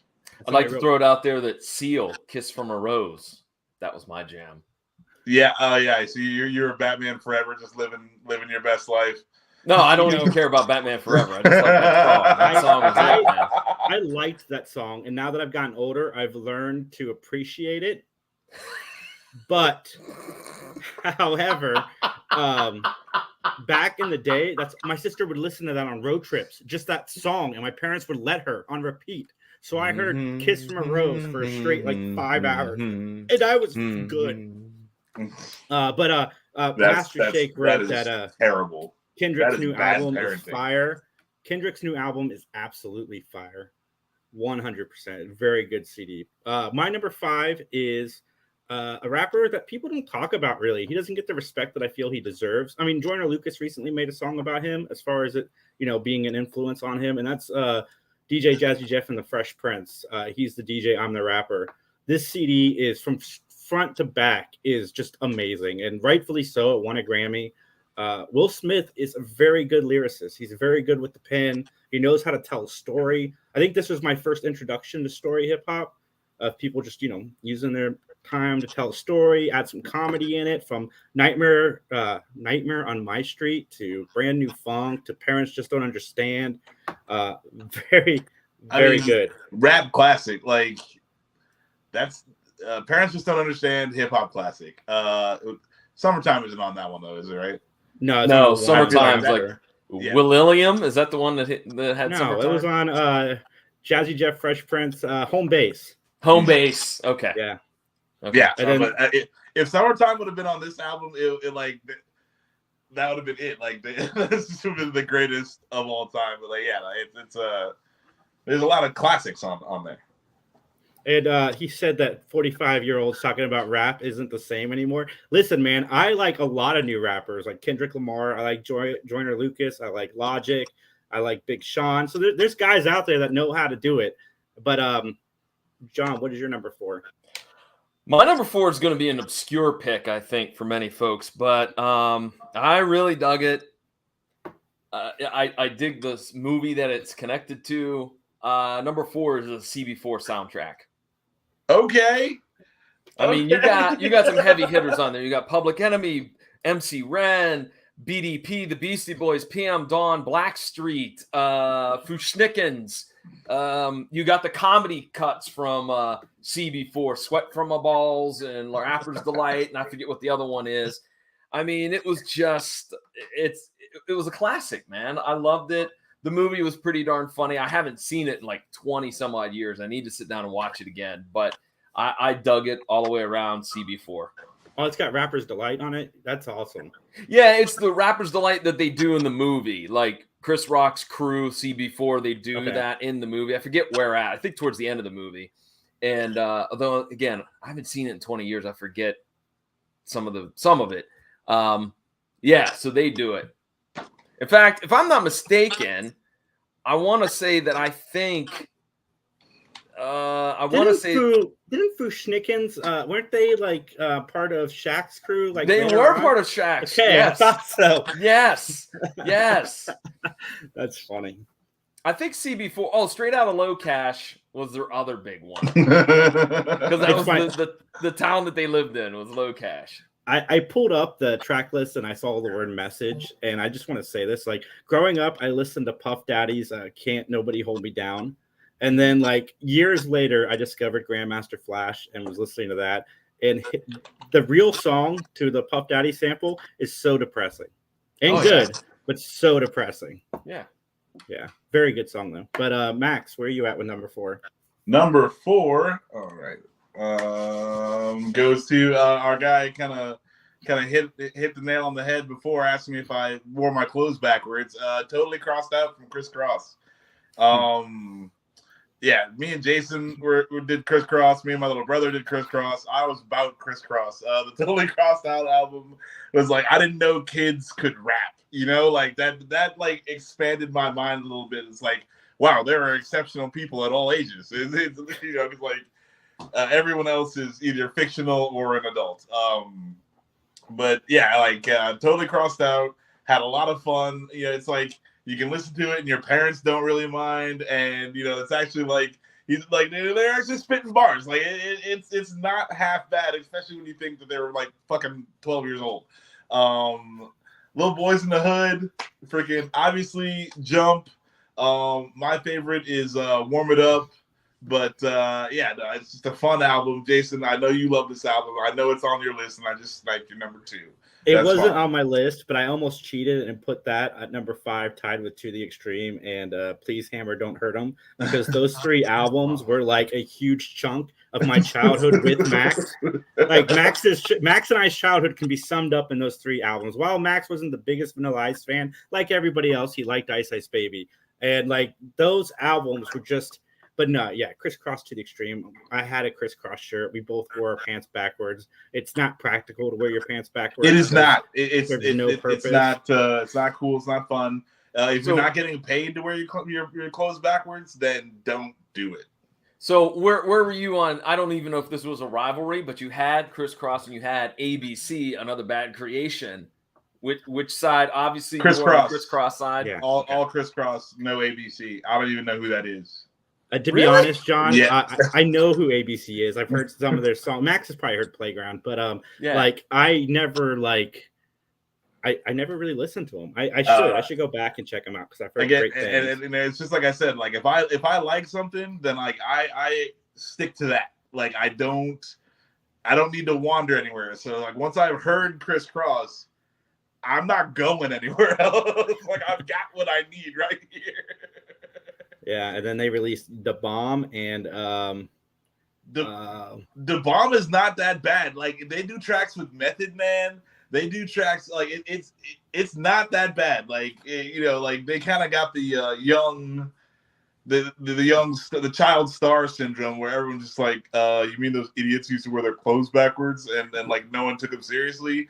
But they actually weren't bad. Like the Bob's a good album. Their Young Rich Dangerous album, I think, is highly underrated. It's got Redman on it. Tonight's Tonight. My whole crew makes Redman. Tonight's Tonight, baby. I meant to say Redman. That album's fire too. But my number 4 is Eric B. and Rakim, Paid in Full.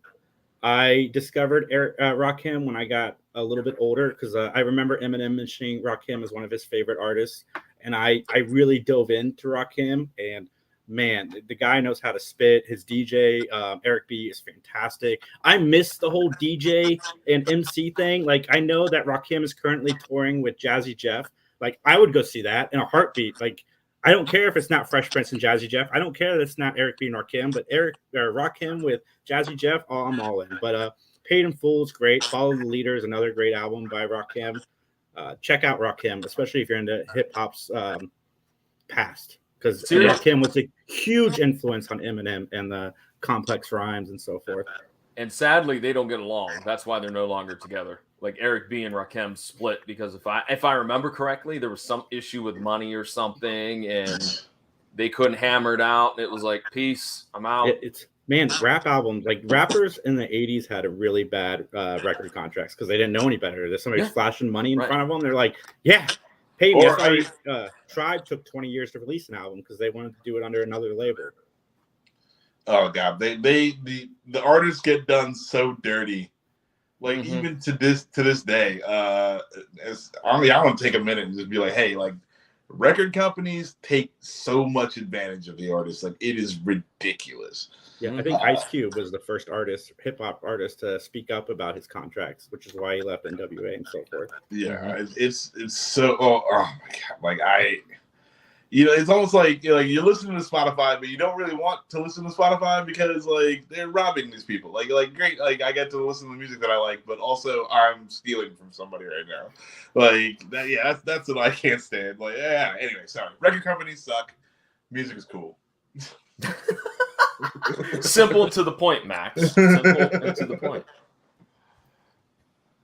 Jason, have you given your number 4? Yeah, I just did. Rakim. Okay, I'm sorry. Okay. Come on, John. We're doing a show live on the air. I know. Well, I got another plug for a minute. We got off on a sidetrack. Are we on John's number 3 now? Okay, so my number 3. An underrated group that should have had just an amazing career, but sadly hasn't. My number 3 album, Diggable Planets, reaching a new reputation of time and space. Fantastic album. Got that vibe of like cool Harlem Renaissance, like jazz mixed in with hip hop. It was Rebirth of Slick. That was a huge monumental hit that was everywhere. And that album is awesome. Sadly, their follow-up album, not very good. The Blowout Comb. Not very good, but reaching fantastic. It from start to finish, unbelievable. I wonder what changed. I don't know. That's a very good question. I don't know, but Blowout Comb had like 2 solid songs, and the rest were just hot trash. And I'm like, ugh.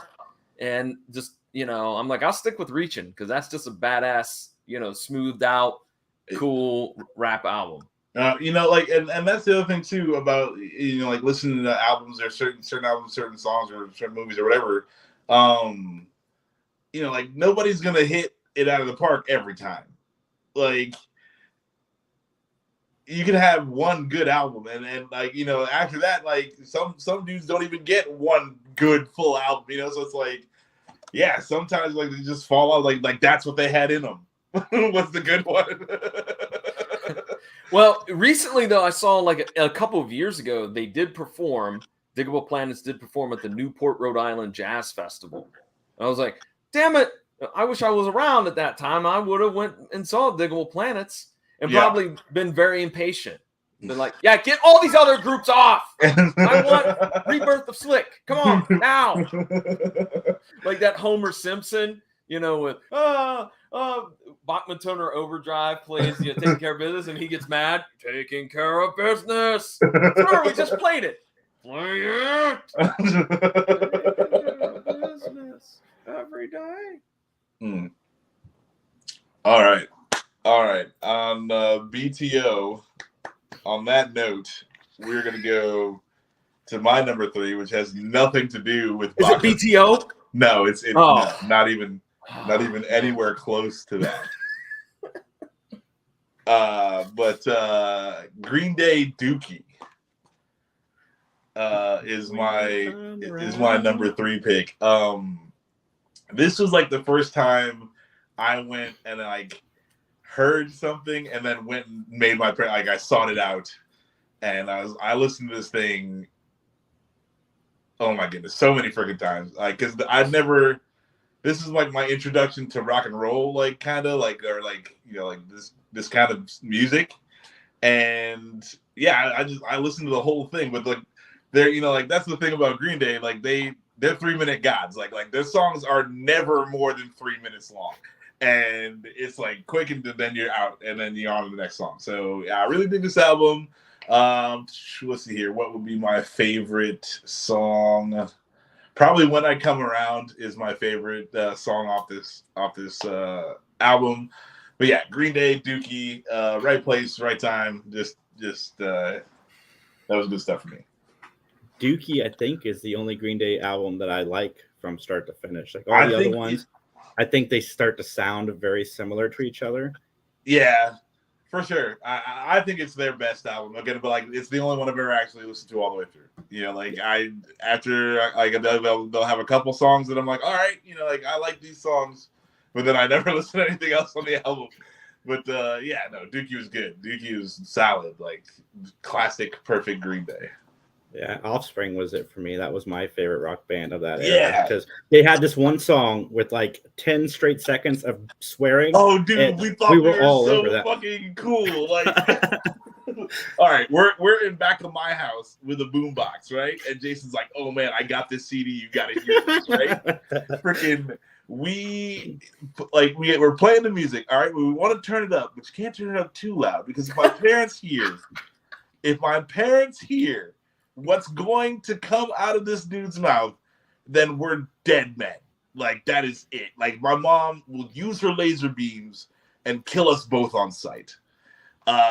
So yeah, it was a fun little dynamic where you had to, like, you couldn't be too loud, but you know, it's like rock, you know, so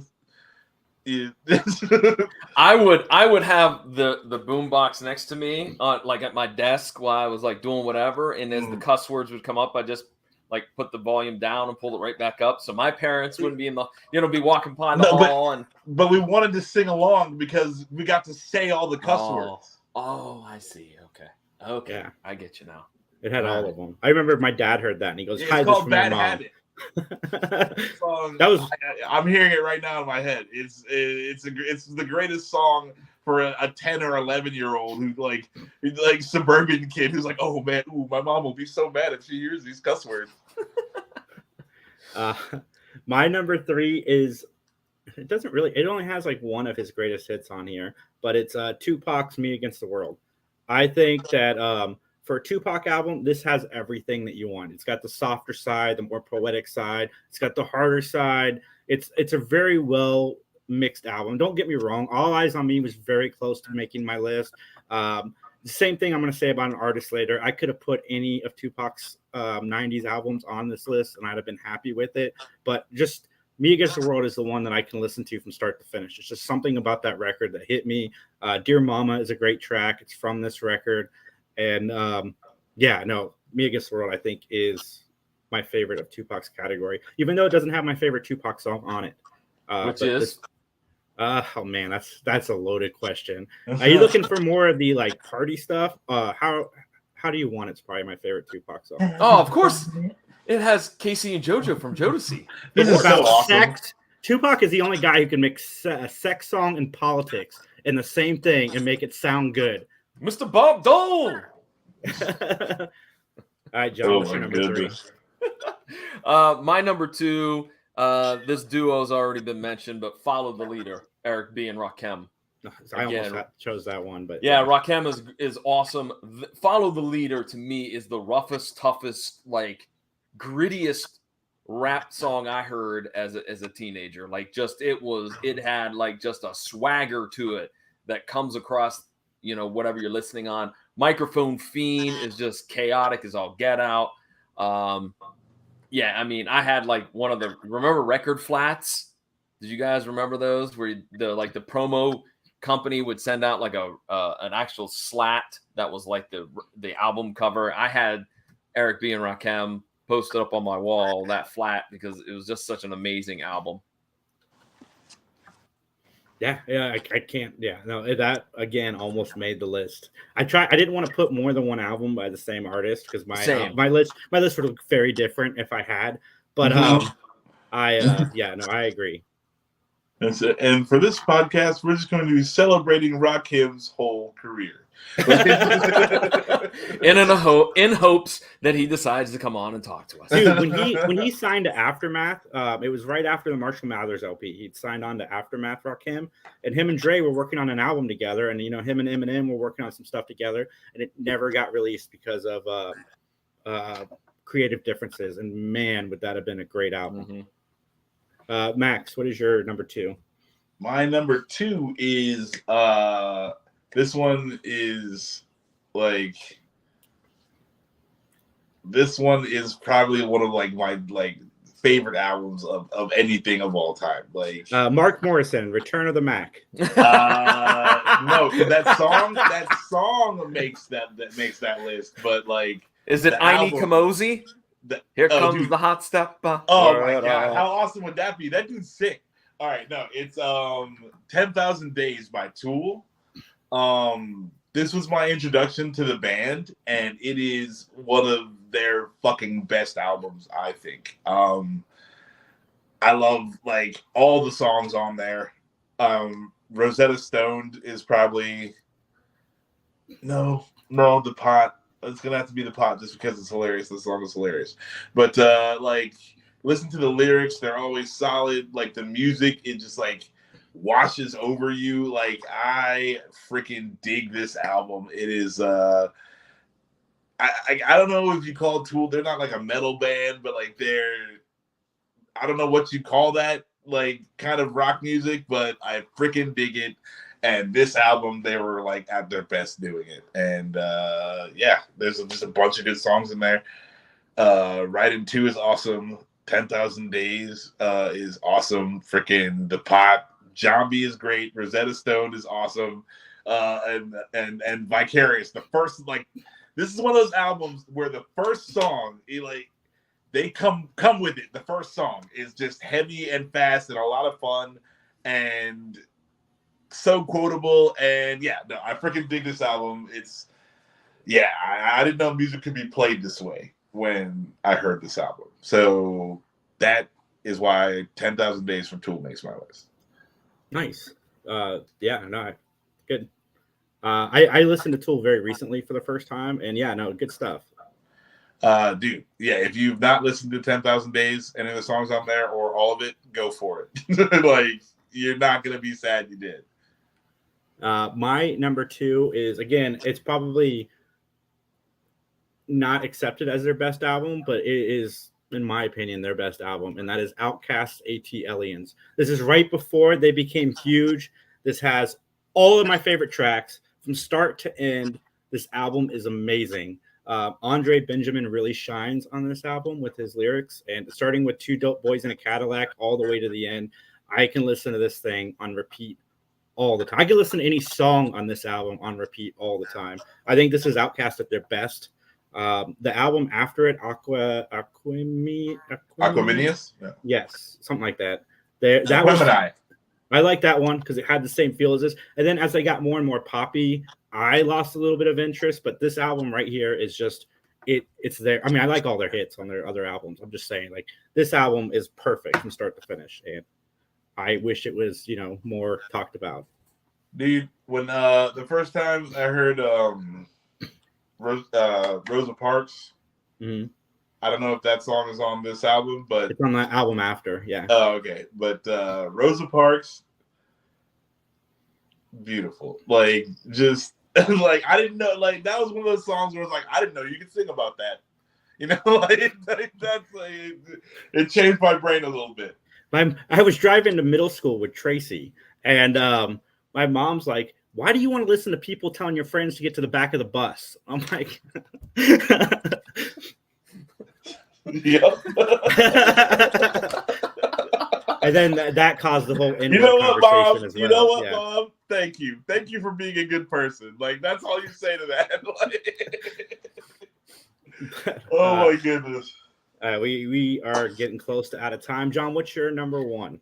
Should be no surprise for anybody that knows me. Public Enemy. It takes a nation of millions to hold us back. Oh, dude, Chuck D, absolutely, Rakim are in that top 5 with Yeah. like I would say Eminem and maybe KRS-One, but that is a top 5 level rapper right there. Yeah, I mean, enough said. I mean, you had not only that, but their production team of the Bomb Squad was just amazing. Like laying down layer after layer after layer with Terminator X as the DJ. I mean, and it had quite a bit of politics to it, which was something different. Quite a bit. All politics. All politics. Yeah. I mean, it was not like Run DMC. It was not like Dougie Fresh. It was something totally different and mind blowing.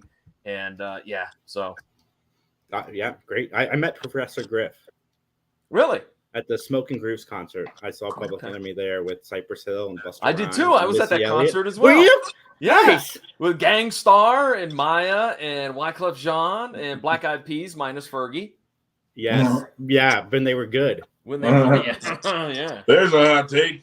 There's a hot take. That came from Jason, not me. Yeah. Oh yeah. You They had were a better negative before effect on Fergie. my friend John Hot Take Orlando. All right, Max, where you at with number one? All right, number one goes to the man, the legend, Bob Marley.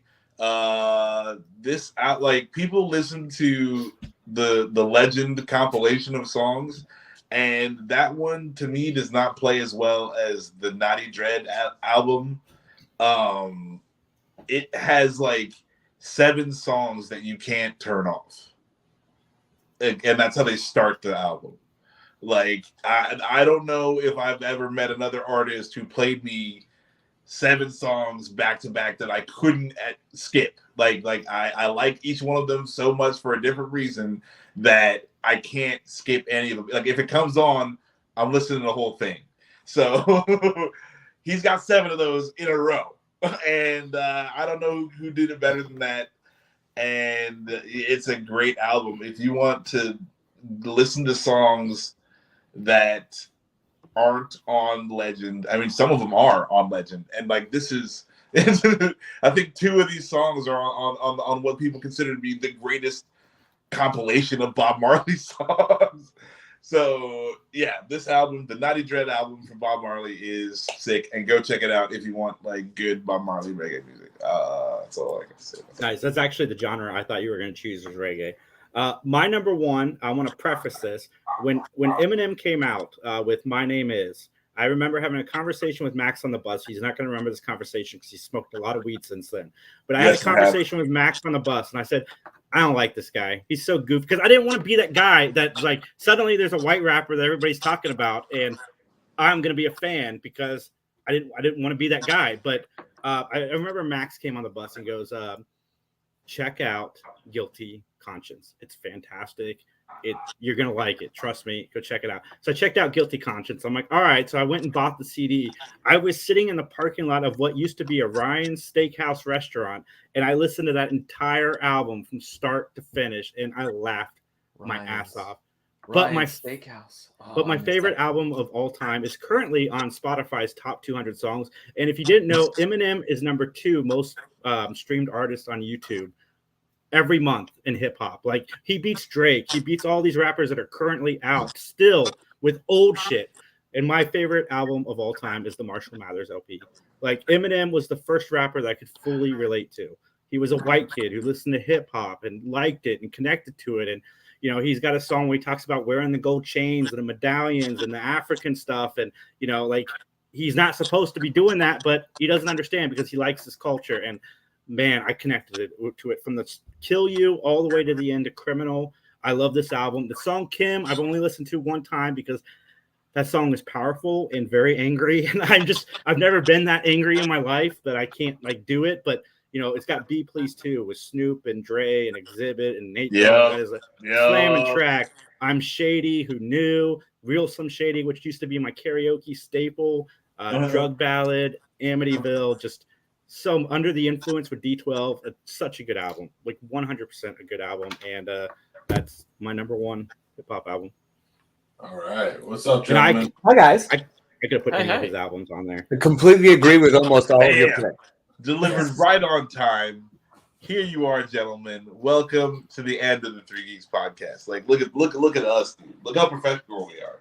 Right? Yeah, Actually, right you're to the supposed wire. to be done 10 minutes ago. I was told that we had till 8:30. We did. I know, I'm kidding. No, he's messing Okay, with you. okay. He would have cut us off. Mick, trust Oh me. man. Well, technically, 8:25 is our in. But, Oh, okay. All right. but you Technically, guys we were did great. supposed to start at 7:45, so there's that. Well, see, when we're as good as we all are, No, we're able no. to just ease Guys, right you up had to it, right great after. choices tonight. But I don't know what happened to the other guy. We had Classic Jason kickout. I love that. No, we Oh, my appreciate you goodness. guys. gentlemen, hello. Mick, we're in for the next fundraiser next week. We're totally down. I don't know about Save all the that. drive-in theaters. Hey! Can I ask real quick, Mick? Does this drive-in theater does it show dirty movies?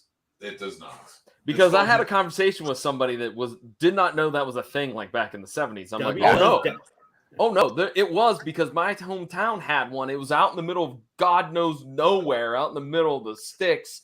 And as a little kid, I didn't understand why there was a movie theater there until I got like teenage years. And I'm like, oh, Tonight, that's what they showed. That's got to be so uncomfortable to be out there in the middle of nowhere, just whacking away, and then you got to drive all the way back. I mean, how uncomfortable is that?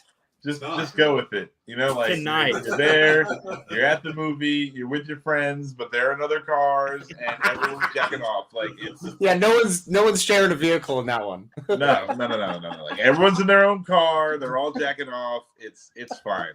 Tonight it's at fine. the local drive-in, Debbie Does Dallas in the dark.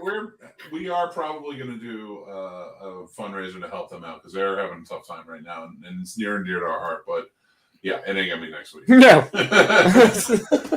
Master Shake. When We'll you're keep in on touch. tonight, I would love to hear an update on the ant that we all know and love. Oh yes, from Master Shake. Yeah. Oh, Master yeah. Shake's aunt. Where's the Shake's Flo? aunt. Let's bring her in real quick. How's Aunt Flo? How's Aunt Flo? Is she great? We can't hear you. Oh, You're I muted. think someone stole his voice. Who stole his voice? He will not be silenced. I had it muted until I wasn't recording.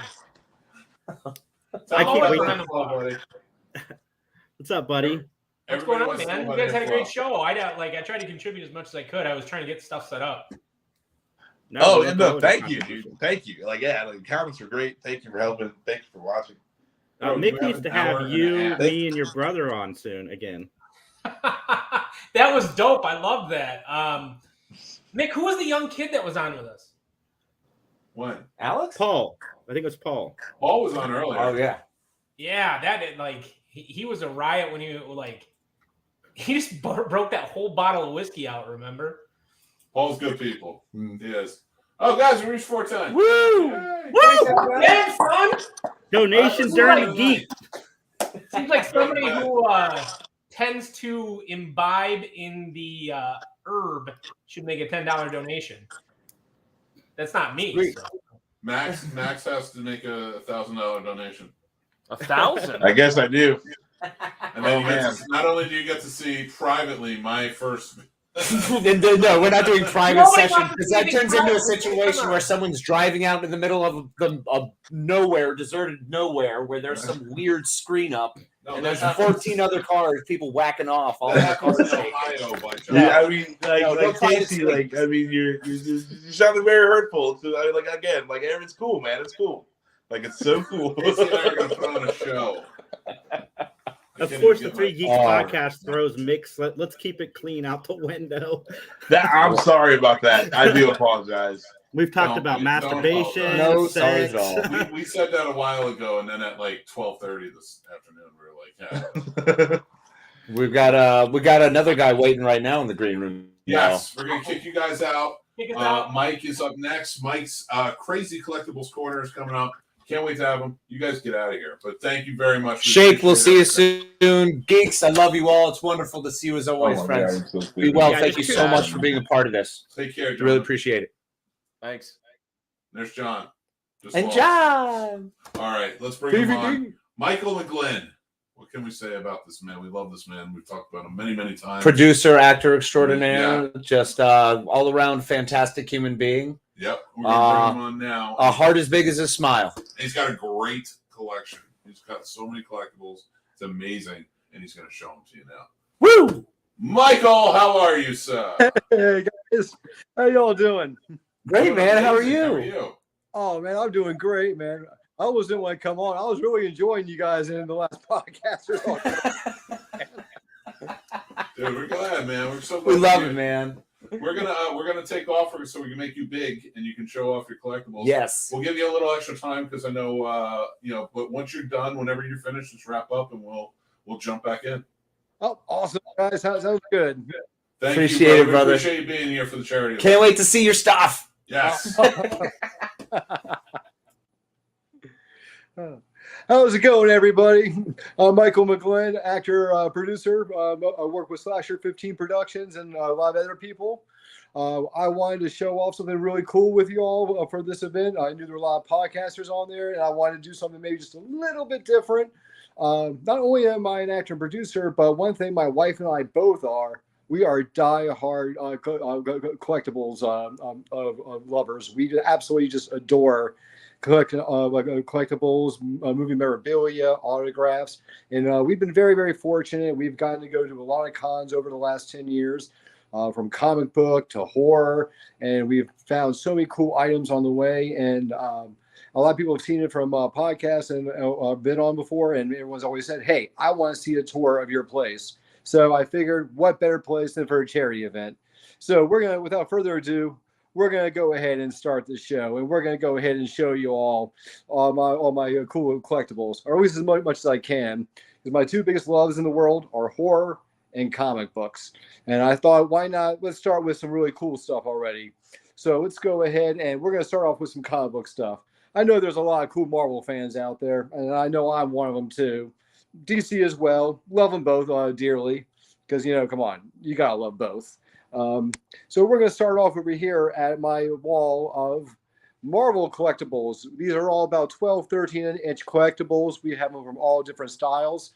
And I guess we'll go and start off with, I guess we'll go down low here. We're going to have to go down real low here. We got some of my more infamous villains. These are mostly, for the most part, actually members of the Sinister Six or Spider-Man villains. But you'll find a couple extra different ones in the mix. But you've seen that Spider-Man's had ties in with them as well at some point. Of course, one of my favorite villains of all time from the Spider-Man verse is the Hobgoblin. I absolutely love him. And I got this awesome Bowen Hobgoblin. I believe I got this at the Awesome Con in Washington, D.C., actually. I believe this was about 4 years ago. I absolutely love this piece. I am such a diehard Hobgoblin fan. I'm going to try and get there as best as I can. Even it has his pumpkin bombs, which is just absolutely cool and so badass. Absolutely love that so much. And then, of course, right here next to him, this one is actually from Sideshow. We've got the Red Skull based off the Hugo Weaving design from Captain America, the First Soldier. I absolutely loved Hugo Weaving in it. It's a darn shame he couldn't come back for all the other films, but you know what? Regardless, he did a great job. And the other gentleman that came in, I'm sorry I forgot his name, who came in for the Infinity Wars, he did a great job too. And of course, I know it's not everyone's favorite, but I found a little love for this one too. We're going to the Amazing Spider-Man 2 with Andrew Garfield one, and we've got Jamie Foxx's Electro right here. Yep, Jamie Foxx Electro. I actually enjoyed the character. I thought he was a pretty cool character. Apparently, he wasn't the biggest win for everybody, but also I thought he was pretty cool when he came back in the third Spider-Man movie with Tom Holland. But different story at a different time. Next one we have over here is, one of the big baddies from the Marvel Universe, Dr. Doom. I believe, if I'm not mistaken, this one is actually based off the Fantastic Four movie that was done. The one that had Michael Chiklis as the Thing. Big fan of him. Great actor, great guy. I've met him in person. Super, super nice guy. If you ever get a chance to meet him, I highly, highly recommend it. And of course, you can't have a Spider-Man villain verse without, of course, that's right, Venom. And we got Venom here from the Diamondback series. I believe we got this at NovaCon. And that was a local Virginia con. We got to meet John Wesley Shipp, who was the Flash from the original Flash series from the 90s. And then, of course, we've got the Green Goblin right here. Oh, God, I love the Green Goblin. He is such an awesome one. This is the actually counter one of the Bowen series, too. I believe I got this at the same event as I got the Hobgoblin, but they are a matching set. And I absolutely love them to death. And, of course, now we've got more villains because, hey, you can't have a good hero without some good villains. Am I right? So, of course, once again, not everyone's favorite villain. I found some love for him personally. But we've got Mickey Rourke as Whiplash. Oh, yeah. And I absolutely loved him in it. I thought he did great. But, like I said, he's not for everybody. And then, of course, we've got the one, the only, Tom Hiddleston's Loki. This is actually from Sideshow, as well as Mickey Rourke is. They are a very, very well prestigious collectible company. They're one of the best. A little expensive, but when you see the articulation and the work on these designs, I mean, it really is like you're seeing the characters from the movie come to life. They're absolutely just amazing. And of course, another one from the Bowen series, we've got Thanos himself. And this one he's holding up. Yep, that's right. Oh, geez, why am I drawing a blank now? Oh, the Tesseract thing. The Tesseract cube in his hand began his journey to getting all the Infinity Stones. And, of course, you can't have crazy without some Deadpool, am I right? Based off the Ryan Reynolds Deadpool from the Deadpool 1 movie, we have the Ryan Reynolds Deadpool all jacked up and all ready to go. Once again, absolutely love all the detail in this. I mean, all the points of articulation are absolutely just amazing. This is one we actually got very recently. In fact, I think on my comic book side, this is probably my most recent purchase. I got lucky and I found this at the Forsay Comic-Con that Matt Burns was actually hosting. This is, of course, actually Mystique, and this is based off the 90s Fox animation series, one of my absolute favorites, and I'm sure for a lot of you comic book fans, one of your alls too. And then, of course, along with that, I have from the 90s animation series as well, Sabretooth. I mean, and of course, you got to have Sabretooth. And then, of course, along with that, also from the 90s, we actually have, yes, sir, Magneto. Also from the 90s X-Men animation cartoon series. I just absolutely love the points articulation. These things, they're absolutely just amazing. And so I'll do a little bit of a wide shot here so you can see a little bit of them.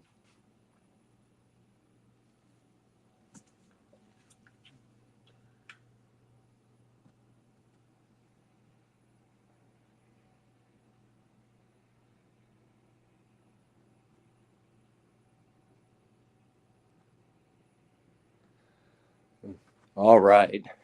Now on to my next shelf. Now this one, I have a little bit of the more of the Marvel Dark characters that are going on here. We've got here in the very corner here. Yep, we got the one, the only, the anti-hero himself, the Punisher.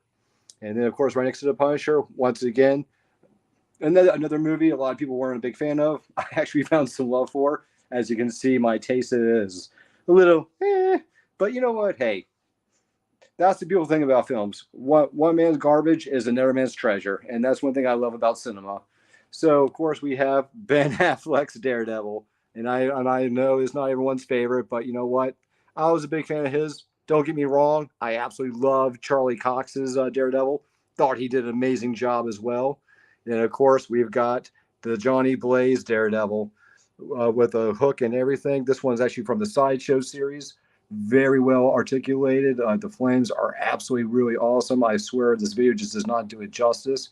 I wish y'all could just be here in person to see this, but man, it would be really, really crowded if we did. And then, of course, we got to have Blade. Blade is absolutely just so well done. This one actually is from the Mattel series, which really surprised me. Usually Bowen, Sideshow, they're like Prime One. They're usually the big ones when it comes to great articulation. But Mattel recently and Hasbro have been actually really stepping up their game. And this one actually is from the Mattel line.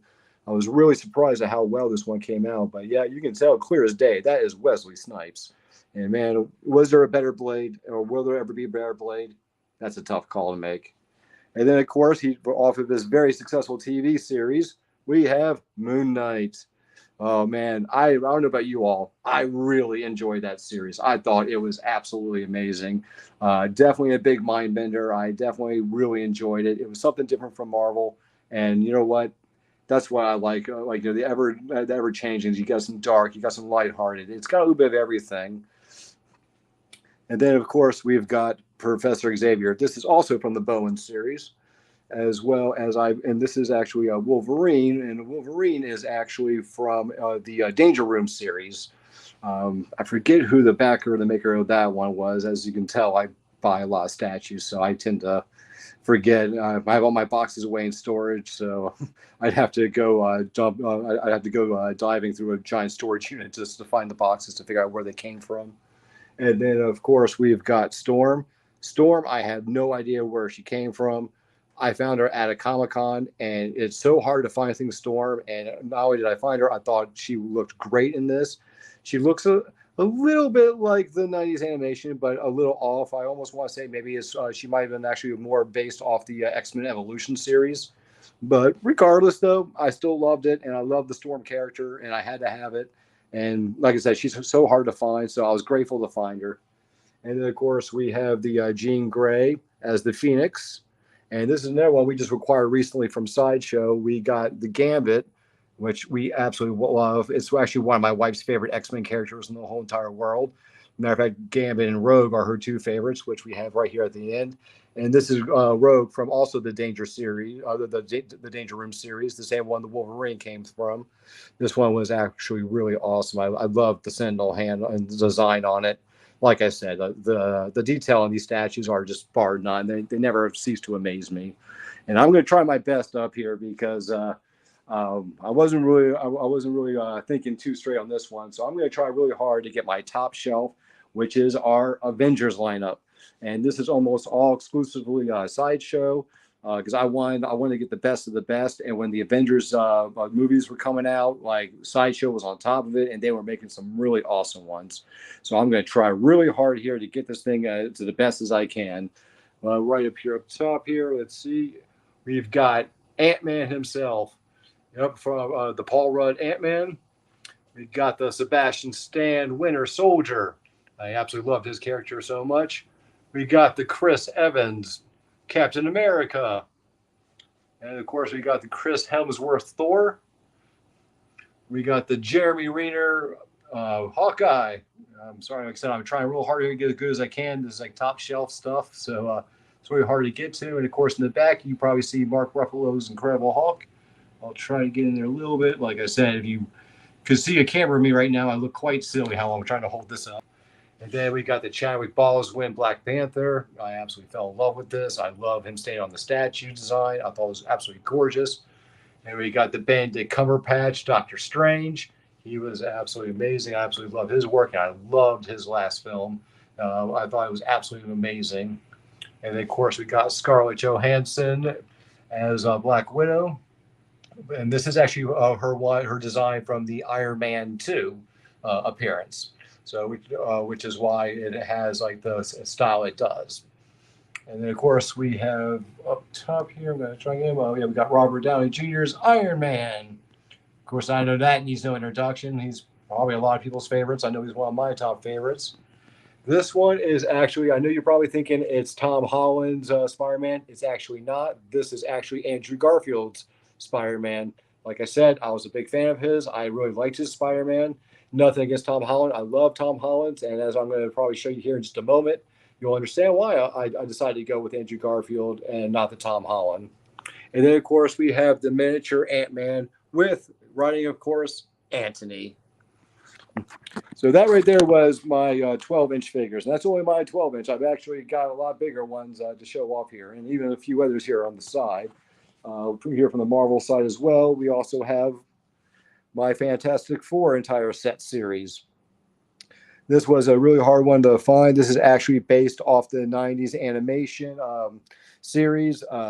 a lot of people missed that one. It was actually tied to the Incredible Hulk 90s animation series, and it was supposed to be tied in with the X-Men and the Spider-Man 90s animation. But for some reason, the Hulk and the Fantastic Four one just kind of fell off the face. But if you have Disney Plus, they're on there. And I highly recommend getting them. They are absolutely worth a watch. If you enjoy the Spider-Man and the X-Men, I think you're going to enjoy those too. And of course, right here we got some more villains. We've got, of course, Galactus. Galactus is actually a Bowen one. He is actually 18 inches. And then right next to him, of course, we've got the Silver Surfer, and that is also from Bowen. I actually used to have one of these, and one day I was cleaning and I accidentally knocked him over and I shattered him to pieces, and it broke my heart. And my beautiful, lovely, gorgeous wife actually felt so bad for me. I believe it was actually last Christmas. She bought me this one as a replacement. So, yep, best wife in the world. And then, of course, right next to here, we've got Dr. Doom. Another one. This is actually another one from the. This one is actually from the Bowen series. The other one was from the Mattel line. All right. And now before I start tapping, actually, I got a little bit more of the Marvel ones. We've also got the Guardians of the Galaxy, which is actually one of my favorites from the Marvel universe currently. And we've got all of them right here. We've got Rocket Raccoon. These are all from Sideshow too, by the way. This is Rocket Raccoon from Guardians of the Galaxy. And of course, this is Gamora from also Guardians of the Galaxy 1. This is the Drax from Guardians of the Galaxy 1. And this is, of course, the Star-Lord based off the Guardians of the Galaxy 1, as well as the Giant Groot.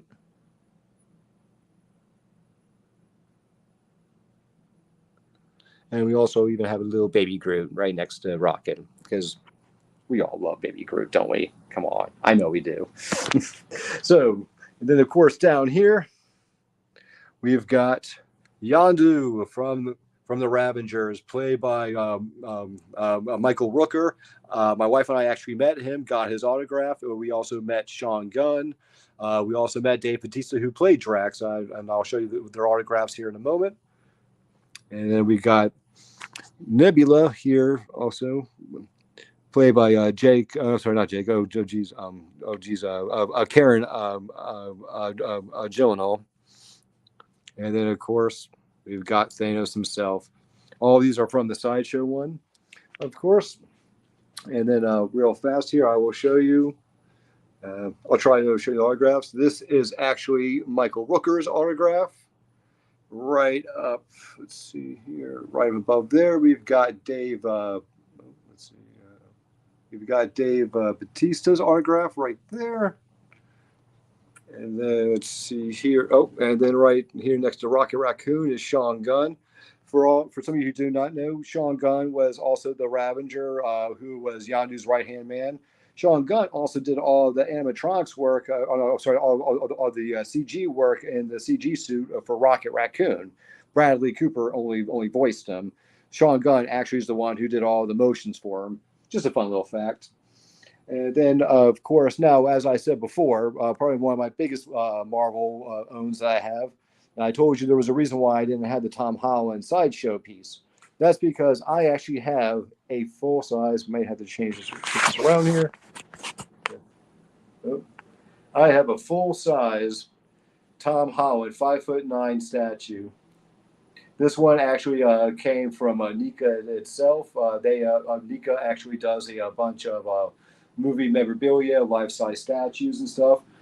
He's actually one of my favorites. Spider-Man is one of my top favorites for Marvel. I would say Spider-Man, Daredevil, and Rocket Raccoon are probably my top 3 favorite Marvel characters of all time. And then, of course, to also show that, I've got my full-size Nika Rocket Raccoon right here. Back over. Oh, you kind of, as you can tell, he actually stole Daredevil's red shades. Amongst actually stole Thor's hammer, because we know Rocket, he likes to steal everything. But yeah, Rocket actually stands at about let's see, I think he's about 3 feet and 4 inches tall, if I'm not mistaken. The Tom Holland Spider-Man is 5'9", and then of course right up above him is our Deadpool. Deadpool was actually based off of the it's actually the Deadpool based off the comic books. And this sucker right here, as you can tell, where I'm standing next to him, is a lot bigger than you would think. I'm actually about 5'9", just shy of 5'10". If I'm not mistaken, I believe Deadpool is actually standing at about 6'1", if I'm not mistaken. Absolutely love him. And of course, up on his shoulders right here, look what we have. We've got Baby Groot doing a cute little cheek in cheek. Gotta, because come on. Once again, everybody loves Baby Groot. Am I right? So that right there was a nice, good little taste of my statues from my Marvel side. So now, of course, for all you DC lovers out there, and do not get me wrong, just because I started off with Marvel first does not mean I'm not a DC fan. I am actually a die-hard DC fan. I was raised on DC. Christopher Reeves' Superman, Michael Keaton's Batman. I grew up watching the Adam West and the Burt Ward Batman TV series, the anime series with Kevin Conroy and Mark Hamill's the Joker. I mean, it's just all nothing but some of my greatest childhood. So, without further ado, we're going to go ahead and tap into a lot of the 12-inch statues we have from the DC side of things. And we're going to start off with, I guess we'll go do the same as we did before. We're going to start at the very bottom. Here at the very bottom, there's actually a little theme here. These are all from the DC collectibles items list. We have Katana from the Suicide Squad. And we have, of course, Will Smith's Deadshot, also, as you all know, from the Suicide Squad. I actually like the Air version. I actually want to see the Air cut. Very curious about that because we saw the difference between the Whedon cut and the Snyder cut. I would really like to see what the difference is for Air's cut as well. Just saying. And then, of course, we have Margaret Robbie's Harley Quinn with Jared Leto's Joker. In all honesty, I love the DC collectibles. I find them to be a little bit more cheaper, a little bit priced. The detail on these things are actually still quite very good. I feel like that it misses a point or two of articulation that the sideshow pieces tend to offer.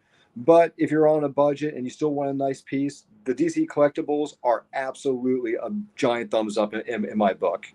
And then, of course, to understand something too, one of my biggest favorite villains of all time is actually Black Manta from the Aquaman series. And this, of course, is Black Manta. And the reason why he's on the same shelf with them is because if you read the comics, a lot of you probably know, Black Manta actually at one point in time was a member of the Suicide Squad. And then, of course, we have right next to him, we have Deathstroke. And Deathstroke is also at one point was a member of the Suicide Squad, as a lot of you may have read, understood, and also have I've seen by reading the comics and stuff. And of course, we got Giles Courtney's Captain Boomerang. I absolutely loved him in the film. I thought he was absolutely hysterical. He was actually one of my favorites, to be honest with you. And then, of course, at the very end, without further ado, from the last member of the Suicide Squad, we've got the Killer Croc. Well, like I said, I love the detail in these things. When you look at them real good and closely, you can tell it's actually still very good. And like I said, when you compare it price to what Sideshow tries to sell theirs at, it's definitely a significant savings going with DC collectibles. Like I said, I feel like the articulations are just a little not as good as Sideshow's, but I find it to be very minimal. And of course, our next lineup is more of the DC villains. And this is also from the Sideshow. This is the Michael Shannon Zod from Man of Steel. My God, what a great freaking movie that was. Am I right? I mean, Henry Cavill absolutely nailed it. And this is coming from someone who was a diehard Christopher Reeves purist. I didn't think I was going to like him. I thought for sure he was going to fall to the wayside for me. And I was so wrong. I thought he did a great job. Michael Shannon as Zod did a phenomenal job too. Once again, diehard lover of the original one. I thought Terrence Stamp was a phenomenal job. And honestly, Michael Shannon did a great job too. And I was so impressed with that film. And then, of course, these are actually from the DC Plus line. They're actually most of them are based off of. Some of them are based off of the old Super Friends Hour cartoon series, and some of them are actually based off of the old 80s, 90s comic runs. We have, of course, Sinestro here, one of the big top baddies from the Green Lantern Corps. one of the biggest arch nemesis for Hal Jordan especially. And then, of course, in the back, we've got Bizarro. And then next to Bizarro, we have Poison Ivy. And this one is definitely from the old Super Friends run. We have the purple-shirted, gun-tooting, green pants, purple boot-wearing Lex Luthor. And you know that came only from one place, and that was from way, way back in the old Golden Era days. I personally still like the look and the design. It's actually what kind of drew me to it, to be honest with you. But you know what? It's not for everybody. But you know what? I liked it. And of course, I know a lot of people are going to love this one. The main man himself. That's right, everyone. Lobo. God, I absolutely love this guy's character. He's pretty much the DC Universe's Deadpool in a lot of ways. Definitely a little different style, all said and done. But nevertheless, though, they're definitely that anti-hero you just want to absolutely just root for every time. And yep, smoking a cigar. He's got his big hook in his hand. I'm actually looking around to find his cool little bulldog companion. I haven't found him yet, but I'm on the lookout for him. And then right next to Lobo, we have Fiora. Hey, Mike. What's up, brother? How you doing, brother? Hey, when am I coming over to hang out? Yeah, right. This is This amazing. collection is amazing. We were running a little bit short on time, but I wanted to come in and jump on, and I want to ask you, what are your two top favorite pieces in your collection? Are we talking comic book only? No, anything. Oh, geez. Oh, wow. All right. Two top favorites. Yep. All right. We're gonna come on over. I got so much around here. I love it, man. Dude, we're gonna have to do this again, man. I was gonna say we're going to do you have to do another charity event so I can show off more of my stuff because exactly. We're okay with that. That'd be fantastic. I think just because of nostalgia and everything else, I actually have an autograph of Christopher Reeves. Wow, that's amazing. That's pretty awesome. That's so great. Yep, and it's from his nice framed icon. And then my last one I would have to say is a horror piece. My favorite horror series and slasher series of all times is actually Hatchet. Nice. We have met so many people from the Hatchet series, and we have a official 27x40 movie poster, and I've got such a who's who on this one. It's absolutely nuts. Even on some of the celebrities, who just did small cameos. You have so many people bewildered by your collection. I know they are so in love with your collection. Wait, is that a fully signed Hatchet poster? I'm sorry? That's everybody signed on Hatchet poster? Not everybody, but like I think of the whole entire series, and like from the first one to Victor Crawley, I have down in the corner here. I'm going to try to show it. I have R.A. Mikloff, who was also Leatherface and Texas Chainsaw Massacre Part 3. He played Trent, the biker dude from Part 2, who went toe to toe with Victor Crawley. Over here, I've got Tony Todd. Of course, Tony Todd was the Voodoo Priestess. We got Zack Galligan from the Gremlins. He was also in Part 2. Nice. Right above this, I got Felissa Rose from Sleepaway Camp, Bloody Summer Camp, and which I want to plug, guys. If you're watching this, Mike is not just one of the producers and stars of Bloody Summer Camp. So when you're saying you have Felissa Rose's autograph on your poster, he has her phone number in his phone. Yeah. They're friends. So, I mean, you toot your horn, man, because you deserve it. You Exactly, put in a lot man. of great work. Oh, I try not to, man. I mean, I always try. I stay modest. Oh, Kane. Oh, I see someone asked about Kane. Oh, yes, we do right here. Let's see. Yep. Kane. Oh, here it is. Yeah. Elf. And of course, his nemesis of all times, Robert Engley. Yeah. He had a small cameo in the one. Dave Sheridan, who played Dylan and Victor Crawley. And of course, he was our sheriff from Bloody Summer Camp, and I got to work with him. He was an awesome dude. And I got Daniel Harris, He was the lead star of part 2, 3, and then she had a little cameo at the end of part 4. Up at the top here, I have Perry Shin, who is the who is the one of the main stars. He's the one, he's the one who always plays the Asian guy. He always gets gets killed and comes back as either has a twin or a distant brother or something like that. And he always he looks like what you're saying, we all look alike. It's hilarious. We actually got to hang out with him and Dave Sheridan down in Tennessee, like at a con, and we just got to hang out for a good 2 hours with the two of them, just hanging out and shooting the breeze. Such a nice dude. Dave Sheridan too, of course. But yeah, if you ever get a chance to meet Perry Shin, such a nice guy. Go out and meet that guy. Then the last one I have on here is Caroline Williams. She was from part 3. Oh, and also I have Sid Haig. Rad. That's awesome. There's Caroline Williams. She's also from Texas Chainsaw Massacre Part 2, and actually, right down there, I forgot. Yeah, there's Sid Haig. Wow, that's great, man. That's so cool. What an amazing piece, man. Your collection is brilliant, and we'd love to bring you back on to do this again. Absolutely. Oh, yeah, because I still have a whole horror upstairs to go over, and like I said, I still have I mean, when I say have you on again, I mean multiple times. Yeah, repeatedly. We might have to have Mike's Crazy Collectibles Corner as a segment on the show. Exactly. This is amazing. It's awesome, man. So much fun, brother. I always appreciate you. I think you're one of the best guys I know. Every time we're around each other, you're just super sweet, just a really, really pleasant guy to be around. A wonderful guy. I love you guys so much, man. You guys are the absolute best, man. We appreciate we love you, man. Thank you for helping out with this charity event. Thank you for hanging out for a little bit with us, bro, and for letting us in your home. It's awesome. I can't wait. We got to hang out. Absolutely. We got so much stuff we need to see in this and just talk to you some more because we love you, buddy. We are going to move on to the next show, but dude, you're always welcome on the show. You always know anytime you let us know.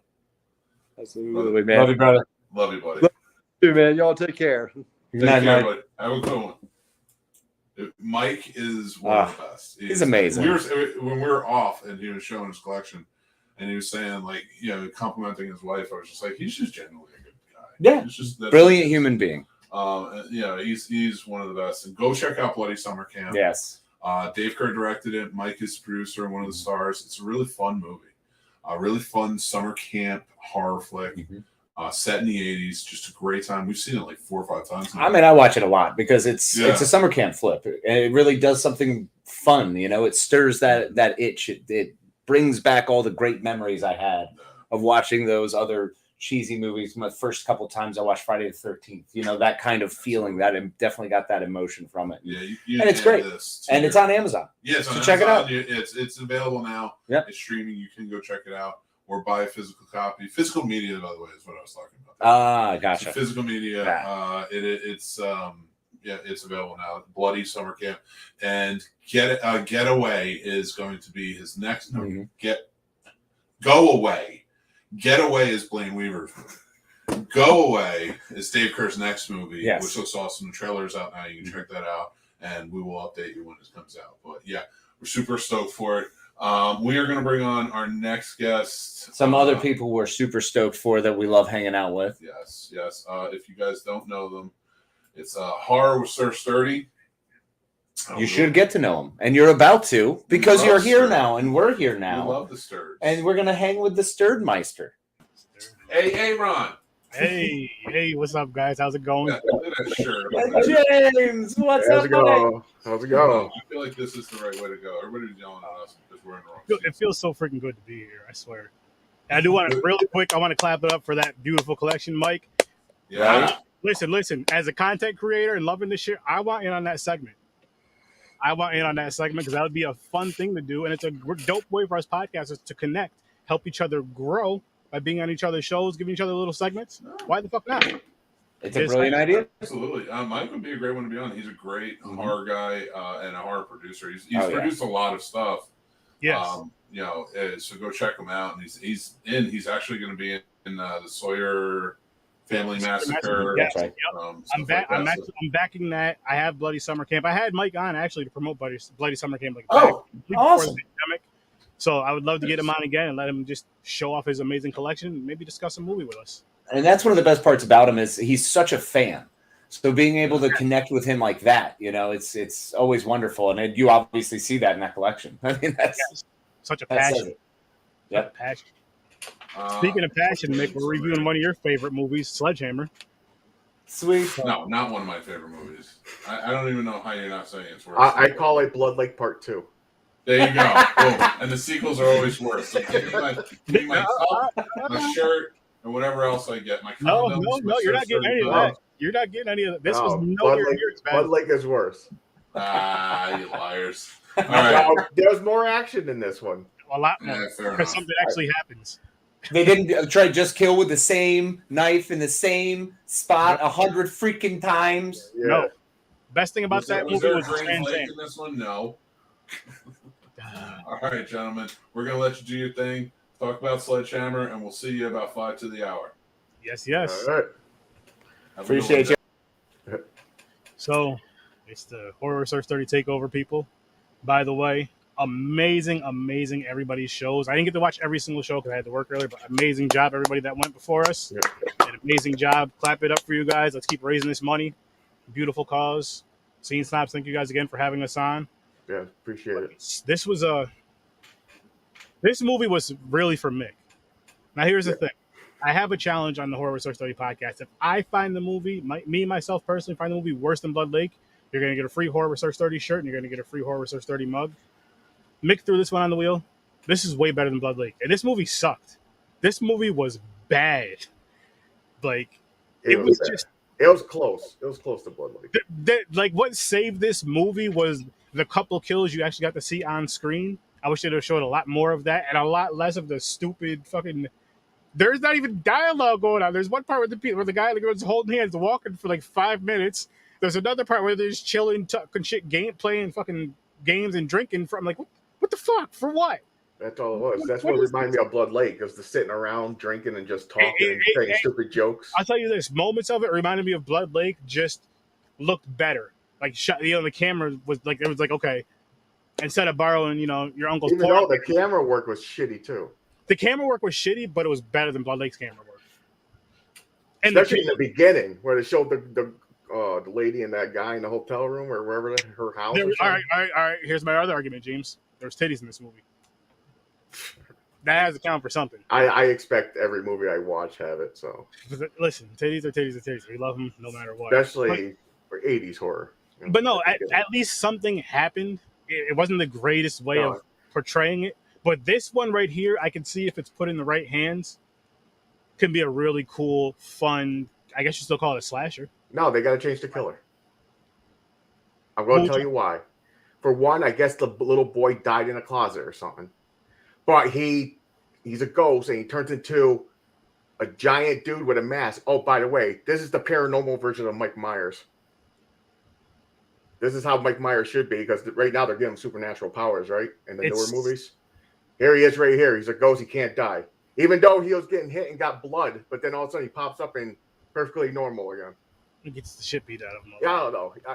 It was so annoying. I see that motherfucker. I was like, it was bad though, but it wasn't angry bad. I don't know if any of you guys have ever watched the movie where you've gotten into the movie, and let's just say, for argument's sake, so you won't say you shut it off. You watch it for a podcast, right? And you're watching the movie, or you watch it for some sort of discussion or vlog. You watch the movie, and you're like, oh man, it just pisses you the fuck off. Like anything with Nicolas Cage, his stupid fucking face, I just want to punch it. Anything with Nicolas Cage, for the most part, for me, Blood Lake. This. We're talking about Blood Lake. Nicolas Cage is the man. Fuck Nicolas Cage. This was bad, but it didn't make me angry. It almost made me angry. It made me bored, but it didn't make me angry. It almost made me angry. Just because, like I said, the Mike Myers thing, like I was getting from it, and just the camera work was shitty. And I hate when they have I don't know if this movie was based in like the 70s or something. You know, the tight jeans and the lumberjack bodybuild guys. Listen. They're drunk and they say stupid stuff. I'm gonna say something that I probably shouldn't say. Our fathers were wearing that silly shit when they pulled our mothers back in the day. I know, and I'll call him That's a dork to his crazy. face. And then they listen, the way they had kids, they just shook hands and they prayed for us. That's it. That's as far as we're going with that shit. All of our mothers are virgins.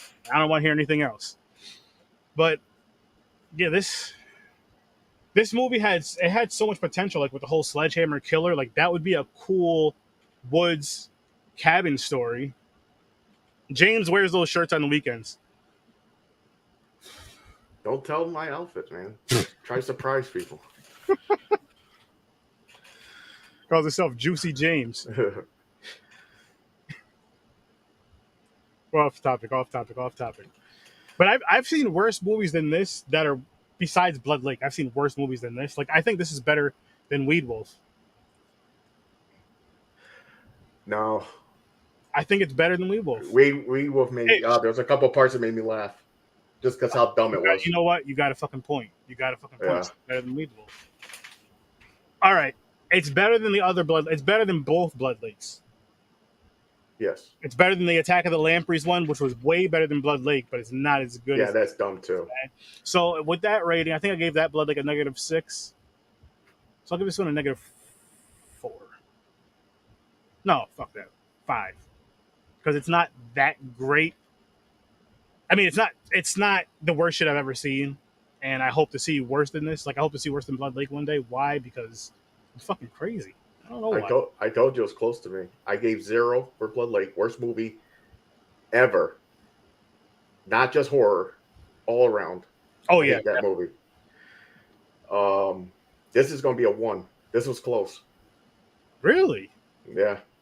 That's why I said Blood Lake Part 2. Ah, so this you were close to the anger. It was close. I almost got angry. Yeah. Oh man, that's the fucking best. Because you're usually like calm, well mannered. You do say some crazy shit, but then when you're mad about a movie, it's fucking bonkers.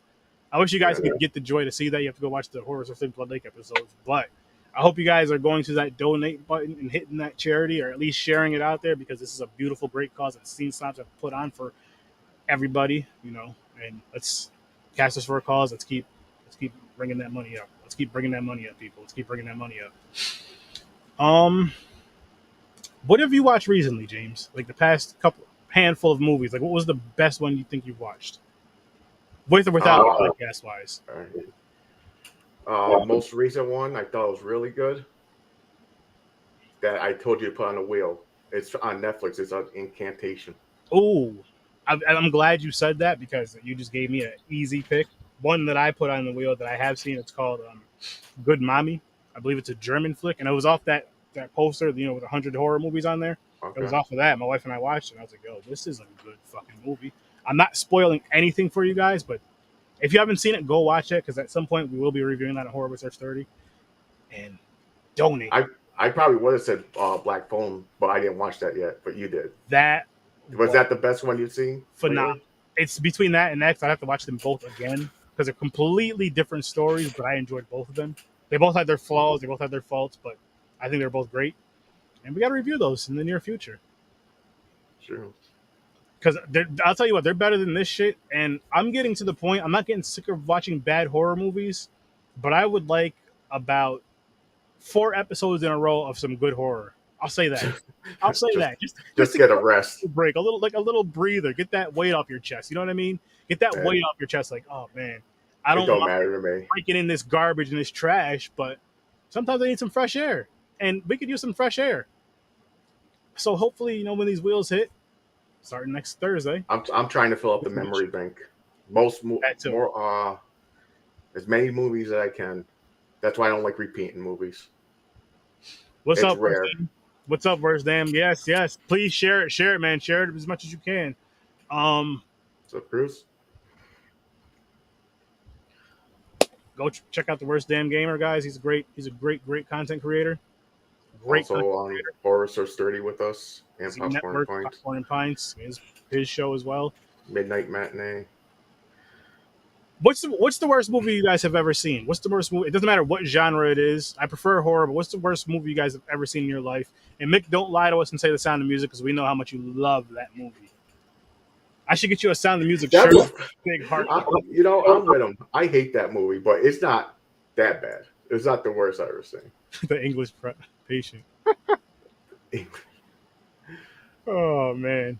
I did not. I don't like musicals. Sound of Music made no sense. Put his family at risk for no reason. They could have just left the country by themselves, no problem. Listen, man. But whatever. I won't get into that. That started doing angering me. stupid stuff for the pink stuff. That's all I'm gonna say. Pink stuff. But anyways, the Sledgehammer. Okay, so what did you think? Okay, I'm gonna tell you right now. This is the best part of the movie. The first kill, right? The one where he stabs him through the head, and he drags him by the weapon through the head. Okay. I thought you were And talking. he hangs him up in a closet like he's a suit. What about the one? What do you think of the one where he hits the guy in the head, like right here in the head? It's like one of the first kills. He hits him in the back of the head. It was the guy that was getting head. The guy was getting head. He hits him in the back of the head, and like you know what I mean. Then he falls, and then the girl starts panicking, and that shit. That one. So somehow the little kid picked up that hammer and killed him and his mother. Because he wasn't a ghost adult yet, where he can turn into a giant adult. That makes no sense to me. This movie. That's what's bothering me. That's why I said it almost made me angry. Like the shit don't make sense. Like if this movie should have stuck with one or the other, as far as like maybe making it a paranormal where maybe bad shit happens to people, where say so and so comes in this room or in this apartment or in this complex, even maybe because this kid died in a brutal way, you turn real brutal, like killing people that you love for whatever reason, until somebody figures out all the other extra shit, which they've done in a lot of other movies. You mean Mike Myers? Or just a straight up slasher, like without the extra shit, just a straight up slasher. You don't even have to. You're telling me when you seen him with the hammer, full grown, with that shitty ass, I don't even know what kind of mask that was. You did not think Mike Myers? Honestly, nah. Wow, you're crazy. No, I was like, come on. I didn't think of any other, like at the time I'm watching, I didn't think of any other slasher because it didn't live up to that for me visually. Like I'll take that back. I'll take visually back. I'll say story wise. And the reason I'm going to say story wise, because with slashers, you do not have to have like a real deep story for a slasher. You know what I mean? You don't have to, you just have to have some really cool kills, some titties, some blood, and a couple jump scares, and you're good. So really cool it's just the entertainment. Maybe some butt cheeks, and you get all that, and boom, it's a slasher. It's an entertaining slasher. And then if you have not even a great story, just like a halfway decent story to tie along with it, boom. Okay, I'm in. I mean, I'm in either way. You guys already know that. Yeah. Okay. Not this one. But no, this one was just like trying to mix both ideas together, but in such a bad way. But I'm not mad. Like not bad enough to make me mad, which is weird saying that 'cause I'm giving it a -4. But I like the movie poster. It reminds me of an 80s metal band. Like Sledgehammer could be a metal band in the 80s. I could see that. I could definitely see that. Casey, Mick, James. I would wear that as a shirt. People would be like, "Oh, you like that movie?" I'm like, "Fuck no." You guys like the Sledgehammer. Yeah, that would make a dope shirt. Sledgehammer creators. You guys should do that because you'll make some money off of that. You don't make any money off this movie. This movie sucked. This movie was bad. No, it is bad. But like watch it anyway. I believe this movie came out in '83, and this film right here is the film that now Mick didn't want me to tell you guys this, but I'm gonna tell you anyway. This film right here is the film that inspired him to become a filmmaker. He watched this and he was like, "Look, I love this. I thought it was Sound of Music. If these guys can do it, so can I." And he believed in himself, and he made a few films. And we get $1,000 raised this weekend, and $1,000, or sorry, 1,000 subscribers on the Scene Snobs. He's gonna drop 2 movies because he was already gonna drop one for the subscribers, and he's gonna drop one for the $1,000. So that's 2 movies he would owe us. So let's make that happen. It'll be a great weekend. It'll make Mick so excited and ecstatic. And then we'll review them on Horror Research 30 for you guys. I'm just saying. But I love Mick. Yeah, we'll suffer for him. Yeah, of course. We'll give him our honest opinion and, put our love aside and let him know how we really feel about the movies. I'm hoping they're at least better than Blood Lake, Mick. If not, we'll have to talk. But we'll see. I believe in you, Mick. I believe in you. You're better than Blood Lake. Way better. Yeah, whoever hasn't seen Blood Lake. I don't know, man. Iffy. I don't know, guys. Because I've seen Blood Lake. And it's iffy. It's real iffy. It's terrible. You know what Yeah, makes me but his movie too. I mean, it's better than that because he didn't kill someone the same way 7 freaking times. You know what makes me feel really good inside though? And listen, this is going to be a plug for the Scene Snobs. Check out their Patreon and you can see this. They reviewed Blood Lake. You can see the full version. They did that because of me, and that's the worst movie that they've reviewed on their show overall. I'm so proud. I'm so freaking proud of that, and I hope I hold that record forever in their hearts. There's a very good chance you will, because I'm never allowing anything like that. Like if someone brought up The English Patient, no, never. Worst damn movie this side of the Mississippi. Never should have been made, and the fact that it won an Oscar. Come on. That movie, I agree. That movie does suck, but I'm also not in that type of movie, so.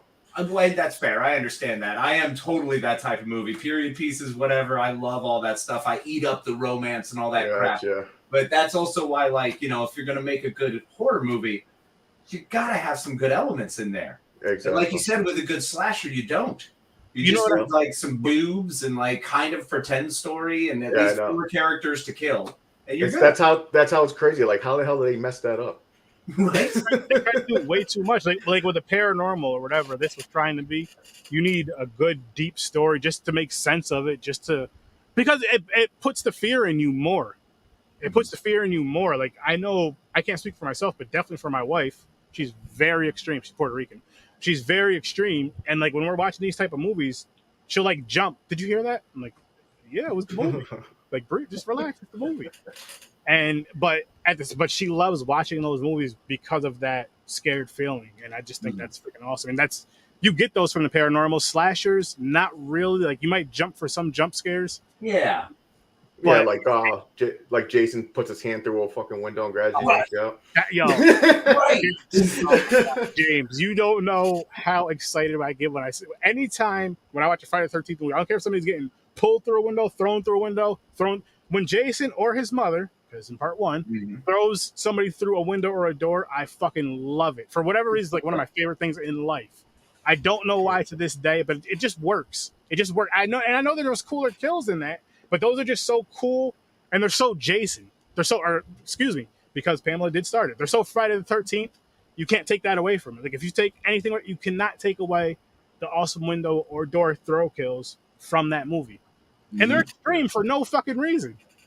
Like, he didn't have to do that shit at all. He could have just choked him and let him go. They would have been dead. It's for fun. It's kind of like the sleeping bag. He didn't have to slam her against the tree 10,000 times, but it's entertainment, man. He has nothing else. It made me feel good to see him, make sure the job was done. Yeah, no suffering. Question for everybody. He's humane. Question for everybody. If you've seen the remake from 2009, what did you guys think of the sleeping bag killing Nat, the campfire one, where he ties her up in the tree, has her over the fire? That was fucking awesome. Oh, that was cool. Oh, yeah. That was really good. What did you think about that, Dan? Dude, I love that. That's like he was humping. That whole movie was so natural. They made Jason into what I wanted to be when I was 13. Like, this all natural. It was great. And we learned some weird things about Dan at that moment. Guys, I hate to say it, but I'm going to say it, man. White people say some crazy ass shit. Out of nowhere. Like, the way you came on there with such confidence and so serious, like, look, I wanted to be a killer in a mask since I was 13, or when I was 13. I'm like, that kind of hunter, man. He's like a kid that never left summer camp. That's what he is in that movie. Well, I mean, and that's the way I committed to, like, really Michael Myers. I connected with that and really understood that when you commit to someone, you follow them incessantly, and you're always there, always ready, around every corner. Hell yeah. Right. Hell yeah. I got right? you. Yeah, that's love, right? Hell yeah. Love. I need to get you out. All right. We're going to bail for a second. Back to you guys. It's so bad. You guys actually think a movie is worse than Sledgehammer? You really do. Did you ever see Blood Lake? Yeah. 89. Blood Lake 1989? No, 87. So 87, I mean. Worst movie that ever. I think is worse than Sledgehammer. The only movie that I think is worse than Sledgehammer is a movie. So they made a sequel to the original, not the remake, Spit on Your Grave. I Spit on Your Grave too. I think that's the only one worse than Sledgehammer. There's not. I want to watch it. All right. Worth a look. All right. Sturdy, you're back to it. We're out. And shit like that, James, and people that are listening, shit like that right there makes no fucking sense at all. He just said that movie is the worst movie he ever seen in life, and it's horror, and I want to watch it. What the fuck is wrong with me? Like, why do I do this to myself? I don't have to do this. It's that curiosity, man. But what makes it funnier though, like, I'm doing this shit for free. Like, I'm just doing it because I love watching these movies, and I'm just like, okay, I'm just gonna let you guys know how I feel about these fucking movies. I will suffer through them if you guys don't want to. I will suffer through them. I'm fine with that. I actually really enjoyed Malignant. I think I gave it like a 7 out of 10. I didn't mind it. Malignant? I think I might have gave it a 7. I don't remember. I think Malignant's one of those movies you may have to watch twice, and I could be wrong. And maybe you have to watch it now that the hype is died down from it. Is there a part 2 now? Nah, I don't think so. Or are they making a part 2? I think they're making a part 2. I'm not sure. Find out. So much movies coming out. All right, Master Shake. You really feel that? Are you the one who said that? What you call it's worse than Blood Lake? I forgot what movie you said now. Wait, what movie? What movie was worse than Sledgehammer? I forgot. You have to message it. Spit on my grave. Spit on your grave too. Message it in the group chat though, because I'm definitely gonna watch that and review it for you. And I'll let you know.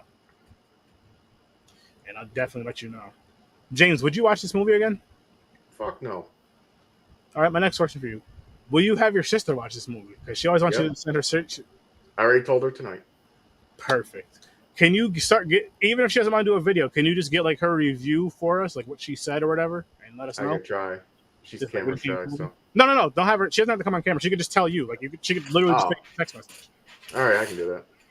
Just that way, so we, you know what I mean. See how I made her suffer through a lot of stuff so far, though. Well, you're her big brother. You're supposed to. Yeah. What was that one? The nun. The nun. Not Bloody the nun. Like not the Conjuring nun. The Bloody nun. But the priest and everything. Yeah, that was hilarious. We were using fucked up shit, and 90% of the time it's on purpose. Like, Greasy Strangler. Masterpiece. That was a masterpiece. That was a 10. If you haven't seen the Greasy Strangler, go see it, and just turn. I got the shirt. Turn off the brain power of dicks bothering you, because it's just fucking funny.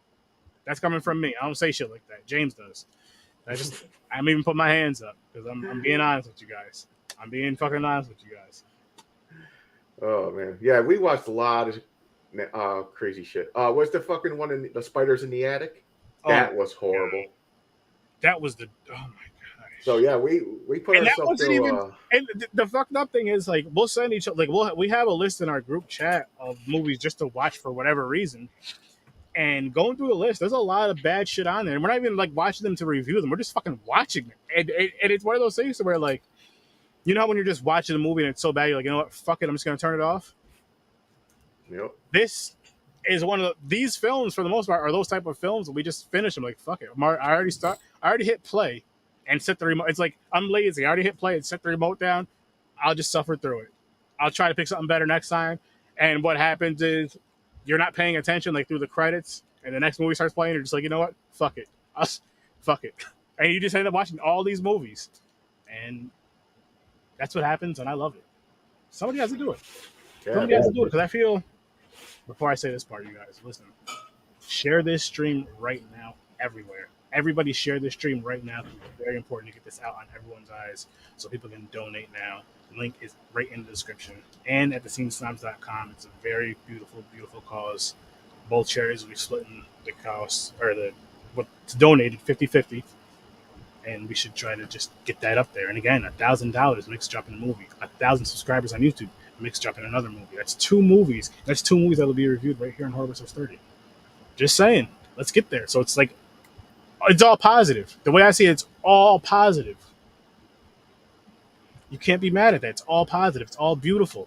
Seriously, though, share this link out there and donate, because that's the most important things on here. And again, let's clap it up for everyone that came on here tonight. You guys did an amazing, wonderful job to take time out of your guys' day to do something with this. With the awesome Scene Snobs, guys. Awesome Scene Snobs, guys. And anytime you guys want me on here, I'll come on here. James, what are the best movies you've seen this year? Top 5. Oh, shit. Yep. I did it. Fuck.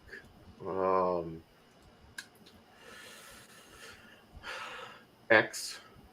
Yep. That's one for me. Incantation, I just told you. Okay. I didn't see Black Phone yet. That What was recently in the theaters? It was the same time as Batman. Not Texas Chainsaw. I don't remember.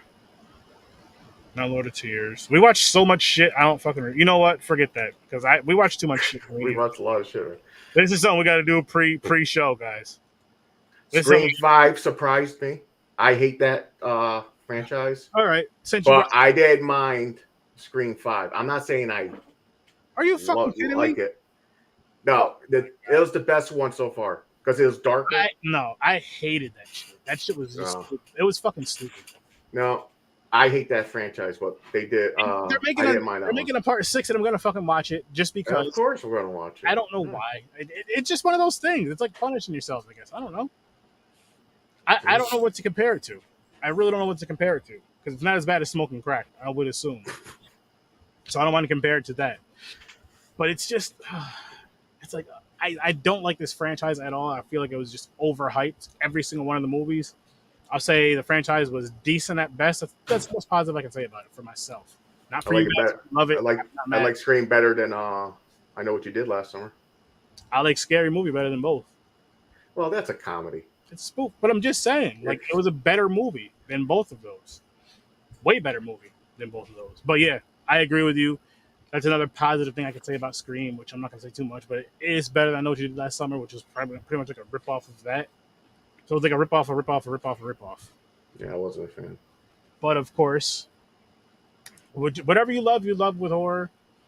Again, I love a fucking terrible movie. Thanksgiving. It's just. Yep, love it. It's so bad. It's one of those movies for me. It's so bad, it's good. And the humor is so stupid, it's hilarious. It doesn't make any sense, but that movie's beautiful. If you haven't seen it, save it for the week of Thanksgiving, that Tuesday, Thanksgiving, and watch it. It's straight up stupid, silly. Stupid. It's like they weren't even trying to be serious. Oh, fuck them. You can't be. You can't. You can't be in a movie like that. And this should have either went the route of just a massacre sledgehammer shit or a sledgehammer shit, but a horror comedy-esque. And it tried to go like slasher paranormal, but it didn't get complete on either one. And had it just took all the ideas from, say, the paranormal part and put it as a slasher, it would have been so much fucking better. Just because those little parts took away from ideas that could have really put something into this movie. And they just, you know what I mean? They were just like, just throwing shit fucking in there. Just throwing little shit in there, and it made no fucking sense. Like, this kid slapped the shit out of some adult, and the adult was just knocked out on the floor. Like, what the fuck? What the fuck? What was that? What happened? And, oh, man.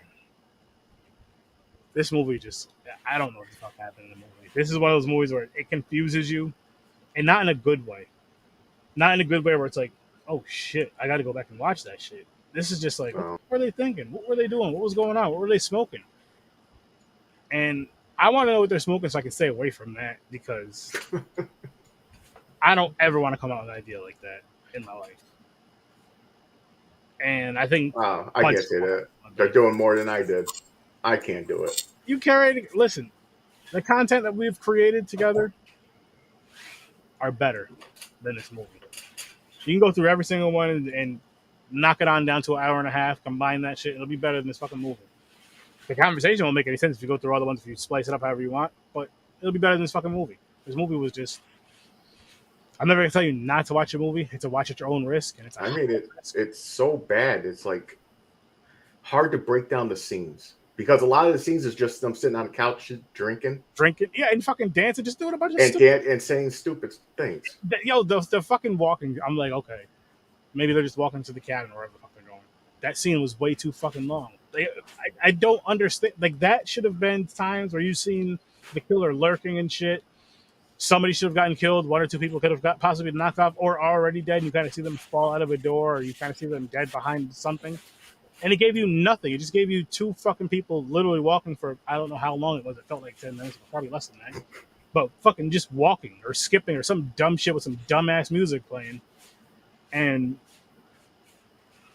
It was just a waste of fucking time. It was stupid. I forgot how long this movie was, but it seemed longer. I believe like an hour and a half ish, hour and 36 minutes. I want to say. Right. For no fucking, it did not need to be that long. This shit could have been 45 fucking minutes. Done. It would have been a way better film. You cut off a lot of that fucking, not even the dialogue, just the sitting around or standing around. You cut all that shit out. You got like a 45-minute movie, just about, maybe even a little shorter. But we'll just call it 45 minutes. And I mean, we watched movies that should have been shit. Like Boar. Boar was good. Yo, we just what's the Tuesday? Oh, the High School. School's Out Forever. School's Out Forever. That was decent. It was just okay. It was better than this.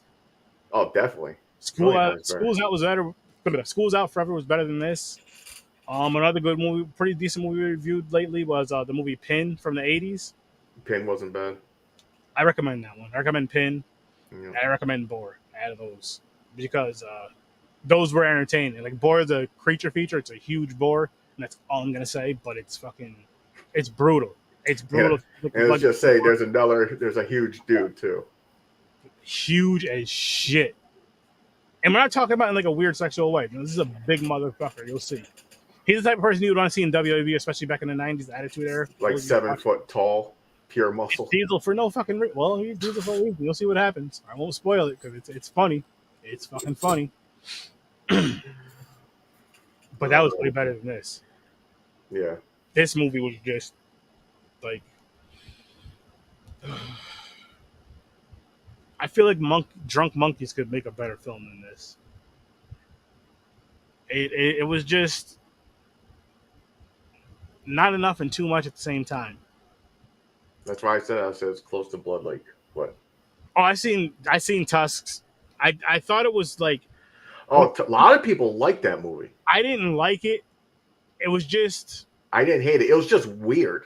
It was weird and not for whatever reason wasn't my type because I love weird horror movies. Don't get me wrong, but it wasn't my type of weird. It was like kind of. Like Human Centipede. Centipede. It's a mad scientist type thing going on. It just didn't pique my interest, so I just watched it one time and that was it.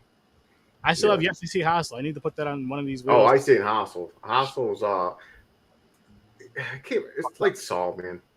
Except for it's not a game, basically. Okay. I'll have to check that shit out. Americans go to Amsterdam or wherever the hell it's based in, and they got to stay at a hostel because that's what you do when you're like backpacking through Europe or something. And some shit goes. I don't want because you never seen it. I don't want to spoil it or anybody else hasn't seen it yet. But yeah, definitely. It just reminds me of Saw. It's just how the kills are, the torture and stuff. Mm-hmm. What I want to say about these movies that I can't stand. I guess at the very least try to give them a chance because they did take the time to create them. And I do feel like they do deserve to be in the conversations. As much as shit as I talk about, as many jokes I make about them, the reason why I talk about them a lot, to get them out there for people to actually check them out, is because the more they're in their conversation, I feel like they deserve to be in the conversation when discussed, like what you've seen and shit. Because why not? You could say this is the worst movie I've ever seen, and somebody can go check that movie out and say, okay, no, this is the one, and then you're gonna go check it out, and you're gonna keep going digging down that tunnel to see if it's the worst movie. It may be a negative spin look on things, but at the same time, art is being watched and created. You're not gonna like everything. Everything's not for everybody, but you're at least checking it out. I guess it's the best thing I can say about it. That's the best thing I can honestly say about it. That's how I take it. I just another one down. Check. I seen that. Yeah, and that's another thing too. So it's like, yo, have you seen blah blah blah blah blah? Like, yeah, don't get me wrong, a horror fan's a horror fan, but it is a little cooler, or it feels kind of a little cooler because you feel a little like you're in this exclusive club. When someone's asked you, have you seen a movie like Thanksgiving or even Blood Lake, Weed Wolf, any of those films, Sledgehammer, and you're just like, actually, yeah, I have. And here's what I thought about each of them. Versus, have you seen Friday the 13th? Have you seen, let's say, Black Phone, Texas Chainsaw Massacre? The list goes on. Not saying that's important. That's not amazing because it is. All of it is. But you just get that little bit of, oh shit, you've seen that. I do that for the series too, horror series. Yeah. Like I check a lot of those out. I just watched the new Resident Evil. What'd you think of it? I didn't mind it. Okay. I didn't watch it. But, I don't know what other people think. We already know. Someone mentioned in a group complaining about it. Oh, Kelvin, yeah. But I think now this is speaking just from possible. Like I haven't played through part one, all the games all the way through and really know the story die hard. But I think there's people that are die hard like that from the game. They look at it kind of a little bit different. They look at it deeper, and they look at it more towards like how is it connecting with the Here's game. the thing: they're skipping all that.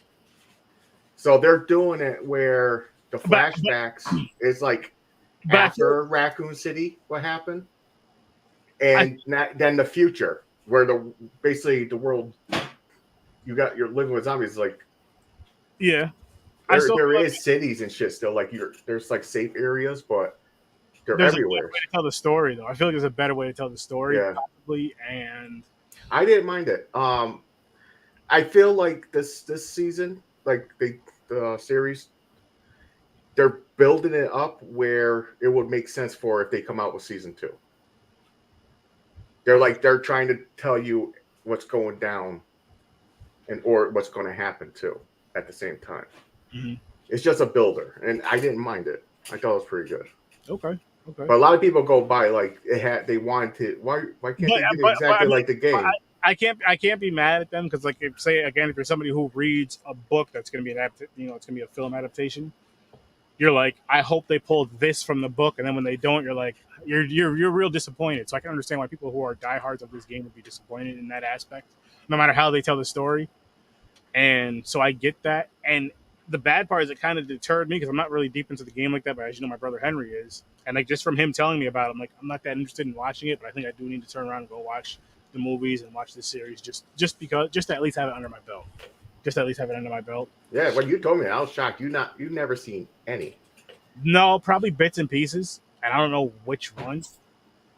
I can't believe I was shocked. You never even seen the original one came out because that's when the game was popular and people were like excited. No, I just never had an interest really. I never really had an interest. But again, it could have been because of the negativity. But then again, I still don't remember ever having interest to go see it like I would a lot of horror films. I'm like, you know what? I want to see that shit, and I'll go see it. But that wasn't one of them. And unfortunately, neither was this. Yeah. I can't wait to see another movie that I've never heard of, but on that like lower scale of that fans know it, but it's like that kind of kept quiet type of shit, but it's good. It's like that fun, like, oh shit, wow. I can't wait for another one of those. It's been a while because we've been getting the amazing covers. Anybody has suggestions, let us know. All that good shit, but you can always email Sturdy here with movie suggestions. Yes. We'll watch anything. Yeah, we will. Aaron even sucks it up and watch Nick Cage movies. That we're watching for Popcorn tomorrow. No, not next week. Is it next week? Red Christmas? Okay. I'm going to put it on my list right now. Red Christmas. That sounds familiar. I don't think I've seen it, though.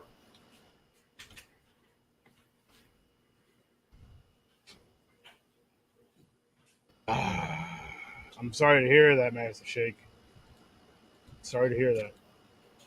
The kid is his hero. Whew.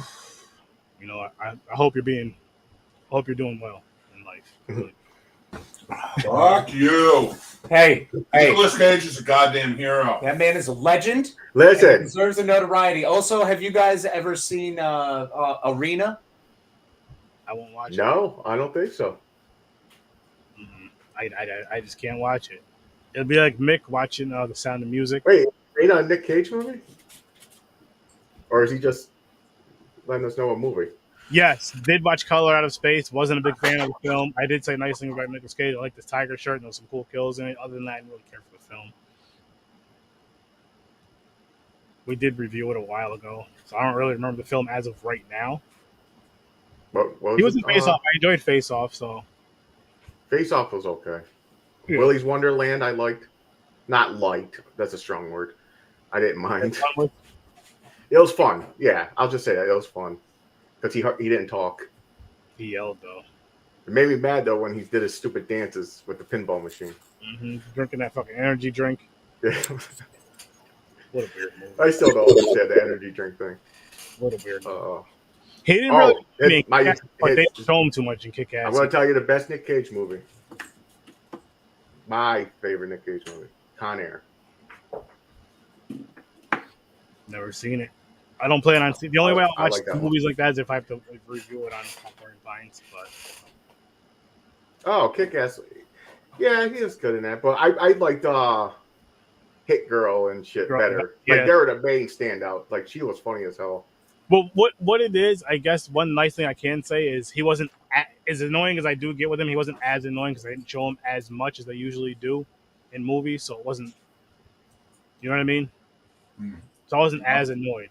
I wasn't as angry when I seen his face. Dude, first of all, Color of Space is a remake of a Will Wheaton movie from the 80s. Mm-hmm. That's good to Yeah, know. really.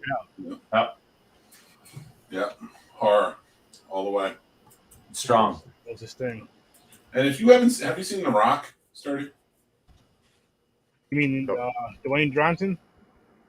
You're talking about the prison movie? Yeah, the Alcatraz movie. Yeah, I seen it.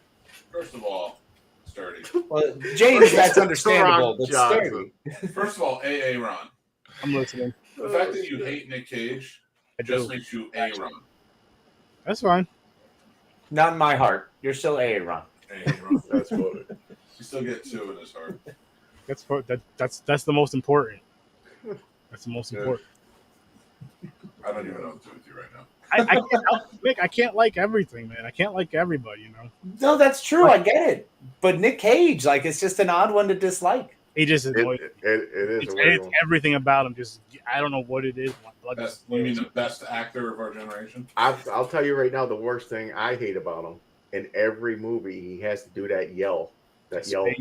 It's like he makes that face. How dare you! That drives me nuts. Or whatever he does is, I'm a little crazy, man. Like, yeah. We know, dude. In real life, we know. We know. Let me tell you something. I'm listening. I'm Nick Fat Page. I'm Nick Extra Pages. I have 2 extra Cage to me. Mick Many Cages. I'm not Nick, because I love you. I'm not gonna let you talk about yourself. I'm not gonna let you talk down about yourself like that. You're an amazing person. You're more of like a Tom Hanks. You're amazing. Exactly. Not Nick Cage. Not Nick Cage. Not Nick Cage. Don't be that person. Yeah, Tom Hanks makes you happy. Whoa. We got. Sorry, I refreshed the. You confused me. I don't know who did it. Sorry, I refreshed the donations page. So we just updated, and we have a significant update to share. Yeah, it's 510. Woo! Yes. All right. Halfway there, guys. We're halfway there. We appreciate it. We still have a whole another 24 hours to go past this. Well, yeah, not. I mean, not live. That's not crazy. The show. No, not the show. He'd be dead. I was about to say, geez, you better get that coffee and energy drinks. Yeah. I want to that's what Mick's gonna have us all over then. We're just gonna take turns, like 6 hours each a show. So everybody can relax in the background, kind of, sort of. Exactly. Sturdy, I'll tell you what. If you watch every Nick Cage movie from now until the next hear what he's saying. Fund-A-Thon, you can be my co-host. Holy shit. Hey, what am I, special reporter? You're the second co-host. We're gonna give you second. You're gonna give you. I get third mic. It's like every Nick Cage movie, and he hates Nick Cage. All right, that's worth it. It's a gang initiation. I love myself. Ever do something crazy like that, Nick? This is your beat-in. I'll tell you what. If you watch every Nick Cage movie, I'll let you watch the my first student film and the behind the scenes. Which one? I own one of them. I'm not sure which one. You own Zombies. That's not one of mine. That was actually pretty good. Fair. Johnny back in Vegas. Johnny back in Vegas. Panda strong. Didn't you have a small part with it though? What? Didn't you have a small part with it or something? Yeah, he's a zombie that's pushing walls and banging them back and forth at one point. Well, I was kind of pushing him because it was like an old strip club. Yeah. That's all I need. That's all I need. No, you need more. Listen. No. You're in it, Mick. I told you, you're Tom Hanks. I still gotta check it out. Here we go. This is a Sir Sturdy. Sir Sturdy special? Sir Sturdy special. Right here. For a little special screening. I'm putting it on mute though. You don't get sound. Where are we going? The scenes are so bad. Here's some scenes from Second Grade of Love. Jesus Christ. Where am I? You'll see me. I'm coming. So where am I? Oh shit! No, that was No, too far. There I am.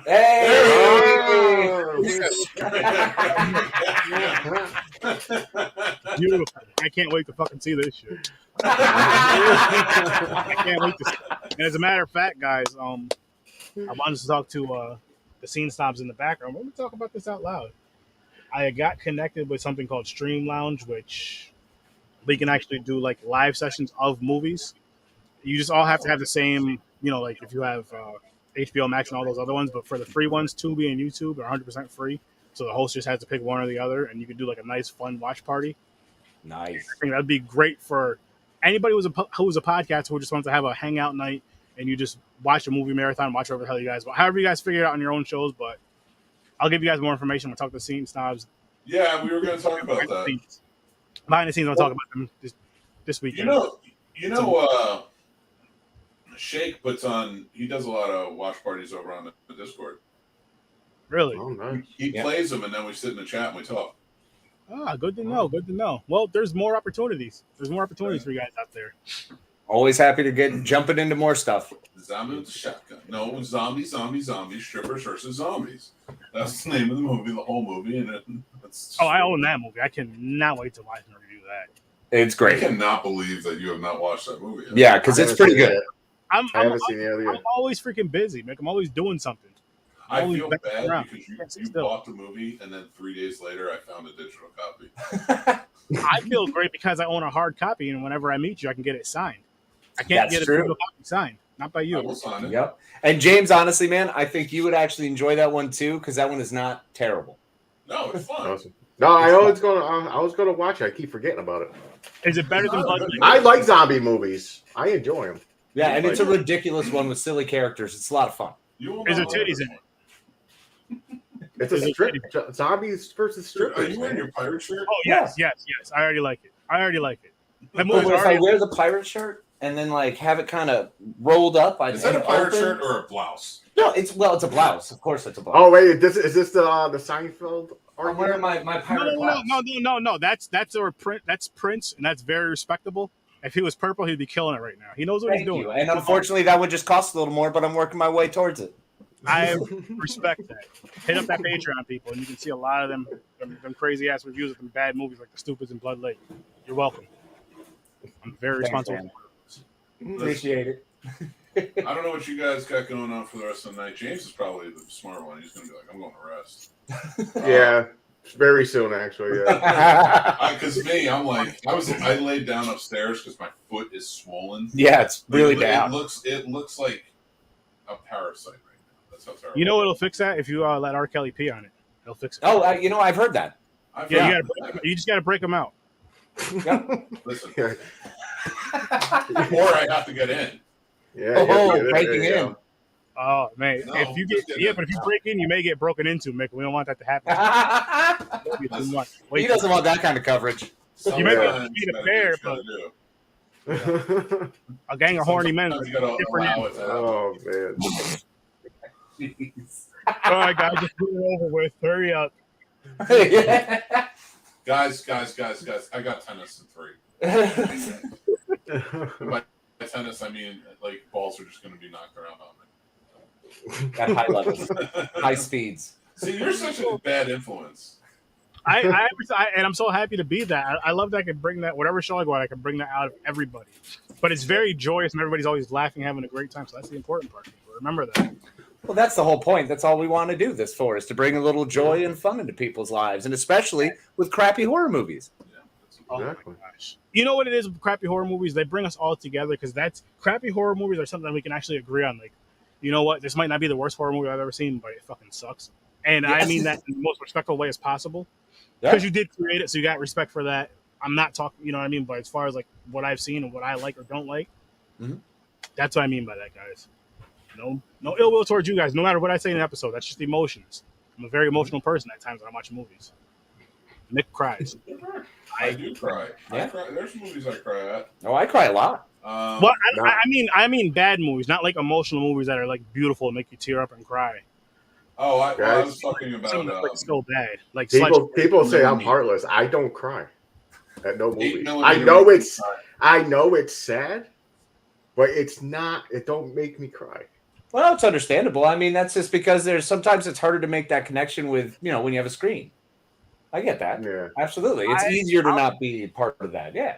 I've gotten choked up. I've gotten choked up during movies and documentaries, but not like to the point of just crying. But I have gotten choked up, so I can admit that. So I'm not as heartless as James. I'm like, That's not heartless, man. That's not heartless at all. I mean, I'm just an emotional wreck of a roller coaster of a human being. I'll just cry any old time. All right, guys, I'm going to say this. It's 9:58. We have to roll into the next show. All right. Thanks for letting us be on. Yeah, I had a great time. Anybody want to jump in, please feel free. This is Master Shakes, the Power Hour. Woohoo! Whenever you guys need me, man. I won't kick you out, but yeah, if you want, and I'm going to bring him in. Where's the man? You're the man. It's your show, so you take over. Hey, this guy's real great. quick, Mick, you mind playing my commercial for everyone? Sure. Animals like drinking.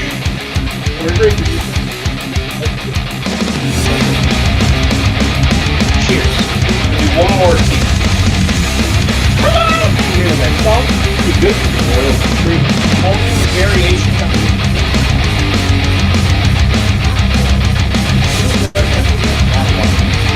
Fit your lifestyle.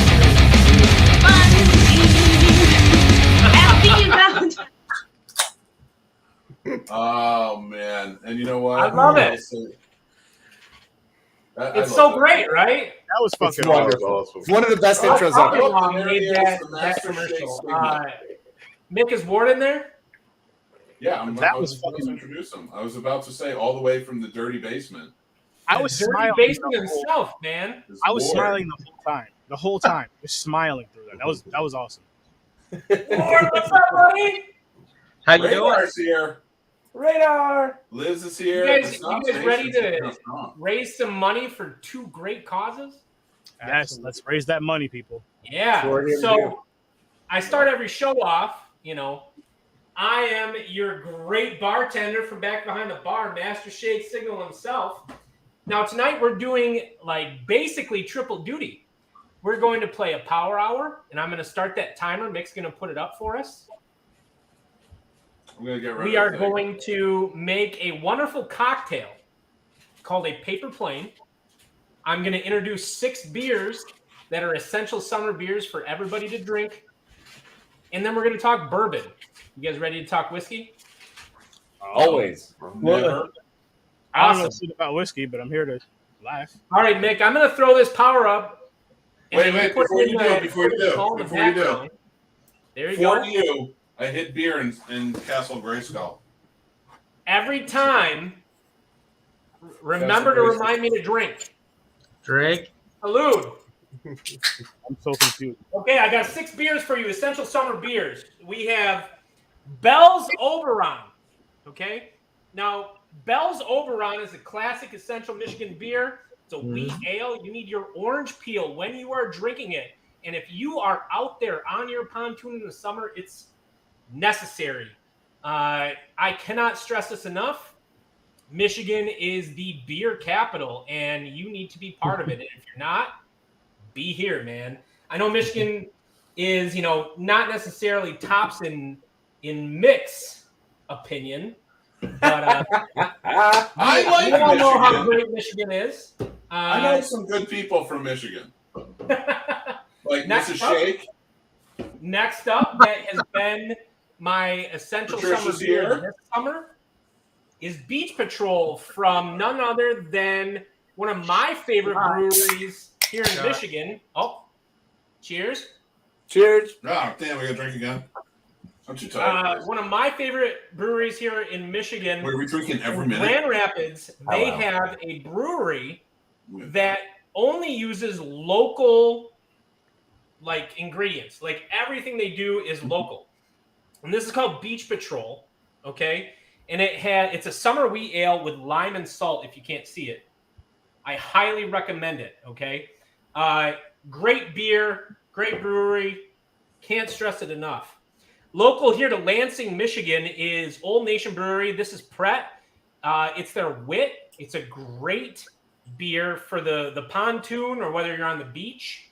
Simple label, though. Sorry, nothing fancy there. FYI, Kathleen's from Michigan, too. Oh, wow. Yeah, Kathleen, shout out to Michigan. Shot. I told you. I told you I know good people. Next up, we have one that I've drank quite a bit this summer at the cottage. The El Liguero. This is just for you, Patricia. This is a Mexican-style lager with fresh lime. Huh. Okay. Don't put her in your box. I'm not putting her in a box. She loves ale with lime. He knows what she loves. That's beautiful. I seriously man. picked this Right? for her before. She's like, Beautiful. Good job, Master Shake. Good job, man. So this is in Holland, Michigan. This is it's called Big Lake Brewery. If you ever make it to Holland, it's on the north side of Holland, not the south side of Holland. The south side of Holland is dominated by New Holland Brewery. It's called Limelight. And it's a great lime ale. Not as good as the one I picked for Patricia, though. El Liguero's way better. But it's still solid. Very good. Shot. Cheers. Wait, are you serious? Mm-hmm. I'm just welcome to Power Hour, old man. This is my last It's summer been a beer. long time.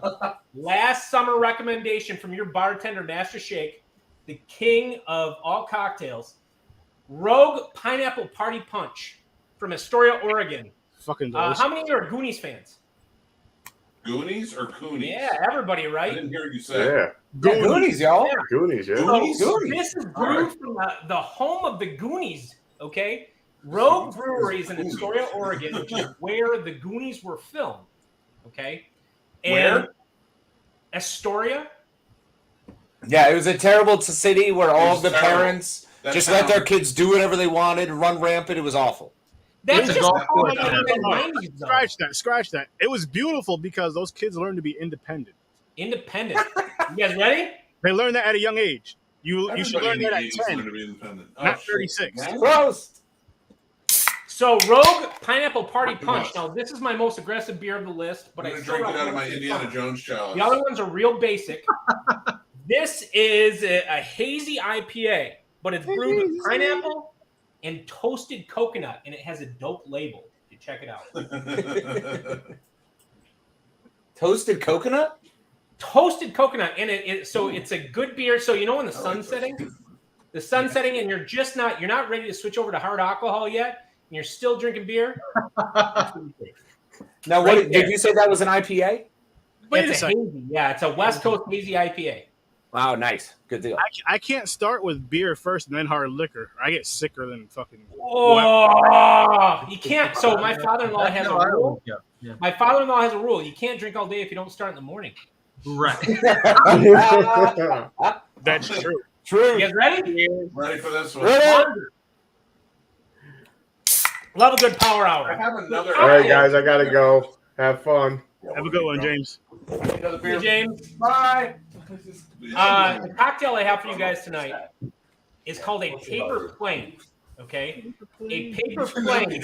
We have to be representatives of the Scene Snobs. I can represent you guys, Mick. Sips. Got you. So the paper James plane Lux. is. Bye, James. Oh, I said I can represent you guys. Real. I even got a shirt. Seems That's true. Got you. Yeah, love it. There's North Nation. You can do Good it. seeing you, brother. I may have started with liquor. Yeah, me too. Radar. I'm with you. Root beer and Southern Comfort. That's Radar from the Discord. Mm-hmm. Well, Nice. I mean, much more than the Discord. But Much. Yeah, you should get some beer from. I know local- Hastings real well. Oh, you Michiganers! Scott, Prost. I'm not saying. gross. So my cocktail tonight. I'm tired of dumb drinking traditions. It's stupid. But you're gonna do it. You know what is a drinking tradition? Beating your children. You know, it's the better drinking tradition, beating your meat. Listen, Mick, Ooh. just drink for charity. Just drink for charity. We're drinking for a good cause. Yep. Donate. Okay, I will if they'll donate. Well, I drink don't like. I love a good cause, and I'll always drink for good cause. You know that, Mick. Absolutely. At 5:35, by the way. We're at 5:35. Mick, Well, you should better way. put us all even. Put us all even. I'm trying to put us all even. Shut up. I don't even know what's going on. Like that? Oh, but the clock doesn't show? Nah. When I put it up, it takes over the big. Let me see no, it takes over the big one. I think it's that time. I'll just tell you guys when to drink because I'm apparently still sober enough to do that. Drink. Congratulations. Oh shit. I got it at the bottom of my screen, so make us all equal, Nick, so I can try to make the cocktail. All right. Right here, I think. There you go. So the cocktail I have tonight is called a Paper Plane Summer Cocktail featuring bourbon, and I'm using a wonderful gift from our own ward tonight, McKenna Bonded Bourbon. Okay, this is a great bourbon. I highly recommend it. Heavy vanilla notes, and it's great for a summer cocktail. You also need can you say Amaro Nonino. Okay. Can you say the brand of the other one real quick again, please? Yeah, absolutely. To answer Tim's question real quick, it's the kind of power hour that doesn't want to get shut off by YouTube. I did not use music on purpose because last time I got flagged by YouTube. I'll tell you what. I have an idea though for people that are music creators. That want your music played on there. Send us some tracks and we'll play them during the live in the back. There you go. Oh, I got a drink. See, I can keep track. I slept 3 hours this week. So the second ingredient is Amaro Nonino. And here's the bottle. This was hard to get a hold of.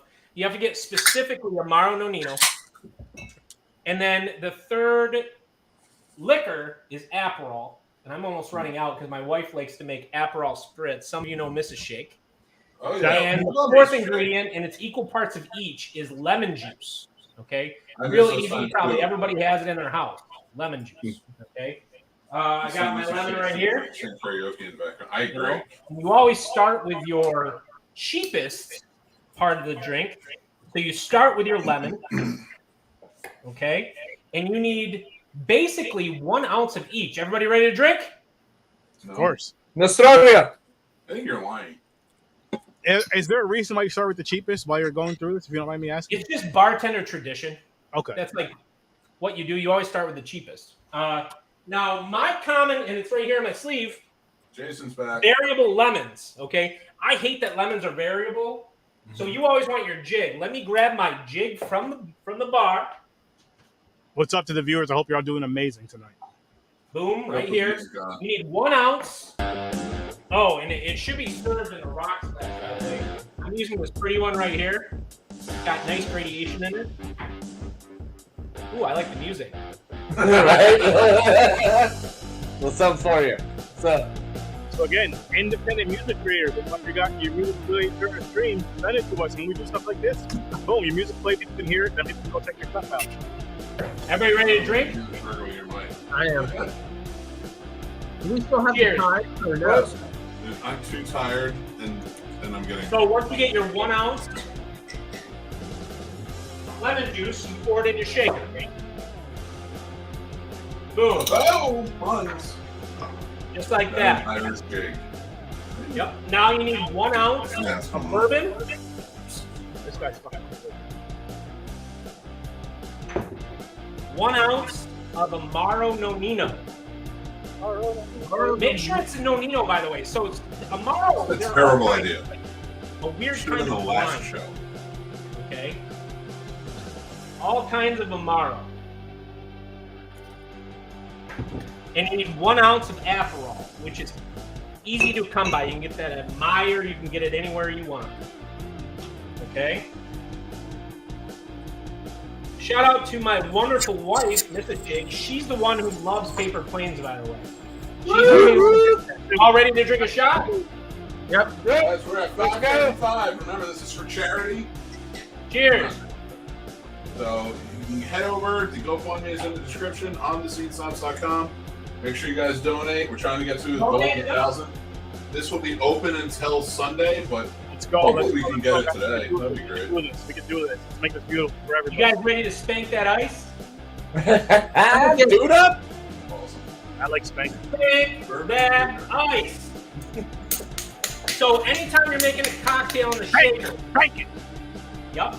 You want a cracked cube, which I just did. And a whole cube right here. You also need to put a cube in your drink, obviously. You're gonna get me drunk, and I have another hour to go. We're up right now. Shot. Yep. Damn it.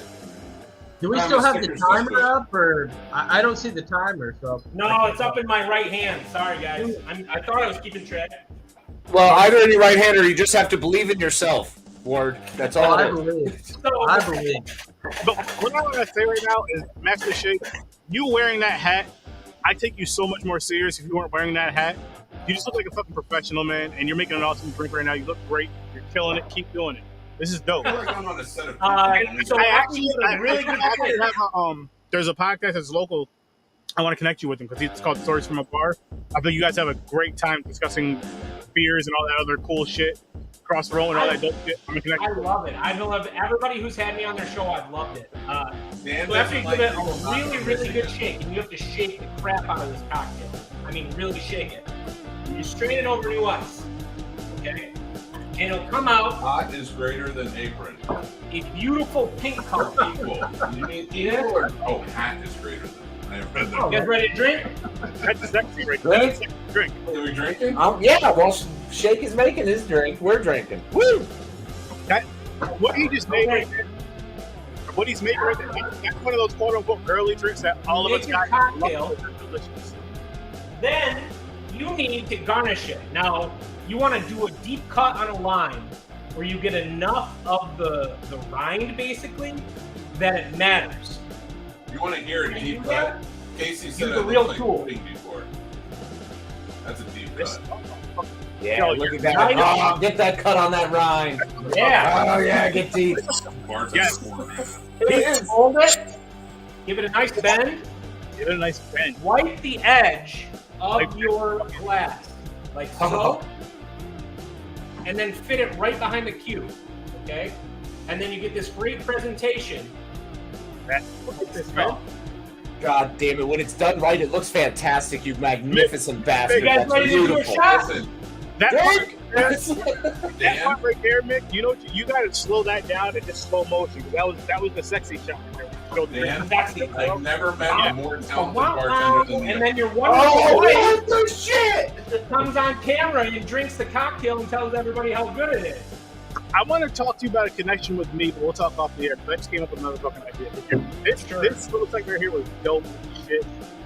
This guy is great. Go follow him. I said your wonderful wife comes on camera and takes a drink and tells everybody how great it is.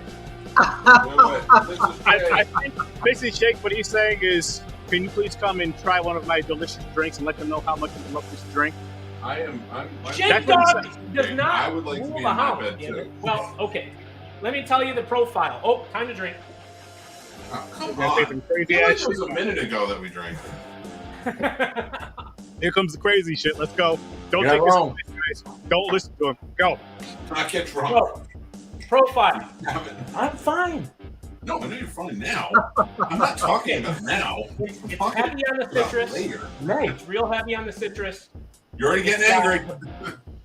The bitterness of the Aperol right here, which matters. That matters a lot. This is the key. A heavy vanilla bourbon, in my opinion. And that's what this is. Now, Ward, you are the king of bourbon as far as I'm concerned. Tell everybody about McKenna. Oh, McKenna is a wonderful bourbon that well, they make several iterations of it, but the best is the single barrel. It's won several awards, and What are the royalties on that, Kathleen? And play something we're gonna get. but yeah, it's a wonderful bourbon. I've drank it for like a decade, and I've only had one bad bottle of it in that time, and that's not bad for a single barrel.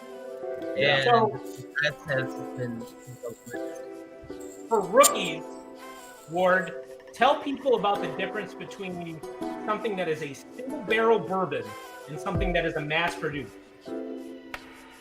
a single barrel bourbon is just that.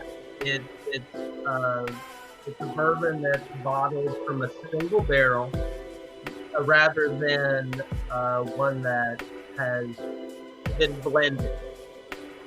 And blended bourbons are more consistent. This is a good thing, but single barrels can be, when aged correctly, they can be enforced.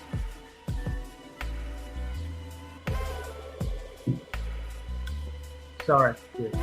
You're good, brother. You got Thanks, nothing Lord. but time. Let's earn this money. When aged correctly,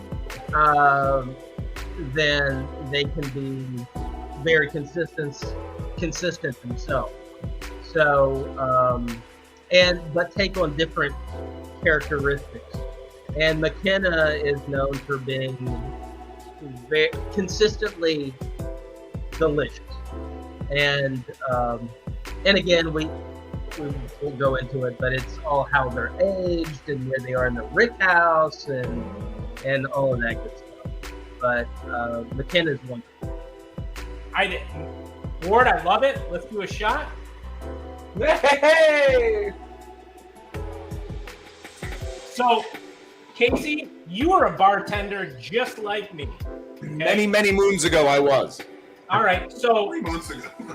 in my opinion, when it comes to liquor, bartenders are the people who listen. Okay?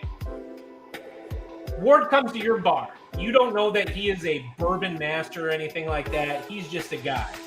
Yep. And he says, the annoying question, which you know for a bartender, this is annoying. I like bourbon. What would you recommend? Yes. I always have to immediately ask, well, good sir. Why? You got to know, like, are you looking for something smoky? Are you looking for something oaky? Are you looking for something smooth? You looking for something with bite? You want something aged? Do you want something young? What you feeling? he's your customer who doesn't know. Oh, he doesn't know? Something oaky. What would you You recommend? want something oaky? All right, cool. I can come up with that. I want a TV series with Casey and Master Shake and bartenders. And that's as far as I got, but they both have to wear those hats. I don't care what else they're wearing, they just have to wear those hats. And I think it would be such a fun, funny thing because you have the silliness from both of them, you have the seriousness from both of them, and then you probably have those weird movie facts that they just come up with out of nowhere to the random customers. Like, hey, have you ever seen? Fuck, I'm throwing it out there. Have you ever seen Blood Lake? And then just boom, that starts a weird conversation. Sadly, You're out. All right. But Casey, what do you recommend to him? Blood Lake one more fucking time. I'm not gonna stop. I can't stop because those creators, as much as I hate that movie, those creators deserve to get their movies watched. I'm being polite. I'm being nice. I'm trying to be nice, Mick. It's all about pipe. I can take me out if I want to. Unfortunately, you're collateral damage. Drink, fellas.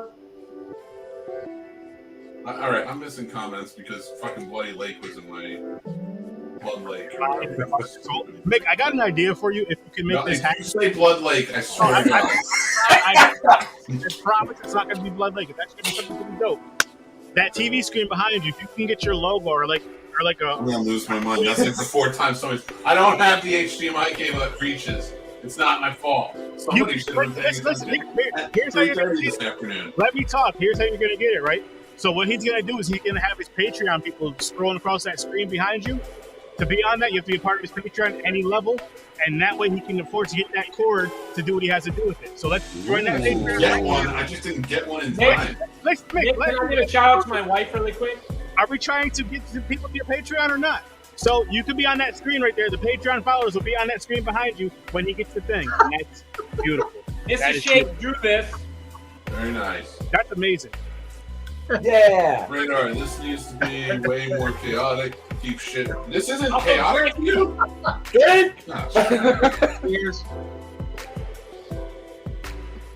So Casey, what would you give? This is tired. But I really like this idea of actually us putting on this TV show. I would like to pursue this. This could be a lot of fun. Because it'd be like a Starsky and Hutch of bartenders. I think it'd be great. And it would be great. And it could be something kind of similar to this in a sense where, and I mean, you could have us as the cast if you wanted to as guests. we would be the guests coming into the bar, having those weird, strange movie conversations with you, and you have people in the background like sitting at the tables and shit, and just like, what the fuck are they talking about? Boom, there's the show. You have your silly jokes. It's kind of like a weird. He's talking too hard. Oh, wait a minute, dude. I don't like. Too many ideas. I'm throwing the shit out of that right now. I don't even know where I am. He's still talking. I'm looking at him in the green room. Yeah, because we're getting into it. I'm having a great time, Mick. I can't help it. I love you, buddy. But it's too fast. You have to wait speak at a slower, I get excited with ideas. It just spills out of me like R. Kelly and Piss. Listen, I need Casey to do more shows for the Scene Snobs. Stop trying to put him on other shows. We can do that for the Scene Snobs. You kidding me? Come on, Shake. All right, let's get to the shows we have first. I'm having a blast. Scene Snobs where you can grab guests on so it makes your job easier for Nick, you. I think I need to bring this back, brother. I'm not joking. This is dope. I love it. I love it. I remember that logo. Yeah. You got to get the logo on the smock. Because the smock is fucking amazing. You like that? I love it. Where can we get those? This one, so I have 3. I have one that has a leather band on it. I use it for grilling, but this one came from. You know who didn't get one? The guy who made the logo, Mrs. Shake. Oh no, it was the good doctor, right? Who made it? Cheers. FYI, the beer I'm drinking tonight is my go-to. I'm drinking a shit ton of beer. Oh shit. EDR. Sorry, My friend, what you'll notice is that we come from similar veins of blood. Well, you said you were drinking PBR. That's why we got Or it's the PBR. Look at that's beautiful. It is the PBR that drives us. It is. It makes us great. Yeah, that's the shit. Again. I remember in college, Connor and I had an idea. I think I told you the back porch bar we wanted to open in Maine. Yeah. Where everything inside looks like it's a back porch, so you can just hang out on the icy slopes in Maine, and we would only serve PBRs. Yeah. They should be. Everybody would come. Sounds great. Timothy! Shake is doing a shimmy. He's getting there. Casey, we still don't have that bourbon, man. And what's the title for your guys' show? Cheers. You two got to come up with the title for the show. 2 bros, 1 cup. Look at our tips. Crossing swords. No, you know what we call it? TIP, to ensure performance. Ooh. So you still have some weird. A shit ton of beer, and then a shit ton of beer for my husband. I'm not gonna lie. My wife usually comes up with names for me because she's a award-winning marketer, and I'm not. For those of you that don't know, I'm just an English teacher. Hey, listen, you're still important to all of us. Hey, that's not just. You get rid of that damn just. You are an English teacher. And an awesome bartender. More Put important. yourself in that box there, Dan. You're an English teacher. Stop. I only put myself in boxes, especially when I take a shot. Slancha. You're just an English teacher, Dan. Never just, and don't let anyone say it. Oh my God. Let me You know what's funny with how we have this? And Mick sees this right uses now. big words We can against see me. the It's time not every fair. time right on the screen. It's like right below the screen. He can Oh, pull it up does. if you wanted to. Oh, the time's right below there. We only have 34 shots left. The time is right below where? Only. No big deal. We're doing fine, y'all. This is way too much time that's left on this show. Like this whole organization about how I was going to ask like Casey about what he'd serve and Ward what he'd recommend, and then I was going to have Mick like tell us about what whiskey he likes. And... Well, it's actually the complete direction that I want to go. I'm curious. It turned into the best AA meeting I've ever been to. Can I make a suggestion, Master Shake? What if you tie like the drink you watch with one of your favorite movies, no matter what genre? Like, what's that? That drink? was my show. That was my show. I've honestly never seen a show like that, but that sounds very interesting. That was my show. Season 1 featured 16 cocktails. Both of these gentlemen tuned in for pretty much every episode. I think it was a great show and everything, but I got burned out after doing it for 11 months straight during the pandemic. Very understandable. Yeah. That's I don't know. I made a person book who knows on drinks to make. It's a lot of cocktails to come up with, especially since I didn't just make. So tonight, I mean, the paper plane is just a normal cocktail. If you go to You a only need cocktail bar, 52 recipes. yeah, if you go to a cocktail bar and you order a paper plane and they don't know what it is, go to a different cocktail bar. Yeah. Good. See, I don't know shit about drink. I'm the type of person I don't know shit about drinks. I don't pretend to even know. I just enjoy a delicious drink. You know the sweet ones that you order for your girl, and you're like, let me get a little sip of that, and you try to get that shot of whatever you like just because it's a guy thing to do. Hey, you sip her drink, you know what? Let me tell the waitress, yeah, let me get one more of those real quick. Yeah, but she got it. And you just sip it kind of slow. What's your go-to shot? Southern Comfort is my favorite drink, so I'll just say Southern Comfort. It's actually I still remember it. When I turned 21, it's the very first bottle I got. I had a big stupid ass grin on my face, like I was doing something wrong. And I love you, man. I love you so much right now. And yes, that's what I usually get, the 100 proof. And what's cool about it is I remember I was going to we had like a house party at my uncle's house. Yes, I was 21 or older. And he was like, Aaron, what's your favorite drink? Because Southern Comfort. He didn't have it at the time. I swear to you guys, the very next time he had a bottle of Southern Comfort there. And this was, mind you, over 15 years ago. And he still has a bottle of Southern Comfort in his fucking cabinet because his nephew likes it. That's some shit right there. So that's my favorite. Yes. Didn't take a drink. You can't tell me that's actually within here. If you like Southern Comfort, you should try a shot called an Alabama Slammer. Okay. There you go. Classic. Yeah. Alabama Slammer features Southern Comfort Slow Gin, which is like SLOE. It's different. It's slow with an E. Yeah. Yeah. I have all the ingredients up here, actually. Southern Comfort Slow Gin. Where'd it go? All right, man. And amaretto with orange juice, and it basically tastes like fruit punch. I gotta say this to you, man. I want to connect with you. I want you to, whenever you can during the week, or on Tuesdays or Thursdays, I do my show at 8 o'clock Eastern time. I want you to come on, discuss the movie with us, and tell us what drink you thought of. And if you don't mind making it on the show while watching this movie, like what drink, like, oh fuck, this is the drink. I'd love to, man. Anytime. Just because your insight on drinks is fucking seriously. It's really amazing, and I know you're a fan of film as well. So it'd be cool to kind of get that mix and possibly get people to try to make those drinks, watching maybe those films, which connect those films, good or bad, to that drink. Like, at least, when I think of this movie, if it sucks, this drink is freaking amazing. So I think my wife will put the name of the podcast in the comments, but we just bought this from her friend from high school. I love it. Awesome. She has a great podcast that she hosts here in Lansing, Michigan, and she has all kinds of great stuff. Next time I talk to her, I think I'm going to try to get her on a show and talk about it because she's the real deal. I want to say this to everybody out there, everybody that's a part of this whole beautiful, wonderful thing that Scene Snobs are doing. Make sure you guys donate. Most importantly, make sure you guys donate. If you can't afford to donate, I understand it's tough times. Hit that share button a few times. If you can donate or not, hit that share button a few times. But the collaborations, I feel like we should all follow each other. If you are a part of this, like being on video or in the comments, we should all follow each other's content, because we all put out beautiful content. We help each other grow. It's up to get the word out there and do more positive shows, do more connections like this. I can't drink anymore. Simple as that. Nick, come on. No, I'm gonna continue to drink. He's gonna keep drinking, but he shouldn't. I'm gonna keep drinking. I'm just saying I don't drink anymore. As a collective, if we all help a little, that's helping a lot. I like Patricia's take on it. Let's go. I love that. Help a little helps a lot. Shot.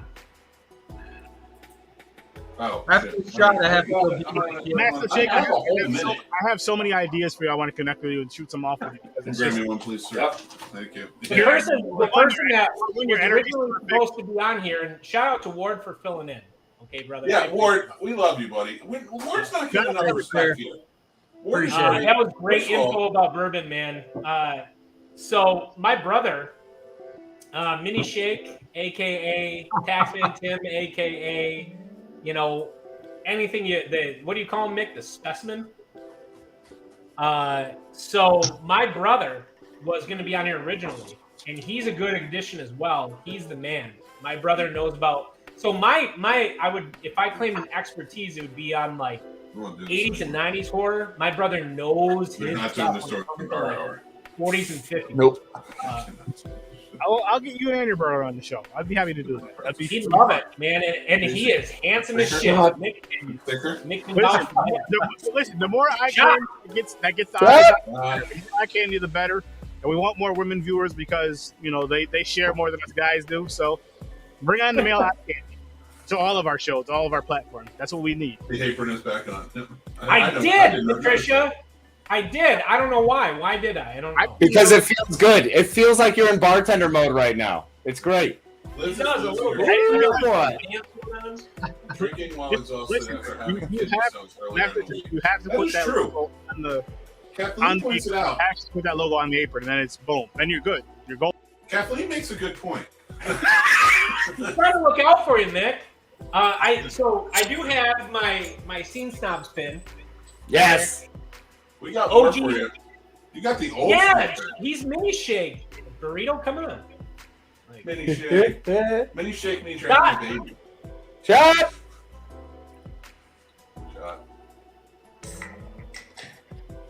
I feel like I'm like 3 shots away from just randomly busting out into Irish drunken songs, so just forgive me ahead of time.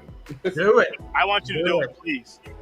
So shake, rate. For it's no, I'm never. talking when I talk. I'll bring a case. I'll bring a case of nothing but Michigan beers to Fear Fest. And Yes. Love Michigan for years. But nobody wants to let me talk. I'm not saying my words. I'm saying other people's words. We love you, man. We really do. I'm not sharing my opinions. I've got your back, Nick. At least someone cares about Ward, your you and I need to go live for Halloween, dude. Absolutely. Listen, let's all Cheers. connect on the good stuff, but this is fun. I'm honored to be on here with the Scene Snobs. I think this is an amazing thing. I love that we can all be a part of I love something. a good power hour. My first one ever, and this is so nerdy. My first one ever was playing Magic the Gathering. Yes, bro. Listen. So I love that you say that. So I used to watch my cousins, and it was his neighbors, they're like little brothers. I used to watch them play it, and I'm always like laughing at games boring. And one day I got into it. I'm like, yo, the artwork alone is what got me into it. Like the artwork on the cards, and then when I started playing, I'm like, yo, this is a fun. I haven't played in years, unfortunately. But this is a fun fucking game. Holy shit. This game is fucking amazing, and I would love to see. I know it'll never happen. If it did happen, it would be fucked up. But either a perfect video game or a movie adaptation of it, and of course, of Magic the Gathering. But I feel like they would just fuck it up either way. So it's good for it to stick with the cards, I guess. But if they could do it right, that would be. Oh man, Jesus. Because again, the art alone, or even a comic book of it, the art alone is worth the story. Mick, were you part Ward, of the don't first leave. Mutant Power Hour? Dude, Ward, what is that Star Trek thing behind you? Not even Nick. I saw him That's leave. I don't know what JB. I'm talking That's the Star Trek, because that's JB in the corner. about. No, I actually have that one. Oh. Yeah, that's Joe Bob, but what's the Star Trek thing? Okay, Ward's one of my new favorite humans. Ward's awesome. Ward's amazing. I love Ward. His wife I got Joe Patricia Bob, was I got probably Star the- Trek, and I got whiskey. It's awesome. Ward has an awesome movie get-together marathon chat every Friday night. Ward's Hey, pretty it'll busy. be on tonight after the Oh yeah, marathon. after events it starts. Midnight Please, marathon will start right at midnight tonight. I don't know what the special is. Last week we watched Death Wish is the movie I remember. Ward, what's the movie tonight? Cheers. That's awesome. Cheers. That's awesome. I'm all out, Jeff. I'm sorry. The first movie tonight is Black Mama, White Mama. Nice. All right. It's a 70s exploitation flick, if you couldn't tell from the title. I took a guess. So yeah, that'll be good. And the What's it second about? movie is crazy. So I'll just leave it at that. It's crazy. Oh shit. All right, fair enough. Gotta see to believe. Yeah, but like the best part about Midnight Marathon though is the music part, because Ward always plays suggestions that people make, and I always get to see Alicia Silverstone in Aerosmith music video. All right, my which is question. always the best part. I'm not sure if you guys said this or not. If you did, just say it again. Where can people watch this beautiful marathon? It's on Cosme. If you just go on Twitter and hashtag Ward's Dirty Basement, then you'll find it. Nice. I'll get you the link. It is very dirty. Hey, It's filthy. that's another one of my monikers, 30 Dirty, when it's necessary. Hey, because you know, dirty can be sexy. That's exactly where I was going with that. I'm just never mind. It's not that kind of show. I'm sorry. I'm gonna drink some water to kind of sober up. We have 22 more to go. Oh my god. That's all. Yeah. Yeah, that's it. Fucking Ward is ready. Old I'm power ready. hour. Listen, I don't know guys, about you guys, but I am ready. I'm sorry, my blackness is kicking in. I ran out of shots. I'm gonna be responsible. I'm not pouring any more alcohol in here. I'm just gonna drink water. I'm sorry. You could say I pushed out. You could say I'm Cheers, sorry. fellas. Nope. But white boys got to kick over and go wild. You said it. White boys You are never, crazy. never apologize, and you never have to explain yourself because you don't want to do a drug. It's But okay. aside, I love you all for doing that because it's so beautiful and entertaining. And we learn a lot of shit from you guys being so curious. Like, oh shit, what is that? A bear? A bear or a dog? We're just like, fuck it. I don't want to. None of my Where's that business. I'm bear? gonna go inside. I do miss. Figure it I out. do miss the Choco Where's the Mile. bear? The last time we did a fundraiser, my wife hit me with a chair. That's all. Yes, you did. It was awesome. In fact, if you guys donate now, and we get another $200 on the board, he's gonna get hit by 2 chairs. I'll try. I'll She's try. in bed. I She love already this man. said she's not getting out. So Hey, I'll seriously. Master Shake, I have a question for you. Is there something, and nothing disrespectful, of course, is there something you say to your wife that you can make her get out of bed right now and slap the hell out of you? she's not funny. My wife isn't funny. I don't think my wife is funny. Oh no, he said it. That, Listen, if she comes and slaps some people, if you can afford to donate $5 if she comes in here and slaps the hell out of them. ladies and gentlemen, I want everyone to remember what a great man that Master Shake was. How we all loved Master Shake. My wife thinks she's so funny and she's not funny. She thinks like the dumbest shit is funny, and Okay, I need it's to like find the equivalent. I'm gonna say this. I'm gonna throw the shameless plug. I'll say this: when he wakes up at 8 o'clock Eastern Time on Tuesday to come on Horror Research 30, you could see what if it was worth him saying all that silly shit that he just said, because he shouldn't say that. Sturdy, I'm go back worried to about- plugging in a second. Hold on, we got something. Here. Hold on. She I'm said pulling a she'll lot- get out of bed for $200. Oh, she'll get out of bed for $200, guys. If someone donates $200 right now, she will get out of She'll bed. slap the shit out of Ward for $150. Is Ward getting up and leaving? Ward, where are you going? I don't want to be slapped. Right now is the time for $150. Master Shake. I'm gonna tell you right now, man. I love you. oh shit! Slaps because Oh it'll be no! Oh no! hilarious. Wait. Oh no! We didn't get the money yet. Because she wasn't. Oh hi! Oh, sweet puppy. Master Shake, I was scared. Oh, I want for to tackle that puppy. Like I was Listen, scared we that didn't my get wife that came money out of yet. nowhere. Oh yes. Make it worth it. If you're gonna get out of bed, slap Yeah. me like it means it. We want to see What blood. happened?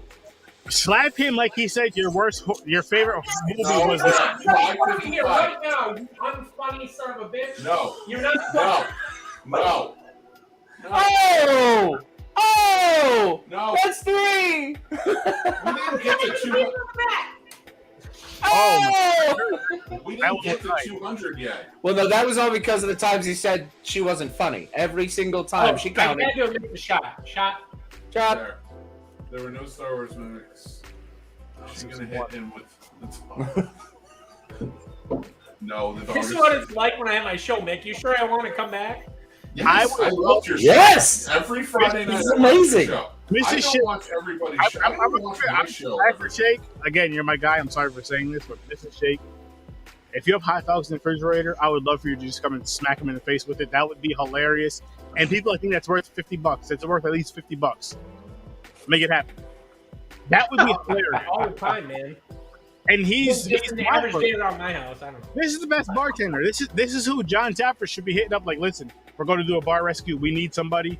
Give him the, because he deserves it. He's amazing. John Tapper, hit him up. Don't forget about us. So, dude, I love John Tapper. Dan, do not have too many shots and then donate $1,000. Hey, remember last time? I mean that. Do not Nick, I was do so that. hammered, and I was like, you were trying to pitch that cat. You remember? And I just was like trying to figure out. I was so drunk. I was trying to figure out how to donate, and I couldn't. And for whatever reason. Listen, I don't know what happened to that cat, but we saved Brady. That's the important thing. I was trying to say it because it was like Skeletor or some shit, and I was like, I gotta save Skeletor. Yeah, exactly. It's exactly what it was. We were in onesies, and here's Dan like, no. Yeah, I just imagine you dropping to your knees in the most dramatic fashion and screaming at the sky with everything you could. He was so drunk. He's like, He-Man will not win this day.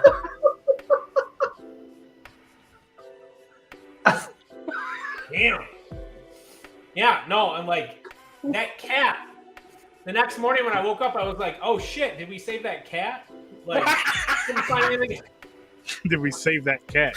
Oh shit, did we save that cat? I don't think we did. I was just talking to Patricia about that today. Oddly enough, it came up. That was a great show, though. That was a great show. Oh, it was Like, amazing. 15 minutes. We were so in it. Oh I shit! had Just did like a perfect episode or an episode segment. It's like, what the fuck are you guys talking about? Like, oh shit, did we save that cat? And it has nothing to do with saving the cat at all. No, it was our first during the Fund-A-Thon. episode, I actually taught people how to make like a true Irish carbound. Yes, you did. Yep. And like I just remember waking up, shot. Oh, come on. Had one. You know, come on. Come on. You're finding extra minutes. No, I'm just following. You two can see the clock. So Yeah. I know. Can't see the clock. So? Pull the clock up for everybody. Well, he's seeing like 3 clocks right now. I am seeing Yeah, but I'm 1 not clock. drunk. I'm just I'm a exhausted. bartender, not a schlub.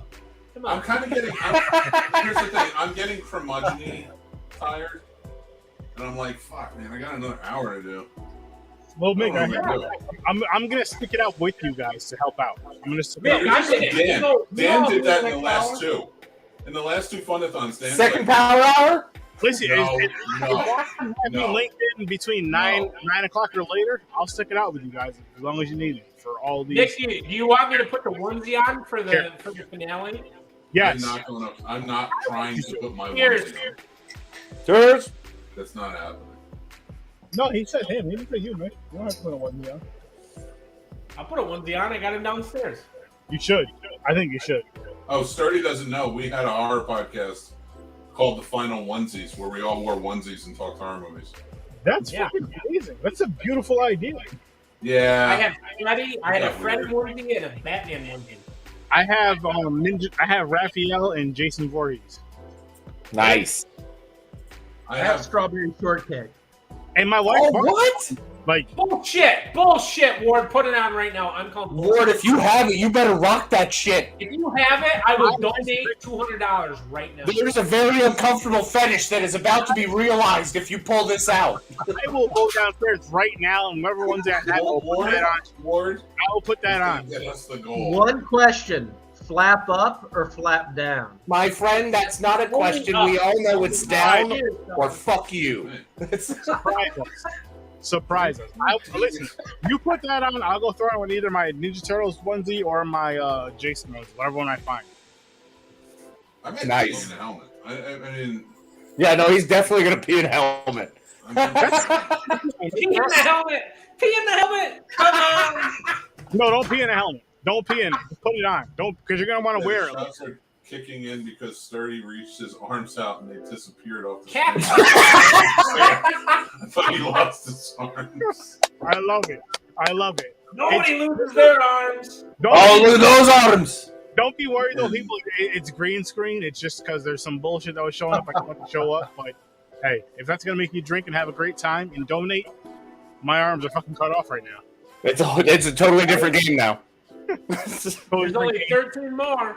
And again, Patreon. Join the Patreon. Eventually, you Patreon, you know, you guys who join their Patreon, you're going to be on that screen behind them right now. You know, that's your. Right.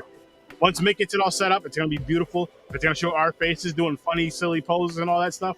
And you can have your stuff being promoted on there because you're a Patreon member. Boom. Let's do it. Patreon, hit the Patreon up. Let's get them to 1,000 subscribers as well, because Mick's going to drop a film, and let's get them to $1,000 because Mick's going to drop another film. Yeah. Or I challenge Patricia. I challenge Patricia to a, what do they call it? Plank off. Oh. I challenge Patricia to a plank off. A plank? Plank. No, plank. Plank. Golf? No, plank. P-L-A-N-K. Oh, look at those triceps. He's so strong. Oh, he's so muscly. He's all bulgy like a moose. Look at him. He's so deadly. I love it. He's wild. It's Patricia versus me. Plank off. It is only 1050, and this is bullshit. This is beautiful, man. This is Oh shit! We missed a shot. This is a wonderful connection. That's what this is. This is positivity. Hey, Ward. What did she Ward, say to what's that? this Star Trek thing back there? She said sure. Let's Ward, do what's it. the Star Trek thing? Oh, that's a cocktail set that Patricia got me. I'm sorry, what? What? That's awesome. Yeah, I'm a huge yeah, Star Trek fan, so that looks amazing. But he only Yeah, likes it's great. It actually was, oddly enough, I got it years ago, but it was made in the Ukraine. Nice. Fascinating. Who we're actually working with tonight to help with the World Central Kitchen. Part of the reason we're doing this and putting this on is to make sure that we put food in people's mouths as much as with the alcohol we're putting in our own. Yes. We all love to consume food, people. I'm a greedy son of a bitch, especially when I'm sitting down and watching a film, good or bad. I love eating. You know what, guys? Let's have some fun. What's your favorite movie snack? Like that one snack that just tops everything. It could be a meal if you count that as a snack. If you want, that's fine. What's your favorite movie item? No matter Sour what. Patch Kids. Sour Patch Kids for days. Yeah, bro. Okay, you know what? I'll break it down. I'll say in theater because there's a different experience in theater and home when it comes to food. Pretzel bites with cheese. Sour Patch Kids. Pretzel bites with cheese. I'll say for me, what did you say, Mick? Popcorn, Pretzel bites with cheese. popcorn, Raisinets, and Reese's Pieces all mixed together. I love that fucking mix. It's strong. And yes, Bites, that's a solid one. That's movie rentals. Yeah. After I get my my Sour Patch Kid fixed, I have to have the salty buttery popcorn. It's got to be that. And you know what? I won't count out cookie dough, Mick, because we all put some shit in our pockets. There's Ziploc bags to bring into the theater. That counts. That ghetto shit counts. Whatever you eat in the theater is what you eat in the theater. So I respect that cookie dough. My Voorhees. In other states, do you guys have? We can have booze in theaters. Yeah. We can. There's actually a theater called Bowtie where you can buy like wine and beer. I don't think you can buy liquor, but wine and beer you can buy. I don't know if you can have it in the theater or not. I'm not sure, but I know you can at least buy it there. So that's something. Hey Ward, if you're going to be drinking in the movie theater, there, Ward, what are you guys? You want a liquor or beer or wine in the theater? Well,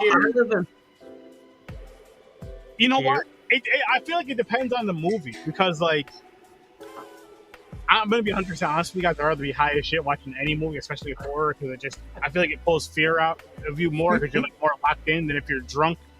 You're paying attention more. For me, I'll speak for myself. When I'm high as shit watching something, I'm just like locked in, like holy shit, like oh my. I feel like I don't even blink. But if you're drinking, you're kind of just like No, not yet. Trying to get comfortable. Trying to get comfortable. And trying here to in Florida, the biggest treat in a movie theater is bath salts and human flesh. That sounds delicious. But listen. We know that there's a lot. I'm not talking about you or anybody you're associated with. There's a lot of craziness that comes out of Florida.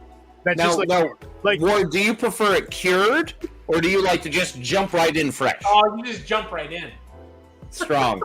It's ballsy. I like it. I do bring my own habanero spice. So. Smart man. Hang on. Smart man, Ward. Mick, can you bring up Patricia Rivera? Because how come?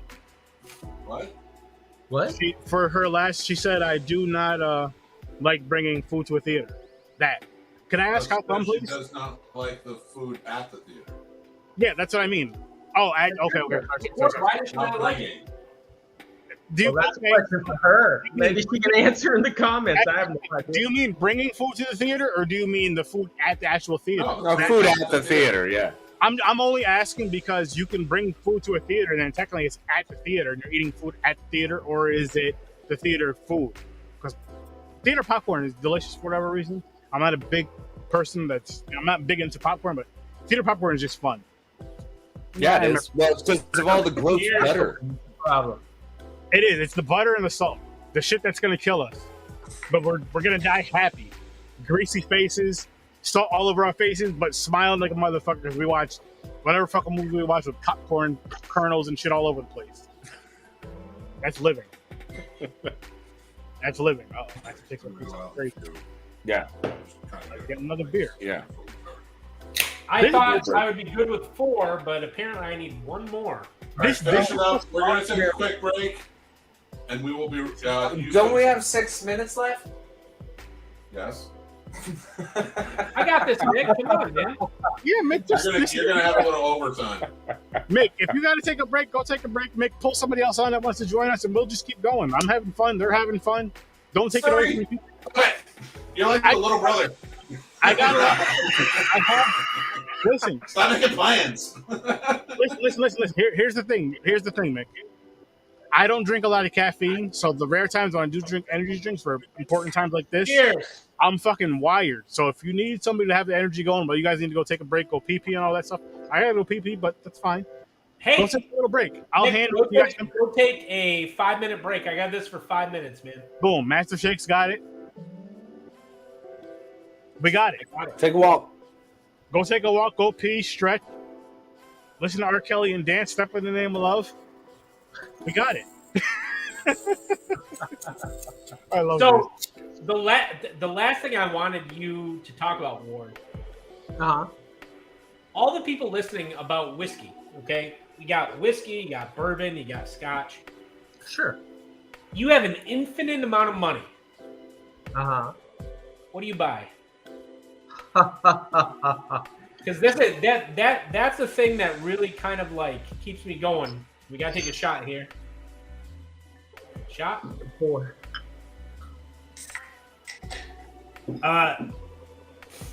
All the choices. Okay. I still continue to go back to Russell's 12. I do. I can't help it. Okay. I'll agree with you because generally the best bourbons, I mean, there are really, really good bourbons that are rare and you can buy for a lot of money. Yep. Or if you get lucky, cheaply. But a lot of the good bourbons are the ones that are readily available. And Russell's is one of them. Absolutely. It's consistent. It's a blended bourbon like we were talking about before. It's wonderful. Another one is a bourbon called Jefferson's 1920. It's probably my favorite bourbon that's readily available. I can actually. Do you want to get it? Casey, I'm gonna disappear for a second. I gotta go pee pee. No, hit it up, brother. I'll be right back. Morning. You're good. I mean, they're the best bourbons often. Four Roses. Oh, there's Patricia. Oh, the show. Hi, Bourbon. There she is. There she is. So yeah, this is a wonderful bourbon. Oh, I love nice. Forester. Yep, that's a good one. I said Jefferson. Old Forester 1920. Yeah, it's one of my favorites, and you can find it anywhere, and it's great. Yep, it's a great classic, easy peasy. Everybody knows it. It's everywhere. It's a great one. Yep. Cheers, fellas. Almost done. More to go. Ward.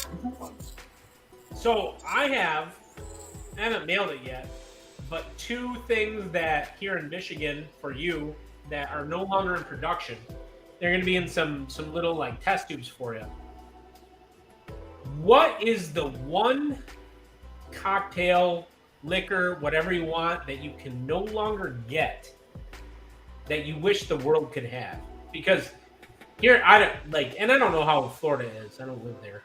But here in Michigan, you have several distilleries that they'll do short runs of stuff, and then you can't get it anymore. What would you want people to have if you could? There's a distillery in, oddly enough, Kentucky. How about that?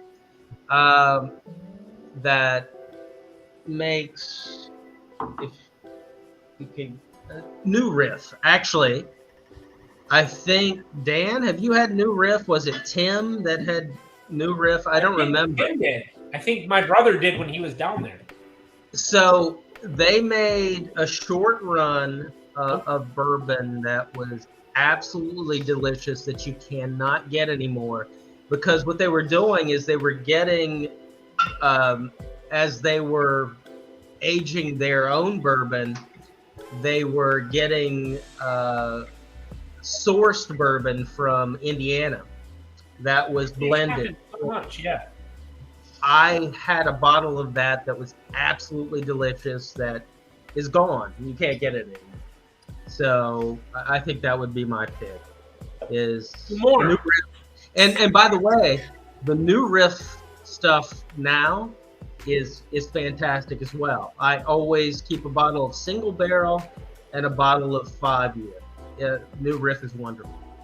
Mine would be this. So you have 2 shots basically coming to you of this. Okay? They don't make this, and they never will again. They said they're not doing a rum. I'm gonna put it back. Now, who is Mammoth? Where is that from? Traverse City. Do you know that, Casey, or no? No. So Traverse City, if you hold up your hand, yeah. If you hold up your hand like this, right? Yeah. Traverse City would be right here. Okay. Between the pinky and the ring.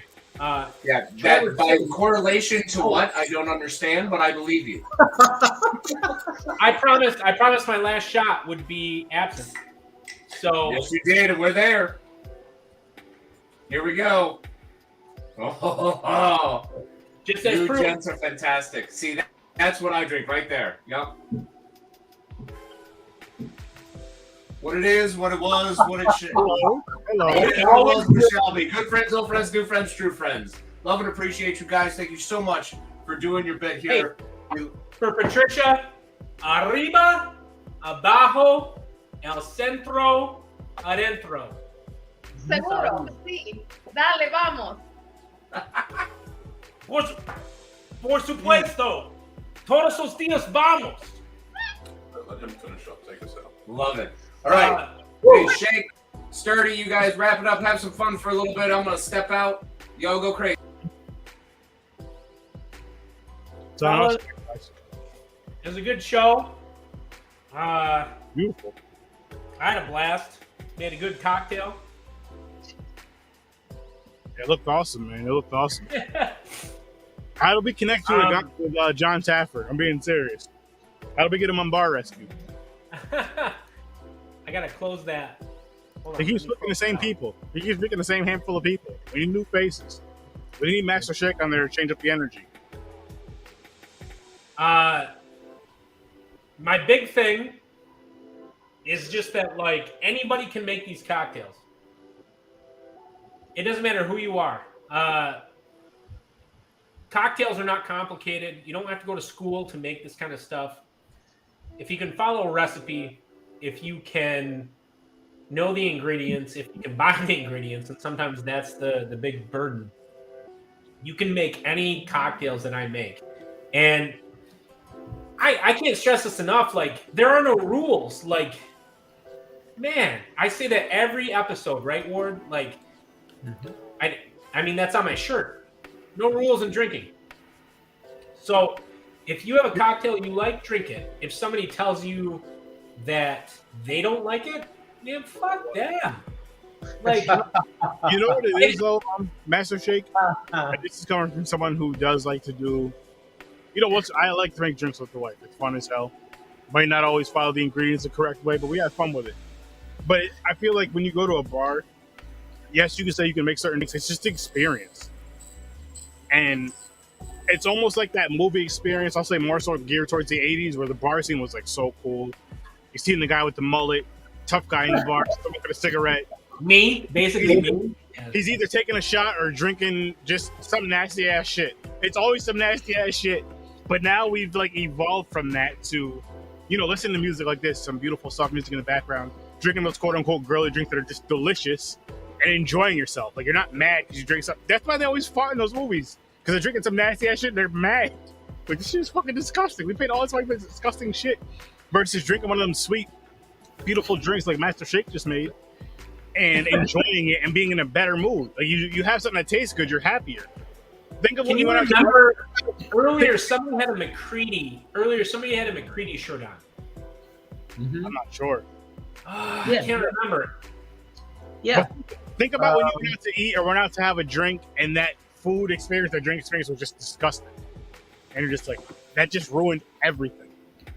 Like, so McCready in The Thing drinks a terrible scotch. Do you remember what it is, Ward? Isn't it JB? JB. He drinks JB. What a terrible scotch. That is a great scotch. Shut your Oh, goddamn mouth. come on, Nick. That's a terrible scotch. All right, guys, are you all hanging around for the night? I will if you want. All right, I want to start the last hour. Give me 5 seconds. I'm here as long as you need me, bro. I'm here as long as you need me. I'm down like the guy who arrives 4 minutes late to the beers. Yeah, you got here late, but we're glad you're here.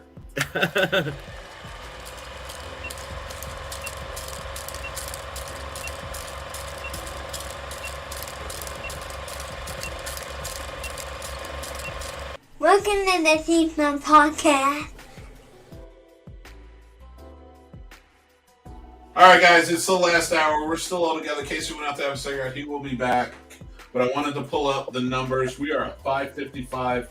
I don't think we're going to make 1,000 unless there's some miracle happens in the last hour. But it is open till Sunday, so hopefully we can make the mark. But let's try to get to 600. How about that? 600, 300 to each charity. I think that's a good round number. So let's make that push. What do you want to see Shake go through tonight? Okay, no, I'm just kidding. But gentlemen, it has been truly a wonderful pleasure and honor to do this stuff with you, to do another Fund-A-Thon. We're on the last hour. Gets a little solemn. I'm a little drunk because I'm a lightweight now with kidney stones. But I do want to say I'm honored to be on something that like this that's that really that important. That's like drawing something as fun as we're having, as much jokes as we're having as we're doing. It's something that's really drawing attention to something very, very important with these two amazing charities, which is going to be split 50-50 with all these donations. So it's cool to really be a part of something that matters. Like, this actually matters. I'm not saying our shows don't matter, but this show right here is the most important show we've all done to date as a collective or as solo. Oh yeah, I thought you were talking about my show. I'm like, no, don't do that. This right here is very, very important, guys, and we get together to do. I mean, of course, the Scene Snobs put this together, but we all get together because we love the Scene Snobs to do this, to promote this, to hopefully get donations for these amazing charities. So if you can donate, please donate, and if you can donate, please donate and share. If you can't donate, please share, because this can get out to a bunch of people that we all know and love that will feel the same way. Where they can, if they can't donate, they can at least share it to someone that can possibly donate. Let's do that. Let's make it happen. Yes, you, all 4 of these, Mick, so far that I've been a part of. This is an awesome thing that you guys do. Thank you. Well, it doesn't happen without you guys, so it's all of us. Mick, we still have that music if you care. I don't know. Oh, do you want it off? It's up to you, bro. I don't care. I'm in. I'll just change it. I'll see what else we got. We got You know, anything you put on, so. I don't know. Again, people, if you're indie artists, send your music in right now. Send your music in. They'll be played in the background during this stream. Yeah, I don't know. I figure it's the last hour. We'll keep it nice and loose. We'll keep it going the way it was. The power hour was fucking awesome. I'm not doing another power hour though. You said this was your this is your guys' 4th charity, Mick? Third. This is our third. Third? Okay. Nice. Yeah, our last one was exactly a year ago. I'll always do a power hour. I know you will, buddy. I'm You'll do thinking like about the. I was thinking about the drive-in one we're doing next weekend. We're not doing. I'm not doing one next weekend. I can't not sleep for another week. Hell no. Nobody will talk to me. I'll try to save a drive-in any day. Well, we gotta get Casey back in here because it's not an hour without him. You're right about I knew you wanted a cigarette, so I was just letting you. Yeah. But I had to put the intro on. Of course. I already miss him. It hurts. Oh, for sure. I know. I miss him too. Bad. Like it's either a heart attack or angina. You just had angina. I hope. No, you miss Casey like we do. We all feel the same way, Mick. That's all that is. Yeah. Casey's fucking going Hogwarts and shit. Yep. He has a fandom. He's a sex. Shit, what does that even mean? You'll see. We'll see. Oh my god. Are you? Yeah. I like it. Do it. I don't know what you're talking about, but do it, Casey. Do it. I feel like Casey's taking clothing off. Embrace the absurd. I love it. We see some The Emperor is here. Are you a Death Eater or the Emperor? Not a Death Eater. What do they call it? Dementors. You don't believe Mentor. in what you know. Mentor. Case Kelly. He's Case Kelly. I love it. I'm down. By the way, Master Big Plank Challenge. Instead of peeing on children, he pees on Mick. She gonna kick your ass, dude. Hi guys, I love you guys. Miss you. This was awesome. This is All right, have a good night, everyone. I love it. Fidelio. Oh my god, Japan 4. Japan 4. Made it too delicious. Well, of course your cocktails are delicious. You made them. And any competent bartender knows they make the best cocktails ever. But that's the key. Any bartender says they make the best cocktails. Darn tootin'. Oh, and if you don't say that, you're not a real bartender. True. I have a heart Or a attack. really bad one. Yeah, I got you. You gotta carry me out. And Yeah, I'm down. one of my favorite stories ever. Crazy strength. Yeah, I You're will. gonna be running Look, me in your robe. If Mick were to have some sort of random thing happen to you at any point, bro, I would be able to carry you. I would get some sort of strength that would come over me. That would be like a mama pushing over a freaking, I don't know, a tank. I have a feeling, Like I could do that. but it would look like me completely laid out, like in the movies when they put the person on wires and the other person's just under them. Oh yeah, that's 100% what it would look like. But I mean, yeah, don't video it; it's terrible. It's ridiculous. They'll be shirtless in a robe, and it's just like That there is why you got to video it, because that will be the funniest fucking meme and like that funniest gif of people just sharing it for eternity. Like, what the fuck was going on? What's Yeah. the big guy's name that does the animals in Which one? Harry Potter? The big guy does the animals. Oh, You're Wizard, Harry. What's on your shirt? I don't know what your shirt is. Whose? Ward's. Oh. What's he got? Obey. Obey. I love it. Obey. I love it. No, he's not a fan of John Carpenter. He No. thinks he's flimsy. No, not at all. Nope. Hagrid, that's his name. Hagrid. Thank you. Thank you, Dale. See, Dale knows. Looks like Casey killed the bear. You shut your goddamn mouth, Radar. Shut your goddamn mouth. I don't bears around here. No, don't worry, Radar. I don't kill him. I just fuck him. Wow. Okay, you know what, Casey? I believe That's a great reference, Casey. That's a great reference. Wearing that Right? robe, the hood up, and his nipples out, he's fucking bears. Just hollering. Mick goes up and Casey's fucking him. Just walking around with it like, hey, come on. Hey, bear fucker. Oh, we broke 600, y'all. We broke 600. That's right. Beautiful. $400 more. Now I'm just saying, it's 11:13. If we get a miracle and get to 1,000, I will drop my first film right now. Tonight. Right now. At the That's right, midnight. guys. He's Dude, ready. FYI, I donated like $90 today, so Yeah, we've seen it. Thank you, brother. I really appreciate it. It What means is that? I hope people join in. Great causes. Let's make sure people get what they need. Yes. Yeah. Unfortunately, food and sustenance right now is such a thing and such an issue. Food security is a problem, has been a problem, has becoming a bigger problem. So we really want to make sure that people are able to live their lives comfortably and have the right to eat.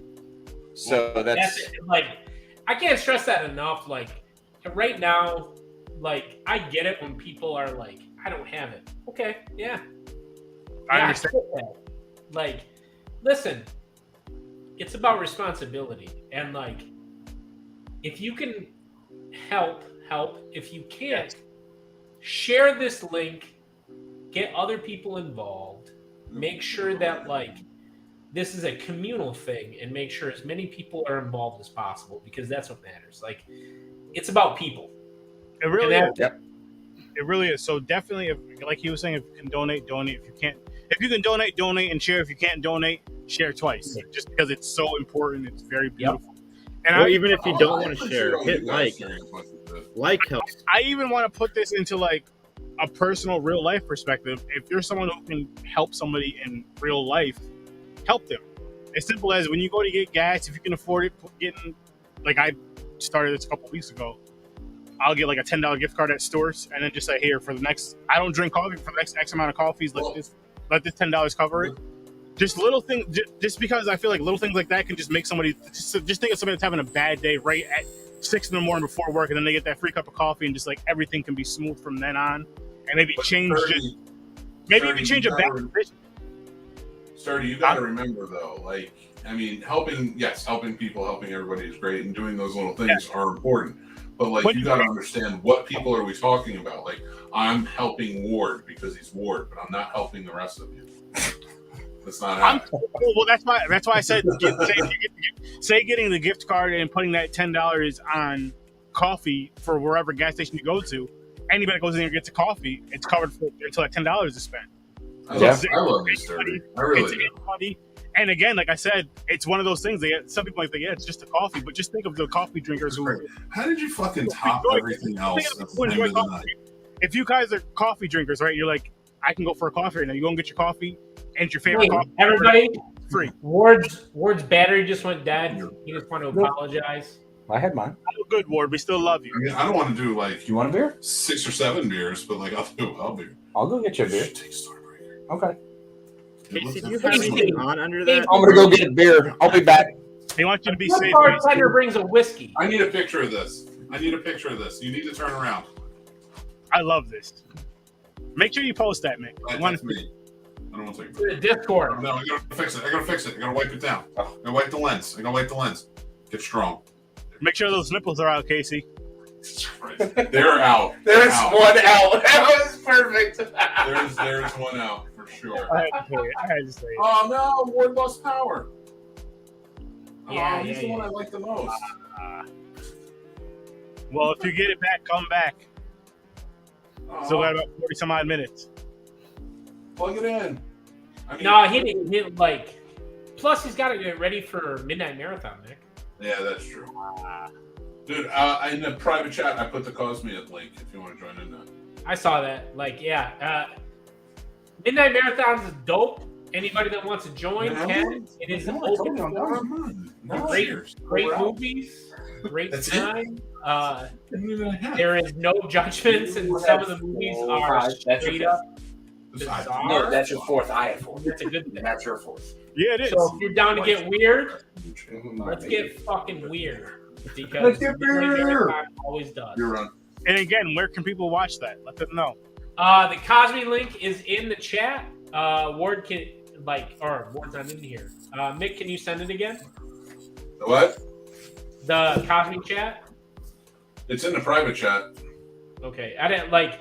I mean, I'm just like live. I, Right now. I can do it. That's not a problem. Okay. I don't like. But for serious, like last week we watched Death Wish 4. I think it was. Is that the one where his granddaughter gets assaulted? Maybe it was No, 3 that's the then. second- I don't know. It's no, 3 his or daughter 4. is the second one. Marina Sirtis Marina Sirtis is a third one, right? Yeah. And the fourth one is his wife. That's It's right. his new wife. Yeah. So this one, he showed up and his buddy from Korea got assaulted by a bunch of gang members. That was the Is that beginning. 5? I thought it was 3 or 4. So No. Then that's 3. It's in the city, right? yeah, it was in New York. Yeah. You know, doesn't it seem like Death Wish is just a bit extreme? Like one guy just seems to like want to kill a lot. Like Okay, so one thing because I said this during the chat, I live in South Lansing. I live on the border between, like, you go 2 or 3 blocks north of me, and you run into $1.5 million houses on Grand River. You go 4 blocks south of me, and people like me potentially would get shot. Fair enough. I'm on the border between those 2 realms, and like, I mean, about 3 or 4 weeks ago, 2 like 19-year-olds got gunned down with an actual Uzi in the middle of the street. So what? Yeah. Uzi like is crazy, right? Like that. What an Israeli weapon, but movies like that. Like this is what I'll say. So earlier, I mean, we're talking about shitty movies, right? Like, there are some shitty movies out there, crazy fucking movies, whatever. Lots of them. Well, I hate to break it to you. You asked if we were talking about shitty movies. No, we were talking about Death Wish 3. So get your shit together, Dan. Like, in general, like some of these movies where they say stuff, I'm like, well, that happened in my backyard 2 weeks ago, and I'm just like, and when we were watching Death Wish 3, I was like, yeah, this is South Lansing. This is. It's funny you mentioned that. They won't go to where I grew up. It was on Miss Marvel. Yeah. Jersey City is where I was born and raised, and we were watching it with my kids, and I was like, that's not what it looked like when I was there. I was like, did you ever see an 80s movie about New York? That's what it looked like when I was there. It was a war zone. Well, that's just because Jersey so desperately wants to be New York, and they're always playing catch up. Son of a Always. bitch, dude. You take it too far sometimes. He takes it where it needs to be taken. Somebody has to do it. It's Casey. Every time. My bar is so messy right now. I hate it. I like. Dude, all right. So as a bartender, if your bar is not clean, and I held this by my standard, if my bar was not pristine when you sat at it, I felt embarrassed. Yeah, I will. Yeah, I was not okay with that. I was on the other side of the pond. I gotta grab my towel real quick. Go bar rag. What are you timing out? Hi, Jason. How are you doing, brother? I'm doing great, Casey. How are you doing? I like your European court wig. Oh, thank you. Yes, I'm trying so many different things. I figure I try this wig this time and see how it works. Maybe I'll try it with this accent, or maybe I'll try a different accent. I don't know. We have so many different ways to try and express ourselves. There's no reason to short ourselves when so many options are available to us. How do you feel about what happened with Boris Johnson? I have so many ideas about that twig, that useless human, that impetulant child who decided to put himself in a post beyond ourselves. Who should be prime minister? I say Hugh Grant. Well, naturally, Hugh Grant is probably the best choice alongside Christopher Lee. Christopher Lee ever play the prime minister? No, but he's dead and there shouldn't be a prime minister. Benedict Christopher Lee Cumberbatch. is Grace after being in The Stupids. Whoa. Wait, is Christopher Lee seriously still alive? I thought he was dead. No, he's dead. Oh, he's dead. He's dead. Okay, all right.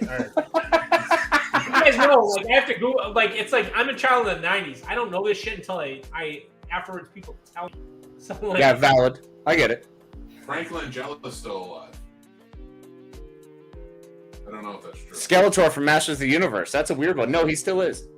Yeah, he's Scandal Listen, right now. listen, I wish I had been part of the Masters of the Universe roast because, like, that movie, Nick, is amazing. Is amazing. That It's movie, one of the best movies ever. I love that movie. He loves it. Right? Because it's great. Because it's wonderful. Gwildor was weak at best.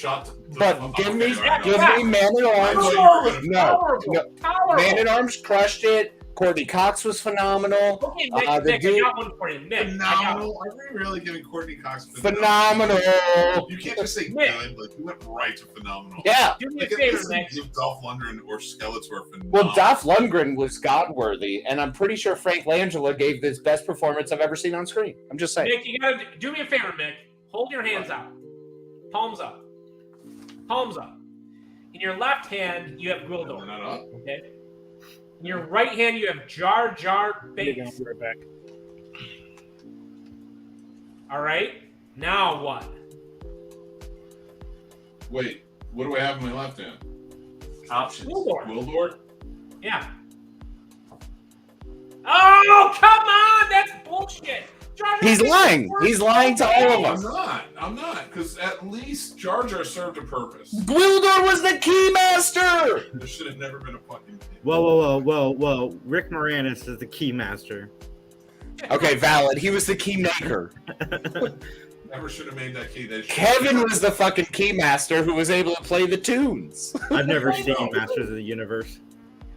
Gwildor did nothing. Come on, Nick.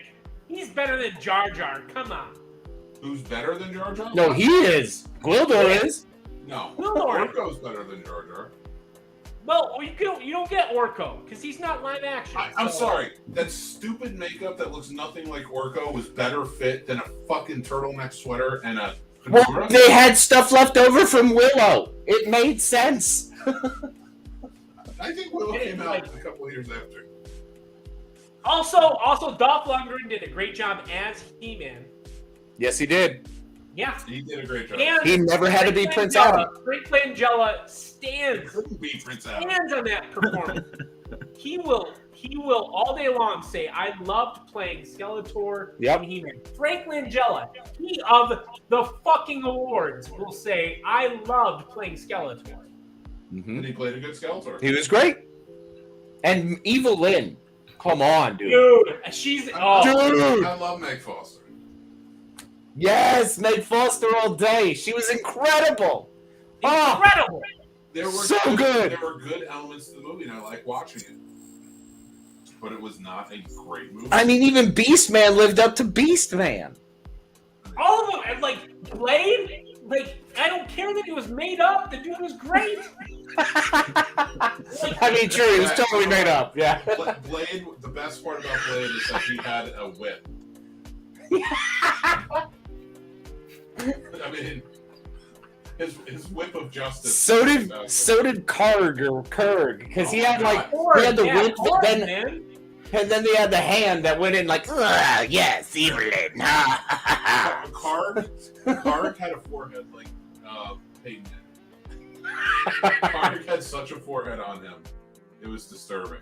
And I can tell Sturdy's probably never seen Masters of the Universe because he's not chiming in on this. No, nobody's trying to get. This is a shame. Shame on both of the people. In my defense, this I did chat just right now. come back from going pee, but I don't recall seeing that. I would watch it though. Let's talk about Street You Fighter. watch not Fletch Call of here, Duty. you watch anything. Do not give us Street Fighter for plot roast. I'll take it. Do it. I'll go Raul Julia all day. Oh, that speech at the end about Van Damme and his boat, that's fantastic. Right, dude. JCVD was strong all day in that movie. Oh my god, maybe with muscles. Are you kidding me? Of course he was brilliant by comparison to everyone else in that flick. Yeah. Well, okay, Raul Julia was strong as shit, but then you're going to go back to the Muscles and Brussels who failed? He didn't pull a Lionheart. Oh, dude, he was so coked out on the Street Fighter set. He was banging Kylie Minogue and doing coke. That's the only thing he did. I enjoyed the movie that was based on the Street Fighter movie, the game that was based on the Street Fighter movie, more than I enjoyed the movie itself. I don't know because, bro, if you're banging Kylie Minogue, you get a lot of passes. So JCVD was strong all over. All right, I'm just saying. That's what she said too. I I love that movie. Raul Julia turned in a hell of a performance. Yeah, the dude was straight up Ed Bison for fucking days. Similar, I will say, to He-Man. But they brought Blanca in the right way too. They made Blanca the experiment. That's what he's supposed to be. And Raul Julia was literally dying through the filming of that movie. He was dying while they filmed that, Nick. Come on. Really? Yeah, he took Yeah, it because you can see him losing weight throughout the movie. Wow. Who do you play? Bison. Bison. Well, that makes it even more badass. Yeah. The movie was great. Nick, are you telling That's me right. It wasn't good. It was you're not gonna great. stand for Street Fighter and Masters of the Universe? They're both sock. But Dan, calm down, bro. It's all good. Hey, Dan, no, I get it. It's cool, man. I'm with you. I understand. It's all right. I got one for you guys. Street Fighter or Mortal Kombat? The first Mortal Kombat. Well, Mortal Kombat. That's on another level. That's a great question. That's a great question. Mortal Kombat is the best it's not a video great game question, movie. Dan. A great question is, what's this good movie or this good movie? Not this shit movie or this good movie. Well, I don't know, because Christopher Lambert was so good as Raiden, playing, a whitewashed character. Christopher Lambert. Yeah. I did that. Oh, I did that. Just like with your Grinwald. Alright? Kiss my ass with that. You know what it is with There's that? a lot of shitty characters in Lupic. Lubick was brilliant. And don't take Masters of the Universe when we were standing up on Street Fighter. every Street Fighter character except for Bison sucked. Chun-Li was awesome. Ehud the Rock. Right. Doesn't even want to station. I didn't like the muscles from Brussels for days, brother. Then that watch movie Double is Impact. better than Mortal Kombat. Yeah, second best speech movie of all time. Mortal Kombat was so much better than Street Fighter. Mortal Kombat is the greatest video game movie ever made. So that's not even. That's like comparing Casablanca to freaking Master of the Universe. And I have to go back and watch it, which we are going to be reviewing on a Popcorn Pints at some point. But I have to go back.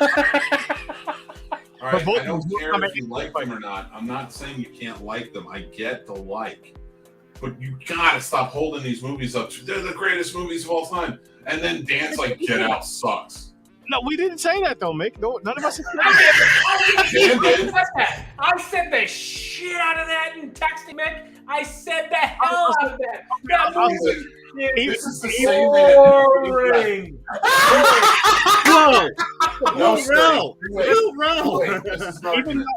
Even though I disagree with him, I respect his opinion about it, and it's fun for the conversation. Oh my God! Stop respecting this man's opinion. Stop respecting his opinion. Why are you telling me stop respecting this? I'm not allowing this right here, Mick. I can't help. I'm not used to people respecting opinions. My podcast, they hate you. Right, you guys are putting a timeout. No, I'm not really gonna put you. No, nobody goes timeout. Nobody goes timeout. We're too close to the end. No one can go to timeout. I will put in Come timeout. on, Casey. I know you're with me. Casey, I know you're with me. Come on. There's so many movies. There's so many good, legitimate movies that you say are horrible, and then you're like, "How do you not like Masters of the Universe, the greatest movie of all time?" And it's like, it's not even Willow. It's amazing. First of all, Willow is goddamn special because Matt Mardigan was incredible. All right, we all know that. I love. We're all the same page. Movies that Master Shake hates that other people love. Ready? Scream. I fucking hate. I'm with you. Wow. 100%. I fucking hate it. I think it's boring as shit. I hate. It's overrated. Overrated. Hey, what movie? I don't get it. I don't get Out. I don't know why people like it. I fucking hate Midsommar. I wish that every fucking person that loved it could debate the shit out of me. I think that movie is dumb and boring and pointless. There you go, Mick. The 3 movies that Master Shake hates that people fucking love. Bro, I'm with you. Stand on those hills and fucking die on those hills all day. Yeah. Like, Dude, I don't this get is it, the man. I same don't guy. get it. This is the I don't same get guy it, who just and said I'll all stand on those it. great Like, movies I suck, like- and then he's I like, told you. Suburban Commando is the best. Because Suburban Commando was amazing. Stop enabling. Stop enabling. You know, like I don't get these three movies. People that like stand out. Oh, let's add in another Ari Aster masterpiece. The one with the kid that get the little girl that gets her head chopped off, Nick. 2 Girls, 1 Cup. I don't think you. I watched a very different video. It was a very different video. That's the master. Yeah, it's not the right video. Mick, what's it? What's the one where the little girl gets her head chopped off and the little boy has to try to cover up for it after he's coming back from a party? It wasn't Hereditary, right? With the car accident. Hereditary. No. Yeah, and then when she sticks her head out the car window and she's like, "Yay!" Because she's trying to get air. When I got to the end of that movie, when I got to the end of that movie, and I realized, oh wait, this whole thing has been nothing but her playing with toys in a diorama. I was fucking mad. I was like, I'm not defending those movies. You and I feel the same about Ari Aster's movies. I think visually is one of the best filmmakers out there. I think he writes shit though, just like Rob Zombie. Wow. Hey, Nick. Rob Zombie is not a good writer. Rob Zombie's not a good writer. No, Rob Zombie sucks, and Scream is amazing. But No. let's talk about. No. I said he's not a good writer. I like Rob Zombie's style of filmmaking. I'm not a fan, but he cast his wife and everything. But let's talk about the classic epic film 3 Ninjas. Okay, Rocky loves that. Dan started on 3 Ninjas. I'm all about 3 Ninjas. Well, 3 Ninjas is awesome. Who doesn't love 3 Ninjas? Really quick, I do want to say this. What Rob Zombie's doing, if you're in a relationship, you understand why he's doing it. It's peace at home. It's quietness at home. It's not a fight. Baby, you got the lead role. Simple as that. Yeah, happy wife, happy life. I love Rob Zombie movies. He hasn't made a bad movie. How about that? Halloween 2. Nope. Yeah, I Halloween love it. 2. I love that Ride the Lightning shit. Give it to me all fucking day. It is high Same guy who concept. said Get Out sucks. The same guy who said Get Out is overrated and stupid fluff. Whatever the Monsters is about to be. There's a white person. I No, thought are Get you Out gonna was see that? ridiculous as hell. And you know Free what? from Hell. I was watching Halloween 2, and they were going with the especially the like idea that she was coming from this line of people. Man, I come from a line of fucking shit. I come from nowhere. And I was like, I get it. Yeah, it's like the white horse. Yeah, all fucking day. You have to ignore that white horse if you want to be anything different. And at the end, that character couldn't, and I was into it, man. Oh God, did I love that. It was high concept, high knowledge, high reference. Yeah, he was high when he wrote it. Yeah, he was. That was dude, people hated it, and you know what? Like, I loved that movie. Guys, we're still at 610. Let's raise that, people. $400 more. Anybody that's listening, let's donate. $390. Too much money, but Boom. $390. 390 people donate $1. I mean, look, that's less than 400. Yes. Casey, what Christmas movie you watched this month? What's that? What Christmas movie you watched this month? You know what? Actually, interestingly enough, as far as Christmas movies go, this month the movie I went with was the what was it? Christmas Dates or 12 Dates for Christmas. Oh, with Mark Mark Amy Paul? Smart, the Lifetime movie. Yeah, Mark Hey, Paul. what's up to George Yeah. G. the Third? I don't know who that is. Mick, I don't know. The Groundhog's Day of Hallmark Christmas movie. Exactly. It's amazing. It's the only one that I can watch consistently throughout the year at any time. Yeah, good stuff. Casey, let me ask you this. Yo, Princess Switch all day. Oh man. Oh, Casey, come on! Casey, no, he loves it. He's not right now. That's not a joke. Not a joke. He loves those movies. I love them. So, and what are you talking about? Fucking. It's the greatest movie of all time. George G. the Third, what's up? How's it going? What's up, George? I love George G. the Third. Who are you? Where are you No, it's from? not the third. It's George G3. George G3. Let me ask you a question, Casey. What is your favorite, or what do you think is the best, not your favorite maybe, but the best romantic comedy of all time? Oh. You've got mail. Well, the most realistic, That's the most realistic and straight up is Must Love Dogs. I don't I've want never to seen that Is one. the masturbation scene? What's that? Because of the masturbation scene? What, Must Love Dogs? Yeah. I think you're thinking of No. American Sweethearts. That's American Sweethearts. I thought so. Wait, isn't it the one where like she's on the phone and she's pretending that she is? That's American Sweethearts. Yeah. That's American Sweethearts. Must Love Dogs is the John Cusack and Diane Lane where he's like the boat I got builder. confused with the one where it's the chick from God, I drink way too much beer. The girl from the two movies Jason, where do you know she's who an George assassin. Clooney is? Come I on, do. Mick. Interpret me. She's an assassin. She's hunting down the people that hurt her when she was pregnant. Come on. Oh, Kill Bill. Yeah. I was gonna say that. I was wrong. She's in it, and Janine Garofalo's in it. Oh, Must Love. That's Cats and Dogs. Oh, Cats and Dogs. Okay. All right. Cats and Dogs.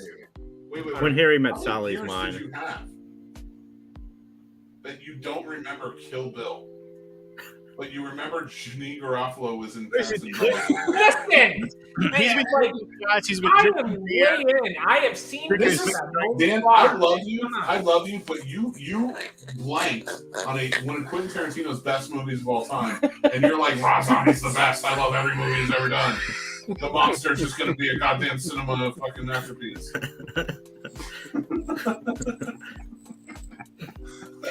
No, I won't allow it. Oh, so yeah, Must Love Dogs is probably one of my tops. Under the Tuscan Sun is a strong second one, but actually, you know what? No, I think my favorite rom-com is Judge Dredd. Not your favorite. Jesus Christ. Judge Dredd, like the original or the remake? What? No, the original with Sylvester Stallone always taking his helmet off. Okay, Well, was he and Hershey, man? They were hooking up, bro. Yeah, I get it. You didn't even say Demolition Man. No, because Demolition Man is not as funny. It's way more serious. Same thing. I mean, I hate you. The fear of the future is terrifying. I didn't even ask you what your favorite was. Dennis Leary is living underground, for Christ's sake. Why is that fun? I don't want that world. He likes fucking goddamn cheeseburgers. Yeah, so do I. Cheeseburgers above ground. Let's do it. Taco Bell above ground. No, Taco Bell, terrifying. You get a chip and like a sauce squeeze. Dale says, Is it on me to? Judge Hershey. 3 of the 4 movies just mentioned, my God. Exactly, Diane Lane all day. If you didn't notice, now you know. On my Mount Rushmore. Diane Lane is on my Mount Rushmore. I'm not gonna lie. She's my Mount Rushmore as well, bro. Her Yeah. and Sandra Bullock right now are tops. Diane Lane is beautiful in everything, but she Man. is the most beautiful. Okay, but the Streets of one Fire. bugging part is in Godfather 1 at the end, the 1st one. Yeah. Like, Michael clearly lies to her and she knows, and she walks out of the room and then That's Diane Keaton. Diane Keaton. That's Diane Keaton, bro. And that's Annie Hall. Yeah. Hey, she wasn't in. right. She wasn't God in a damn Rob Zombie movie, guys. Calm down. Neither of them were in a Rob Zombie movie. Jason with the clincher. Jason with the fucking. That was on right there, man. That was beautiful.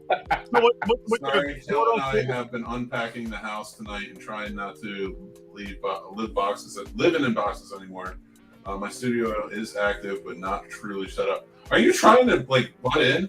No, he should be joining. No, I'm kidding. Yeah, No, he'd be into it, man. I like that's great. Are you in? Oh wait, I didn't give him the link. I'm like, No, what? he's already in it. He says it in it, man. Come on, he's up there, bro. Studio's not there yet. We'll find him soon enough. So I got 18 minutes left, and then I can sleep. Right? I don't want to talk to anybody else. He'll make 400 TikToks tonight. romantic I want comedy. to talk to myself. I got a weird one for you. I'm gonna try to explain it, drunkenly explain it. The Lion King. Favorite romantic comedy. Funny. There's romance. Simba and Nala, they end up getting together at the end. Beautiful story. One of my favorite movies of all time, actually. Favorite romantic comedy. Favorite Disney movie. The Lion King. That is not romantic. Oh no, 100% that's a romantic comedy. Come on. my God. Timon and Pumbaa absolutely push you over the edge. Not to mention, think about the wacky time that Scar kills his dad. Who didn't laugh at that, right? Unless you guys are talking about the gay tension between Timon and Pumbaa, I'm not on board. Listen, that's romance though. Love is love. Love is love.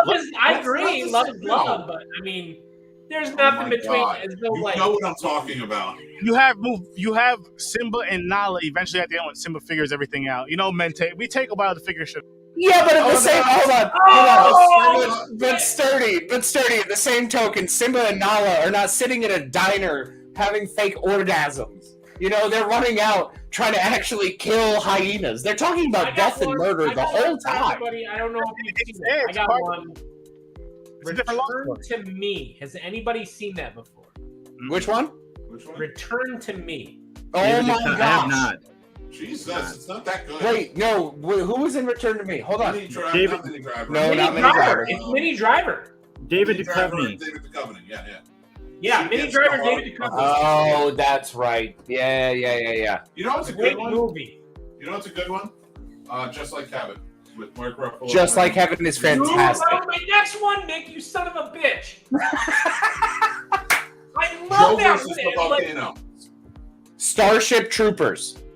It's not a romantic comedy. You can't have. What are you talking about? He totally gets the girl in the end before the end.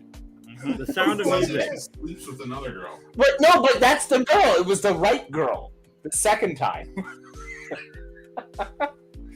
And then Wacky Happenstance comes about, and she's no longer part of the picture. Nightmare on Elm Street 2. Strong. That is not. Oh my god! Strong. I'm out. All right?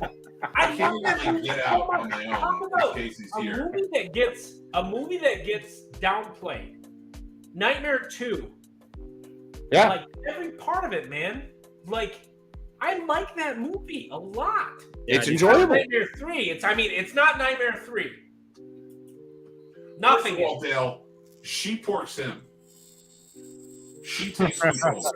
Oh yeah, no. Diz was all about like she's the one who says we've got time, we could do that. Yeah. She convinces him that they can hump, and they do hump. That's what it should. Yeah, because consent is important. Seriously, it's consent very is important. You hear that, Bill Cosby? No, he doesn't. 100%. No. I don't know if he can hear anymore. I think he's watching the show. All that pudding.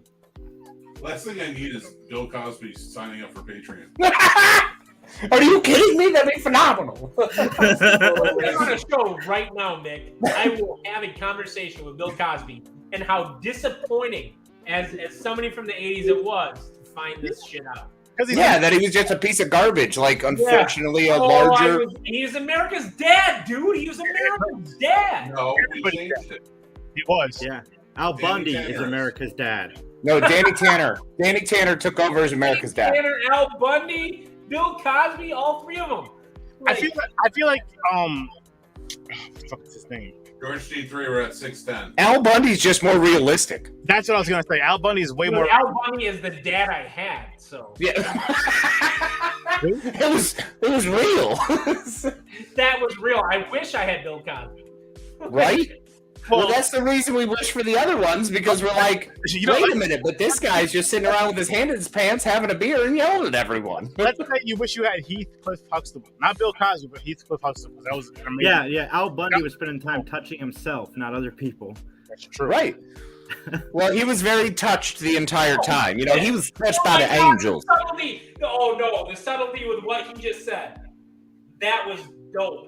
That was brilliant. Touching himself, who are we talking not touching Al other Bundy. people. Al Bundy. Come on. Yeah, even Peg wanted him to touch her, but she would not. Oh, I would touch her. I would touch her for a long time. A whole 3.5 minutes. That's it. Who remembers when they all went to the movies and Kelly found her boyfriend there with another guy, another girl. Another girl. And she goes, "Daddy," and he gets up and beats up the guy. Yeah. Do you remember that scene? Yep. Do we remember who the actor was that played that guy? Was it Paul Rudd? No, it was not. Damn. Matt LeBlanc. No, it wasn't. Take your guesses. God damn it. Did you hear Matt LeBlanc? Because I like I'm ashamed of you. It's not Matt LeBlanc. He played another character. David Boreanaz. Rusty Howard. David Boreanaz? It wasn't Rusty Howard? It was not Rusty Howard. David Boreanaz. Wait, really? Yep. It was fucking Angel? It was my dog? My dude? My jam? I'm with Casey. I really thought it was fucking Paul Rudd. Paul Rudd. I really Yeah. did. was not in the show. I mean, David Boreanaz was amazing. And if we're going to talk about rom-coms and any great love story, obviously you have to bring up Buffy and Angel. They were the right ones. No, it's Spike and fucking Buffy. Oh, come on, Dan, we were so close. It is we almost Spike and had it Buffy. on, you son of a bitch. You bastard. It's I'm like, now with the exception of the sexual assault part, I feel akin to Spike. Well, I mean, that's kind of a big part. Kind of a big part. You know, Bill Cosby's my dad, aside from, Wow. Lack of consent. If he was your dad, you'd have got better. Whoa, wait. Hey, we got a new joiner, Corinne Tucker. Oh, Corinne, what's up, Shabba? Hi, friends. Hey. George 3 says it's been awesome catching up throughout the day with you guys. You made it bearable, and thank you. You're We welcome. love you, George. Always a pleasure, bud. If you got a little bit of a hair, if you race it at a time, why don't you go ahead and donate over at the thing? We're doing a charity event tonight. If you can't, Still got 24 hours, your opportunity to join us and join in helping feed potentially hundreds, maybe tens, maybe thousands, maybe millions. I just got a text from Mick. We're going another 12 hours. Woohoo! All right, let's go. No, we're not. So I'm curious to see, Nick, you recently started talking about the new Halloween movie in the Discord. Yeah. Yep. I did? Yeah. What? Oh. No, I talked to you on the phone about it. Oh, well, what hope exists for this threequel? Like, this trilogy, I'm real curious about. So you're talking about where are we at with Halloween right now, and where are we going to finish up? Okay. I want to like the new one, Right. But I hated the second one. Okay. Well, what did you hate about the second one? Everything. It wasn't made by Rob Zombie. Well, let's pump your brakes there. Nick, you're not Let's wrong. pump your brakes. So the biggest thing, so my wife and I go to see the second one at date night, right? Oh God, I love date night. We go to see the second one. Go there. And we laughed more than we were scared. That's fair. Yep. And especially the line, "Evil dies tonight." Yeah. Yeah. I laughed at that. I thought the second one was perpetually terrible. Well, see, my issue with the second one was I was more excited to see everyone that I'm supposed to cheer for die. Jamie Lee Curtis and her family. So it's the mom, the daughter, and the granddaughter. Yeah. Those are the only ones I care about. That's the only lineage, that little tight story. So when they keep jumping to Anthony Michael Hall, who's trying to tell us that by mob rule, when you're drunk, you should get your friends together and go around and try to find people and kill the wrong person. Wait, we got 5 of us. We could do that. To be fair, Right. that's what we do on social media. I think that's what the point they were going Oh, no, for. and absolutely, Jason. I don't disagree with that. But to make that statement and to decide to make that statement in a John Carpenter world was horseshit. And I think that detracted from the movie and unfortunately put us in a place. But can I counter? Please. All right, think about it this way, though. It's not the same world John Carpenter built because it, just like our world today, is not the same as when John Carpenter made Halloween. And purposefully, that was Nick, something. here we go. Nick, you have my fucking nomination. Halloween ends. You have my nomination for that bit because let me tell you, I think that movie is laughably bad. Yeah. We already did Halloween. We did it. You got to check it, bro. Kills. We did. Yeah. Yeah. That was your brother's pick. Yeah, it was Tim's pick. Tim picked it. God damn it, son of a bitch. Double fucked. But you could do Halloween 2 by Rob Zombie. Actually, I love that movie though. I don't want to nominate that movie. I do. Actually, I don't want to. Jason's a patron, so he can. We're actually all patrons. Yep. I actually have a decent nomination for a movie that I actually enjoyed. I'd like to see you guys break apart. You know what? Blood Lake put you 3 down, Sturdy. You got 3 down. I don't trust anything else you're about to say. This movie's called Good Night, Mommy. I thought it was a really, really good movie. Fun film. I think you guys will really enjoy it, but I'd love to see you guys kind of break it apart. You want us to You enjoy didn't like it, or you want us to tear it apart? Both. I'd tear it apart all day. I hate that movie. All All right, listen. He hates a lot of good movies, guys. That's saying something. He does hate a lot of good movies. I gotta ask you, what's your masterpiece movie? Mine? Yeah. I think Blade Runner and Blade Runner 2049 are the best example of two perfect movies that have ever lived. I've heard. How did you feel about Lawrence of Arabia? It's great. So Lawrence of Arabia, though too long, is phenomenal. Like my favorite thing in the world was when I was in senior in high school. I had a teacher make us write poetry to the soundtrack to that film. I'm dead serious. Like that's amazing. I'm not even like playing a role right now. Like Lawrence of Arabia is a great film, though probably about 30 minutes too long. Like that's a great film. And I understand that, but I take that very much in perspective. I think there was a different style to creating films and cinema, Especially 50, 60, 70 years ago. Mick, am I wrong? Is it one of the last ones that was filmed in CinemaScope where it was like... I don't know if it was one. I think Seven Sisters for Seven Brothers, something like that was one of the last ones. 7 Wives for 7 Brothers. There you go. I have to double check that, but it was. I mean, they didn't go much longer after that, and it was one that utilized it really well. Thoughts on the cinema classic Ghost Dad? Jesus Christ! Nope, you can't bring up Cosby anymore. He's dead. You know what's fascinating? And here he is. It's not. Fascinating is the wrong word, but if you go back and look at the chapter titles from Ghost Dad, they're all problematic. Of course. It was Ghost Dad. Listen, there's an episode in the Cosby Show, the barbecue sauce episode. Yes, he spikes the barbecue sauce and Rudy steals it. That shit is because he takes it from his kids. That shit is wild. Yeah, he was telling us back then. I want to listen. My wife consensually. It'll be fun. It's kind of like Blue Chew. Hey, can I show something off real quick? Sure. Can you? Shit. I don't think there's any way to zoom in on this, is there? If they're assless chaps, it's going to get real weird. We got another donation. There we go. Ooh. Uh-oh. Another 50 bucks. Got some mood lighting. There you go. That's beautiful. I guess we can't zoom in on it, so there's nothing comfortable, but I got a new sign for my bar that I love. Nice, bro. Can you bring it over? 660. Thank you, Michael. We appreciate that. Love 100. Guys, we have 5 minutes left. Who wants to get us to 700? Who's going to do the push? And keep Get in us mind, to 1,000. Yeah, because we are only going about 5 more minutes. I'm tired. I love hanging out with you guys, but I'm tired.